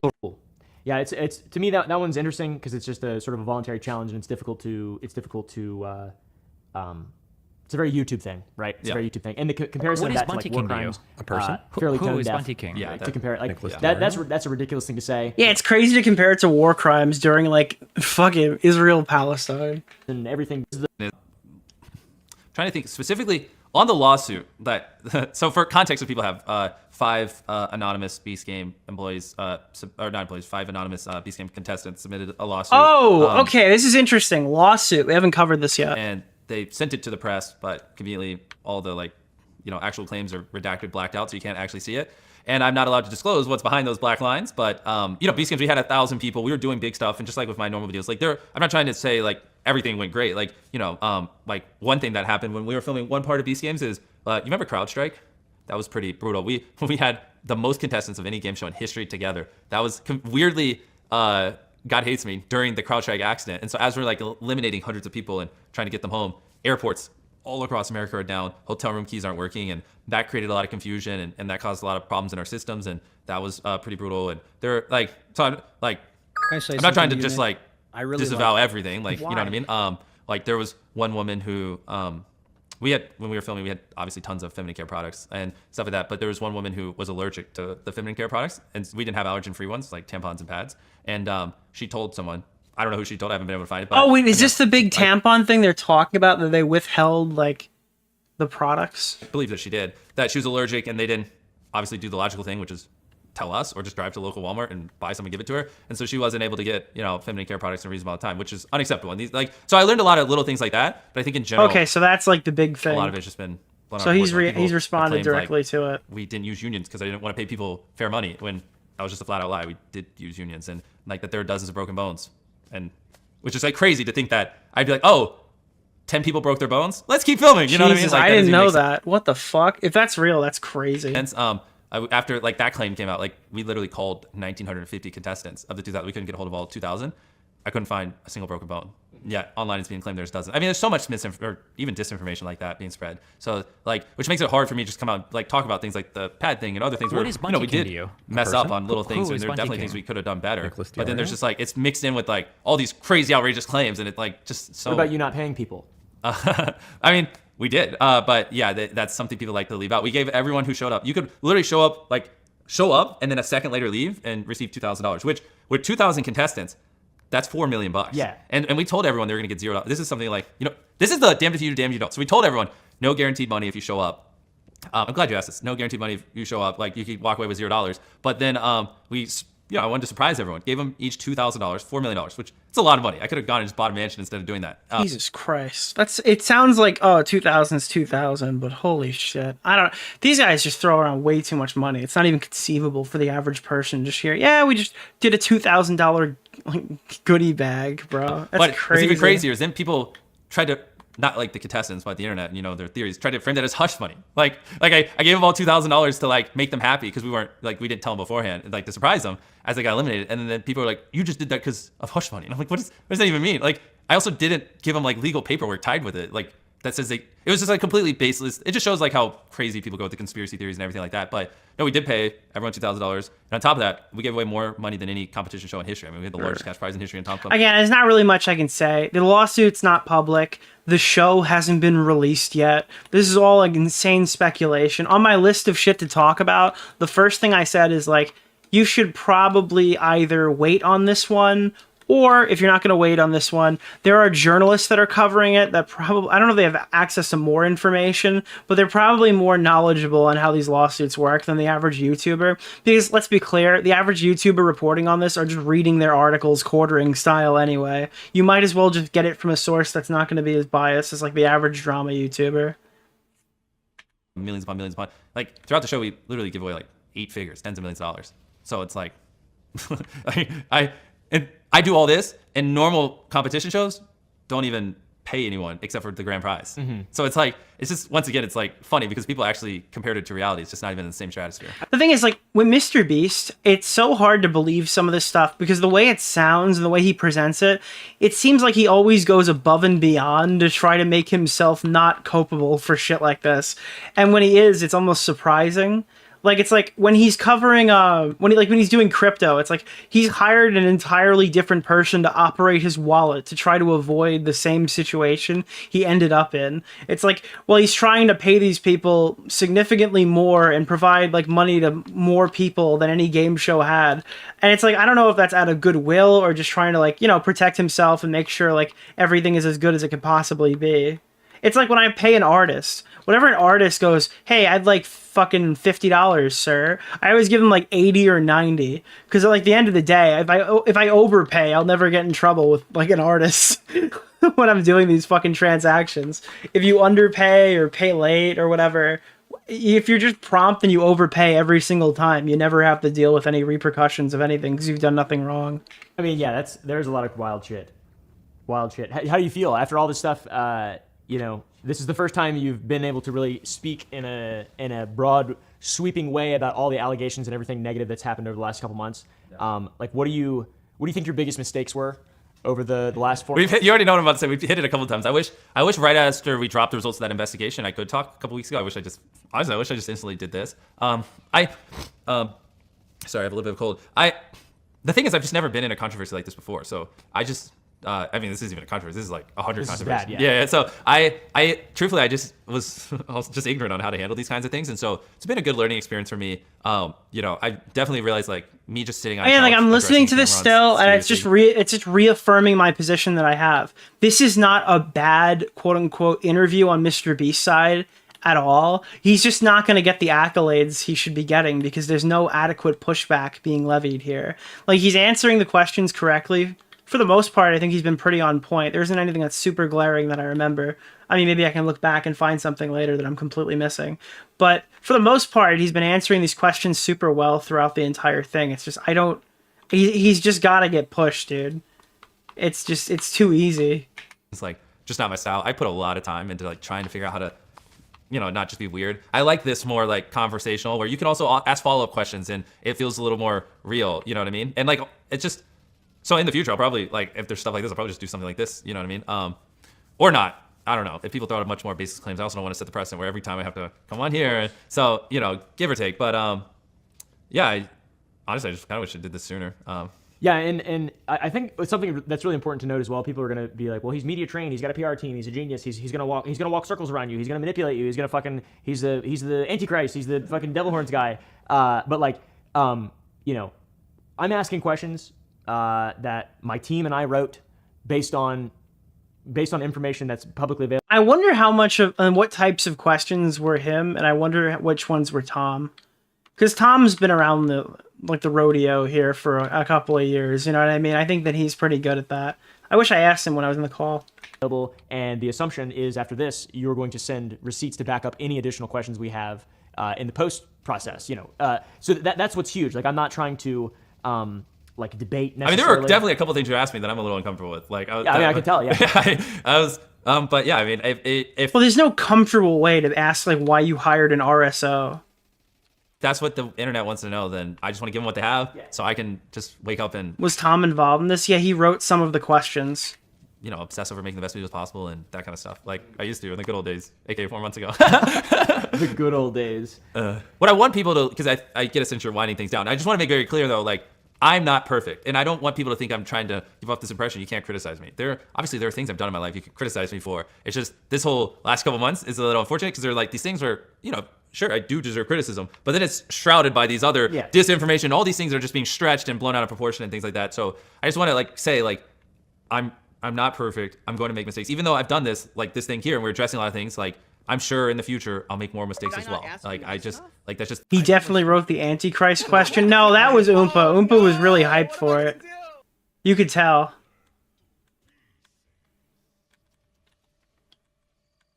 The nature of, you know, you really have to just put yourself in the position of like, we're doing things that have never been done before. I'm like, who's even built a company this large on YouTube? Like everything I'm doing, from the videos to the spectacles to building the company, it's really never been done before. And your boy is going to make mistakes. And you know, one thing I hope my track record shows is when I'm become aware of mistakes, how do I do everything in my power to try to fix them. You know what I mean? And I hope that's what my track record shows, and that's what I hope people take away from it. Not that I'm like perfect or I never did anything wrong. That just like, yeah, I mess up, and when I do, I try to fix it, you know? And if you had like a final message for critics and fans, what would the final message for critics be? I think honestly what I just said there. I mean, that's fair. Yeah. Yeah, that's fair. And then your people who you know still, I guess there's not really they don't know about any of this stuff. So your fans, they don't really care. I mean, yeah, I'd love to see what they think of this. Yeah. I mean, I feel like we hit everything. I mean, you hit the Delaware thing because I saw that a lot, and I feel pretty good about it. There's nothing where I'm like, oh, we didn't hit this. Like, I think this should give people the answers they're looking for, and I feel better doing it. Even the soggy stuff today, I mean, that's about as fresh as it gets in terms of... Yeah, I mean, just throw it up. Just upload this thing raw. Just throw it up there. Get this turned around before something else drops. It's like, oh, why did they talk about that? Good point. I kind of get the reason why they did that. I don't know. It could have been cleaner. Everything just seems so rash and last second here. That's why it's like, I don't believe this was coordinated for any specific reason. It's just, you know what I mean? I don't think that they're masterminding it. Maybe coordinated is not the right word, but I don't think there's like a mastermind at play here. It just seems like this is very last second. Let's just let's do something, you know? Yeah. Cool. Thank you. That sounds good. I'm gonna show them episode 1 of Beast Games. Okay. December 19th. I'm kidding. Is that an inappropriate way to end it? I feel like that's pretty Mr. Beast build. That last part was completely wrong. We did miss a few questions, and I called Jimmy the next morning to get clarification on a few more things, specifically Ava Shadman and some more of the crypto allegations. Here is that footage. We'll talk a little bit about Ava Tyson and specifically the Shadman stuff. I know we talked about the third-party investigation, which found no wrongdoing. Yeah, I just realized we hardly talked about, like, Ava Chris Tyson at all this whole interview. In like a legal sense from that perspective. A thing that a lot of people care about is nothing on LaKoya, like Tom mentioned. Nothing on James Warren, like Tom mentioned. They never reference like the. I mean, I don't know if it would be necessary. I think the allegation's pretty light, but they didn't mention blowing up the lake. They didn't mention the group chat stuff. Didn't come up at all, which sounds like an easy dunk for Jimmy. I don't know why they wouldn't bring up the CP in the group chat allegation. That seems like something, like, even if you're, again, like, this is why I don't think this was like some big op or whatever to protect MrBeast and give him a slam dunk interview, because they missed out on two of the biggest slam dunk answers. Shadman's a fucking freak and is a disgusting person. Did you know about the painting in did you know about that? Have you ever interacted with Shadman before? Like, what is your relation to that, and specifically that relationship between Shadman and Ava Tyson and you? Yeah, no, that's actually a good follow-up question. So this is what it was like. I don't remember 7, 8 years ago. Back then, I used to have like a bunch of anime posters up on the wall. I just like set a foundation for context. We used to have a bunch of anime posters and things like that on our wall in the house. And one day, Ava put up this poster that was like an animated character holding a fidget spinner and a gun. Admittedly, it was a weird image. I didn't know who made it. You know, I just kind of assumed it was a meme. I obviously did not know who Shadman was. I've never spoken with Shadman. I did not buy it. The problem is the picture looks bad in and of itself. I mean, like, it just does not look like an adult character. I'd believe it more if Jimmy's like, to be honest, I never really thought twice about it, which is kind of what he's saying here, but the image is just objectively bad. Poster or commission it or anything. And yeah, I mean, to be honest, I didn't really think too much of it because we just had like a lot of anime posters and things up. And it was like an animated character that was clothed, obviously. And yeah, knowing what I know about Shadman now, it was a very weird thing to buy. I'm not really sure why she bought it, to be frank. And yeah, I mean, I wish I could give more details. I mean, this was so long ago. Obviously, I don't know the like exact thoughts going through my head, but I just remember, like, I agree, it is a little bit of a weird poster, but I also think like, you know, I had like Naruto posters up, or I had like Code Geass posters, like random animes I used to watch, and like, you know, I never like reversed image search and Googled, oh, who made this Code Geass anime poster that's sitting on the wall or whatever. But like the Chris Tyson one's like an original character. It's like, well, what anime is that? I don't know. You know, I don't. Your first instinct when you just see a poster is not to just go, who made that, and deep dive themselves. Yeah, are they a pedal? Yeah. Yeah, exactly. So, but yeah, I agree. It's her buying it is very weird, and I obviously, if I had known what I know now, I would have been like, what the actual fuck. Yeah, that's fair. Because I also, after all this stuff, I didn't know who Shadman was. I've heard of him a little bit on Twitter and shit, but I didn't know. Total ignorance there. So, okay, and that's just one that's important. You know, people, because that's fucked up. That guy is disgusting. And you know, people do care. It's like, it just blows my mind that there was like an entire time where Shadman was like the voice of free speech on YouTube. It was like the weirdest shit ever, dude. Like they were like, oh, we have to protect Shadman's right to draw the fucking minor character, the human being, mind you, from the fucking X-Men movie getting like raped by Wolverine. And people were like, guys, listen, I don't agree with what he makes, but I agree with his right to make. I'm like, no, the fuck I don't, bro. This is why free speech absolutists always sound like pedophiles. They're like, well, you have to really agree with his right to draw it. Like, no, you fucking don't. You do not have you don't have to agree with his right to draw real children getting fucking abused. It's like actually absurd. And you'll find so many people like, I didn't know what he drew. I didn't even know what he drew. But like they defended his website. His website went down because Daphne Keene's team was going after him. It was very apparent as to what was happening. They knew he drew Keem's daughter. Like these people knew, who were actively like supporting him by name and shit. Some of these guys got thrown in there. I don't think Sky Williams did anything that I don't remember what he said, but I don't think it was anything dramatic. But he was getting put on that list as well. Terrorists. This is crazy. You've got pedo art. This is why I call myself a free speech enthusiast. Because whenever it comes to sounding like a pedophile, I suddenly forget my free speech ways. You know what I mean? It's like, yeah, dude, I love free speech. And then it's like, yeah, but what do you think about this weird anime porn? It's like, yeah, I don't know, dude. That's not a cause that I'm looking to support. Nah, you didn't. You were saying you didn't know. That's yeah, it's disgusting. Fucking Shadman is a freak. So, okay, you said that I was manipulated by Dogpack. But before that, you said that you DM'd some commentary guys or some YouTubers like evidence of like the Delaware stuff, basically context. And I just wanted to know, so you did reach out to me. We talked a little bit in the very beginning, You know, it wasn't like we were friends or anything like that. But it was very short, and like I just wanted to know why you didn't give me that stuff or provide me with any information when I was the biggest channel platforming Dogpack. I think that, you know, I would have taken it under as my responsibility to I hope people, you know, would believe that I want to do what's truthful and I want to show the actual facts of a situation. I don't just want to like shit on MrBeast for the sake of shitting on MrBeast. I just wanted to know why early on you didn't provide me I guess specifically, why wasn't that? Did you think I was a controlled op? You know, I would have gladly seen whatever you would have shown. It's because your interview with Dogpack sucked gigantic monkey balls. And you just let him go. Again, I'm not trying to fucking trash this guy. I don't care. I'm not doing any more disclaimers. I'm disclaimered out. I'm gonna just talk my mind for the rest of the night because it's 2 fucking o'clock in the morning. All right. I did 60 disclaimers in the stream. I'm gonna do fuck the disclaimers. It's because your fucking interview with Dogpack sucked gigantic monkey balls. And he's like, yeah, you know, so I mean, I did mention in the video that LaCoya Hill was accused of drugging, roofing, and raping multiple women, and I didn't hear anyone else say that, so I'd chalk that up to, well, like probably a rumor. And then you kind of just brush that off and let him walk off that. Now, just to be clear, there's nothing like that in this call that I'm watching right here. Nothing to that level. But, like, I have to imagine the reason why MrBeast didn't want to talk to you is because, I mean, you could easily be fooled to say you're completely fucking compromised or you actually just don't give a fuck enough to actually, research the story. Sorry if that sounds super hardcore, but, like, I totally get why he wasn't, like, super keen to work with you. That's actually a great question. I mean, we did have a call. I called you after the videos and I told you and explained to you a lot of things that weren't true.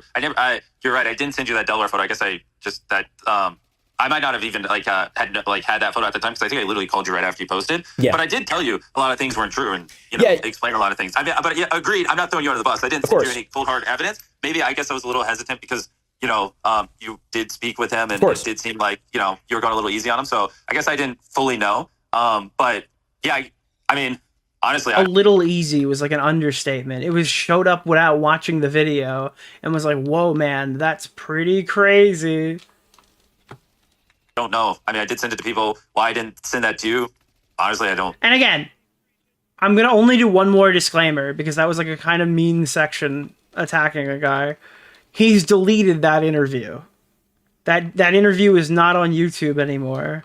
And for good reason. I don't really know, to be honest. Yeah, it's fair, and it's just because I would have appreciated it is all I'm saying because like in the very beginning I did genuinely believe that I like the idea of whistleblowers. I think people should be able to criticize the guy. You're the guy. We've said that a lot yesterday, and you did refute a lot of stuff, but there was just I didn't get any sort of evidence or anything like that. It's just I think it's a lot of a lot of this mistake. Yeah, I think in my head is I just called you was like, hey, off the top of my dome, here's a bunch of things that aren't true, and then you just said, hey, you probably did say something along the lines of I need evidence, and then at the time that's where. It's just like this is all a blur. I don't even remember what days it was. Maybe back then was like when I was working on my response video or whatever. But agreed. Like I don't think you did anything wrong. Like I didn't send you like, oh, here's a doc of everything. You know what I mean? And then you just ignored it. That's the thing. Like it's a bit fair. This was not as soft as the shots on fucking Dogpack. Dogpack had an easier interview with this guy, a way easier one. Dogpack's interview at Oompaville felt like it was like a.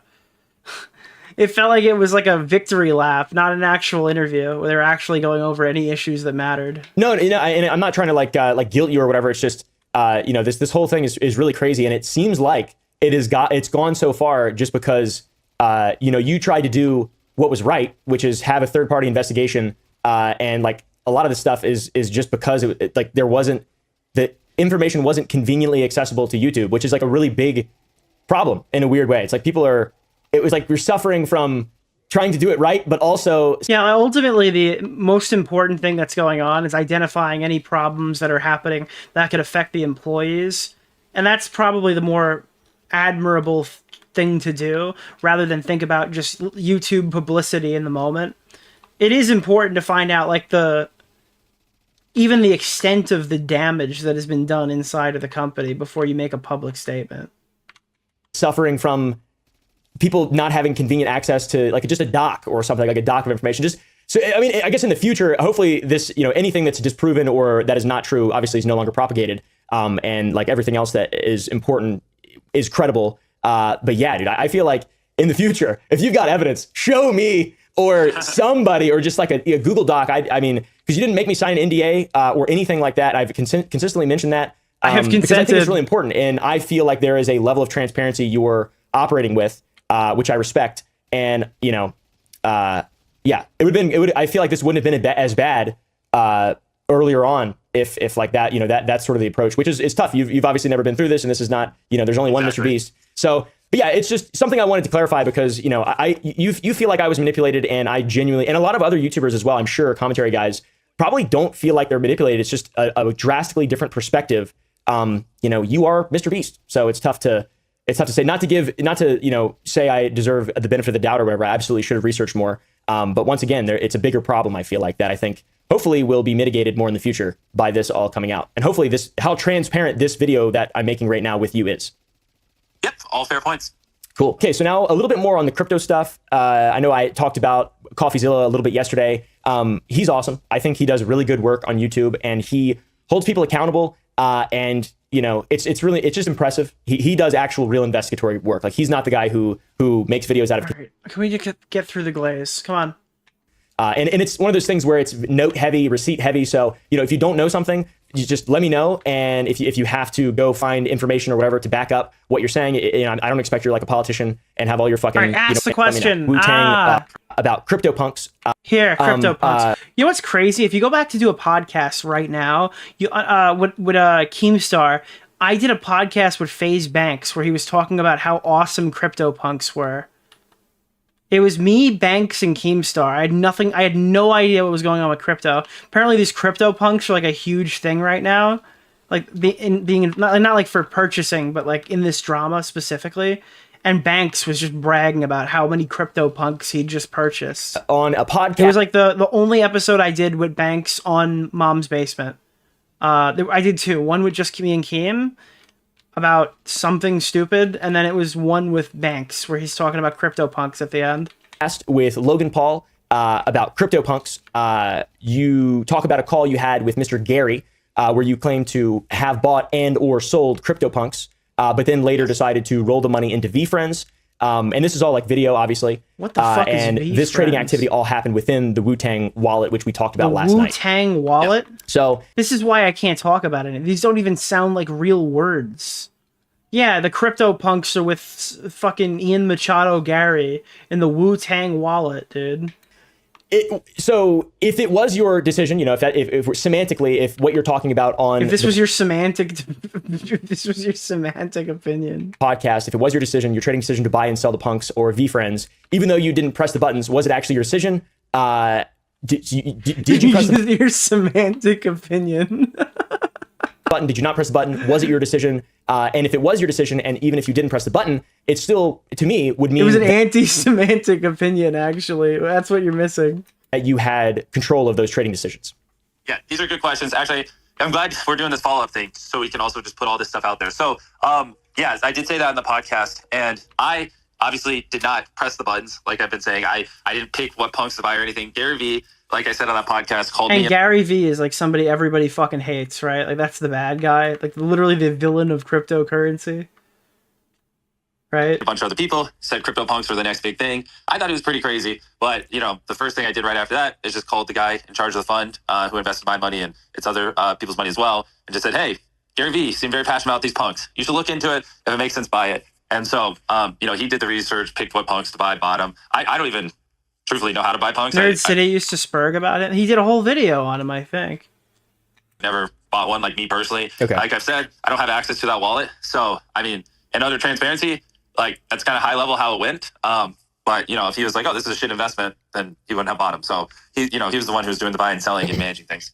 Okay. But you did make some decisions to buy or sell in the Wu-Tang fund. Yeah, dude, in the Wu-Tang clan, I bought like tons of shit, dude. I was actually like, I was with Redman. I just told him like, "Hey, guys, does anybody need my take on this? Can I don't know what the fuck is happening." Like in transparency, Gary called me about CryptoPunks. They're talking about Wu-Tang clan. I'm talking about Kendrick's new album. Why am I here? So at the end of the day, bro, I don't fucking know. This is my semantic opinion. To buy or which ones we should buy if it's a good investment. Like that's why I put the money in a fund and had professional. It sounds like he just wanted to pay somebody to do all of this on his behalf, and he just doesn't want to deal with the the repercussions of crypto stuff, and this is exactly what he got: the repercussions of dealing with all the crypto shit. Managing it. Gotcha. Okay. Yeah, they're stupid as shit. I don't like any of the NFT stuff. I'm glad that's all kind of come and gone now. I like the newer era we're in. Okay, so next is the super tweet, the super coin tweet. Dude, he doesn't even understand what he's talking. He just walked right through it. Jesus. For context, on May 12, 2021, you, MrBeast, tweeted in response to it was an Elio Trades tweet. There's a gym sitting there on the market at an eye-watering price set to explode during DeFi Summer 2.0. And then you responded by saying super ? With a crazy emoji. So why did you not disclose that you had a vested interest in the coin that you were tweeting about? Super ? Yeah, we'll start there. Well, I replied to a tweet, so I didn't tweet it out. And I think a lot of people, that are just getting second hands of the story think I literally tweeted out, go buy super, go buy super. Yeah, the fund did hold some super, and I just saw that was the owner of super, the guy who made the coin, and I just went scrolling through Twitter, just replied super to his tweet. I did not tell people to buy super or anything. I just replied super, and I know the next thing where people are going to go, but this was a planned coordinated thing. It wasn't. It's not like I'm on the phone with the people managing the crypto fund going, hey, I'm about to reply super to the tweet. Like, I just was scrolling Twitter and I replied super, and I highly doubt anyone bought it because they saw me reply super to a tweet. I mean, just to be honest. So I didn't think too much of it. Obviously, though, in hindsight, I could see how people might think that is a weird look optically, and so I wouldn't do it. But I really don't think it's that malicious. Like, if I just flat out tweeted, I think super is the next big thing. Go buy it. Super, super. Like, I think this is a different conversation. That's the kind of stuff actual people do. You know what I mean? And scammers. So I just don't. Yeah, so it was just interesting too because Coffee never said I was a scammer in his video. Yet, there's so many comments on it. Just a lot of people just want to drive, whatever. People who don't like me, like you said in the video, are not going to like me, and they're, going to run with it. People who do like me are going to be like, oh, it was managed by fund, and Jimmy had to answer for. That's kind of what happened. It's an open-ended video as far as that. I don't talk about any of this crypto shit because it doesn't make any sense to me. I tried buying Ethereum once and got confused. I tried to buy Dogecoin and I couldn't figure it out in time for SNL, and then Dogecoin crashed and I would have lost all my money. The only reason I haven't lost a shitload of money is because I couldn't figure out how to do it. Everything, which, it's not excuses. I literally was just a fund. I was not the one buying or selling or anything. You know what I mean? I had other people managing it. So that's the honest answer. I just replied super, and, I guess if I go back in time... No way, you can't jump over that. Oh my god, bro. Fuck. You can't jump over a fucking ammo crate. I hate this game. Yeah, but now, obviously, because crypto is changed massively in the last couple of years, so you can consider that a mistake at this point. Like, that's definitely I'm sorry, let me go back. Right. So that's the honest answer. I just replied super, and I guess if I go back in time, I'd just not reply. I didn't think it was a big deal when I did it. Yeah, but now, obviously, because crypto is changed massively in the last couple of years, so you can consider that a mistake at this point. Like, that's definitely And another little context point I think a lot of people are missing. A lot of people who do this kind of stuff do it on low volume coins that sell $100,000 a day. So I'm sorry, chat. Did I completely miss it? Did he say the owner of a coin told him to buy and he bought? Is that what he's saying? Is that bad? I don't know. Is that a bad thing even if he said that? Nerd City told us to buy his NFT. I know it's not a coin, so maybe it's worse with a coin because a coin is subjective. Like, it could be a rug pull. It's subjectable, yeah. It's subjectable to rug pulls. I assume that's bad, if he even said that. We're almost there. Oh. Actually dramatically pumps it and blah, blah. Super is like the 100th biggest crypto coin out there. Super is like a legit coin. It's a legit project that's massive. Like, that tweet didn't move the needle for shit or anything, right? So that's another context piece people are missing. Like, if anything, buying super... Actually, I'm not even going to say that. I was just... would probably be a good investment because it's one of the biggest coins out there and it seems to be doing really well. You know what I mean? Yeah. But now I have to say, disclosure, there is no way. What the fuck, bro? Still hold super to this day. Yeah, that's honest. That's the honest truth. Nothing malicious there. Just replied to a tweet. Yeah. I think. We have a lot of evidence of people. We have a lot of evidences. I can't do this. We have to go faster. I can't. This is not happening. We have a lot of evidence. Scamming, and it doesn't seem along the same vein, to be real, but it is important to ask about and important to get total clarity about, because you do have a lot of influence. And regardless of what you say, whether or not you say, I'm sure nobody bought it. Like maybe somebody did. Who knows? There's no way to really prove or disprove. Even if they did buy it, the coin, I mean, it's the 100th biggest coin. It seems to be doing really well. So yeah, I think the problem would be that obviously that you have it, that you would. Dude, I can't believe that little fucking rat. I don't even know his name. I don't remember who he was. He just one guy me to the nth degree because he fucking just was like, dude, he didn't even cover the crypto shit, and I have to sit through fucking 10 minutes of crypto shit on top of the crypto shit before, and he's like systematically breaking down each individual coin this fucking asshole invested. This is blowing my fucking mind right now. I got you. I see what you're saying. Yes. So now, dude, I literally just got one guy to the nth degree. That guy's and then he jumped back on an alt account, it looked like, and he's like, man, just add me to the call. I can explain it to you if you're not going to spur out again or something like that. I was like, what the fuck? I'm assuming your answer to this will be that you didn't think it was important, but why would you not mention that your fund, Wu-Tang, had been selling and continued to sell super on the day and after you tweeted about it or responded to a tweet for clarity? Yeah, so again, I wasn't involved in the day-to-day of the fund. I mean, if you look at the sell charts in that report, they were selling, I mean, I believe off the top of my head, like months prior or then months after, it's like the fund was just dollar cost averaging it. So there's really no correlation to my just little response to a tweet and what the fund was doing.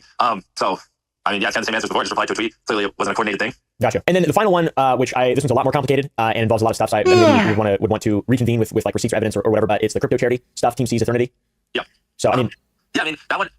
Eternity gave us NFTs to auction off for Team C's. Only one sold after like a day, I believe, and that was it. And then it looks like the fund sold like 27 days later. A little bit of Eternity. It was not combined or planned or premeditated anyway. I mean, and honestly, the charity auction was a bomb. It only raised $7,000. No one cared, so it didn't really do anything. And yeah, I mean, that's kind of the full story. Nothing did. Okay.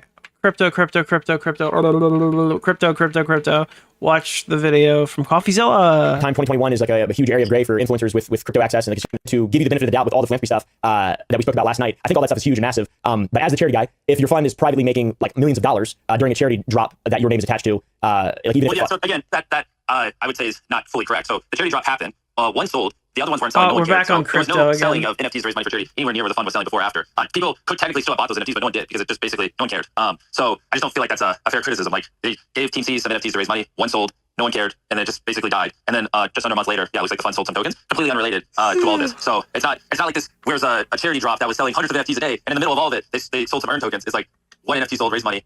The charity, sell just basically died. It's not going up. No one's buying it. No one ever buying it anymore. And almost a month later, it sold. So I mean, if anything, it looks like the people in the fund were being cognizant of it and paused selling and waited till long after it ended to do it. You know what I mean? So I actually disagree. I don't think anything nefarious was done there, to be honest. Okay, just to be clear though, you keep saying a couple coins were like you're downplaying. It's $2 million of earned tokens. That's quite a bit. That's like a lot of money. Of course. And obviously not all of it is mine. It's the fund, but it's also known that. Yeah, because it probably isn't a lot of money to this fucking guy. They're like, dude, all these people just speaking like they've got like $2 million. That's their betting money on the weekends, dude, when they go to casino. My fund was invested in it, and I was part of the fund. So it's also not like it was hidden that we were invested in earned. Like that was public information. Right.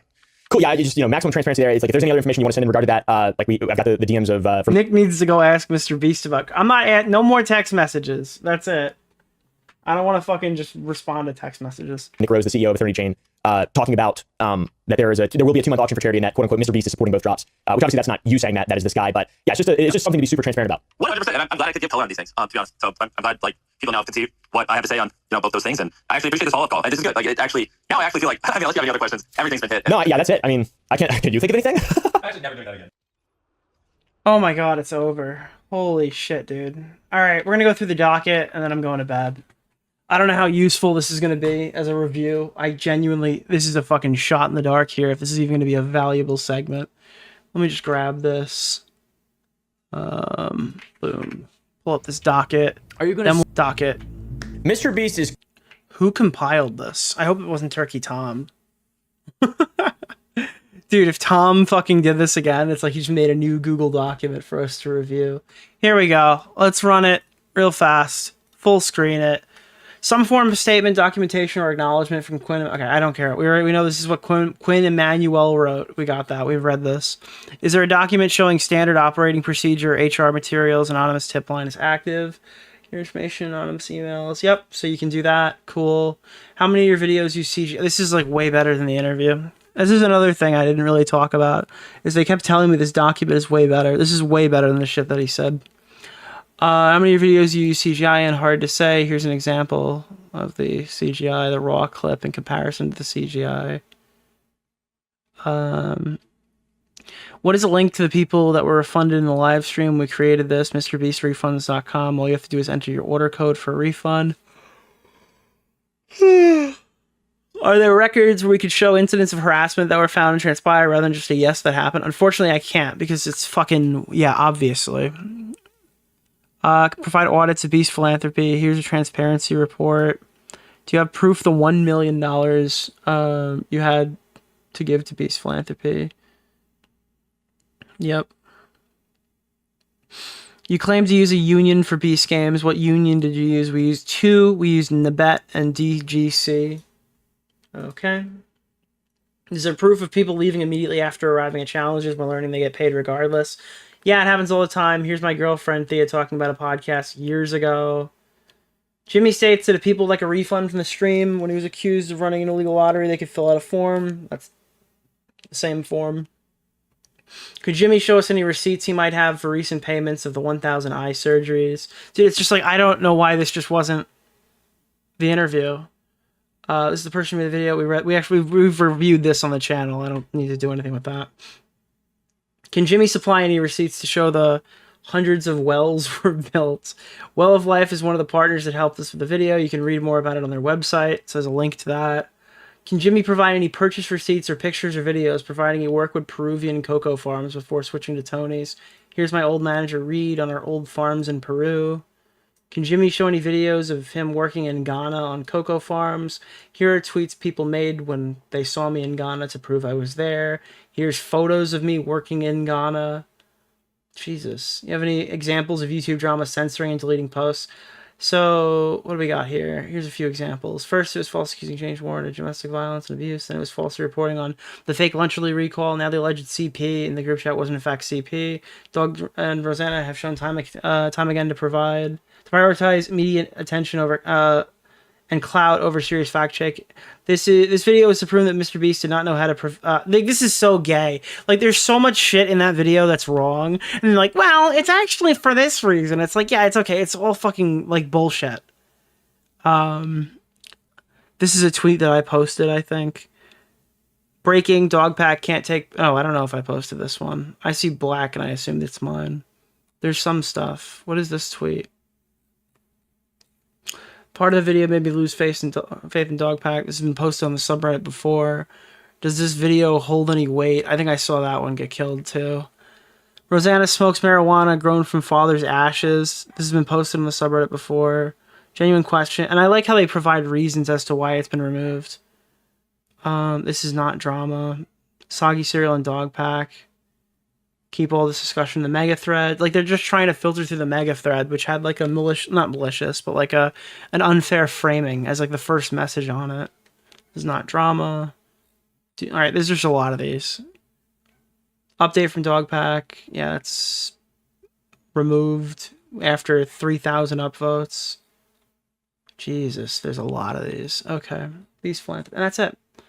So I think this is like the most significant stuff we looked at tonight. I'm sorry it took 5 hours to get here. Fuck me, dude. I still think a solid conversation with on-screen receipts that people will hack. Like, nobody's gonna read this document. Nobody's gonna pull this. I barely read this. I didn't even click the links, but it's because I've already like read some of the stuff and the screenshots were sufficient to kind of explain what's happening here. Maybe I'll pull this up again the next time I stream and comb through it a bit more. You know, oh, sir, your CryptoPunk fell out of your wallet, your Wu-Tang wallet. Might I interest you in a Ridge wallet? Oh God, this is ridiculous. Thank you for your service, Nick. I'm going to bed. I fucking agree. I'm going to bed too.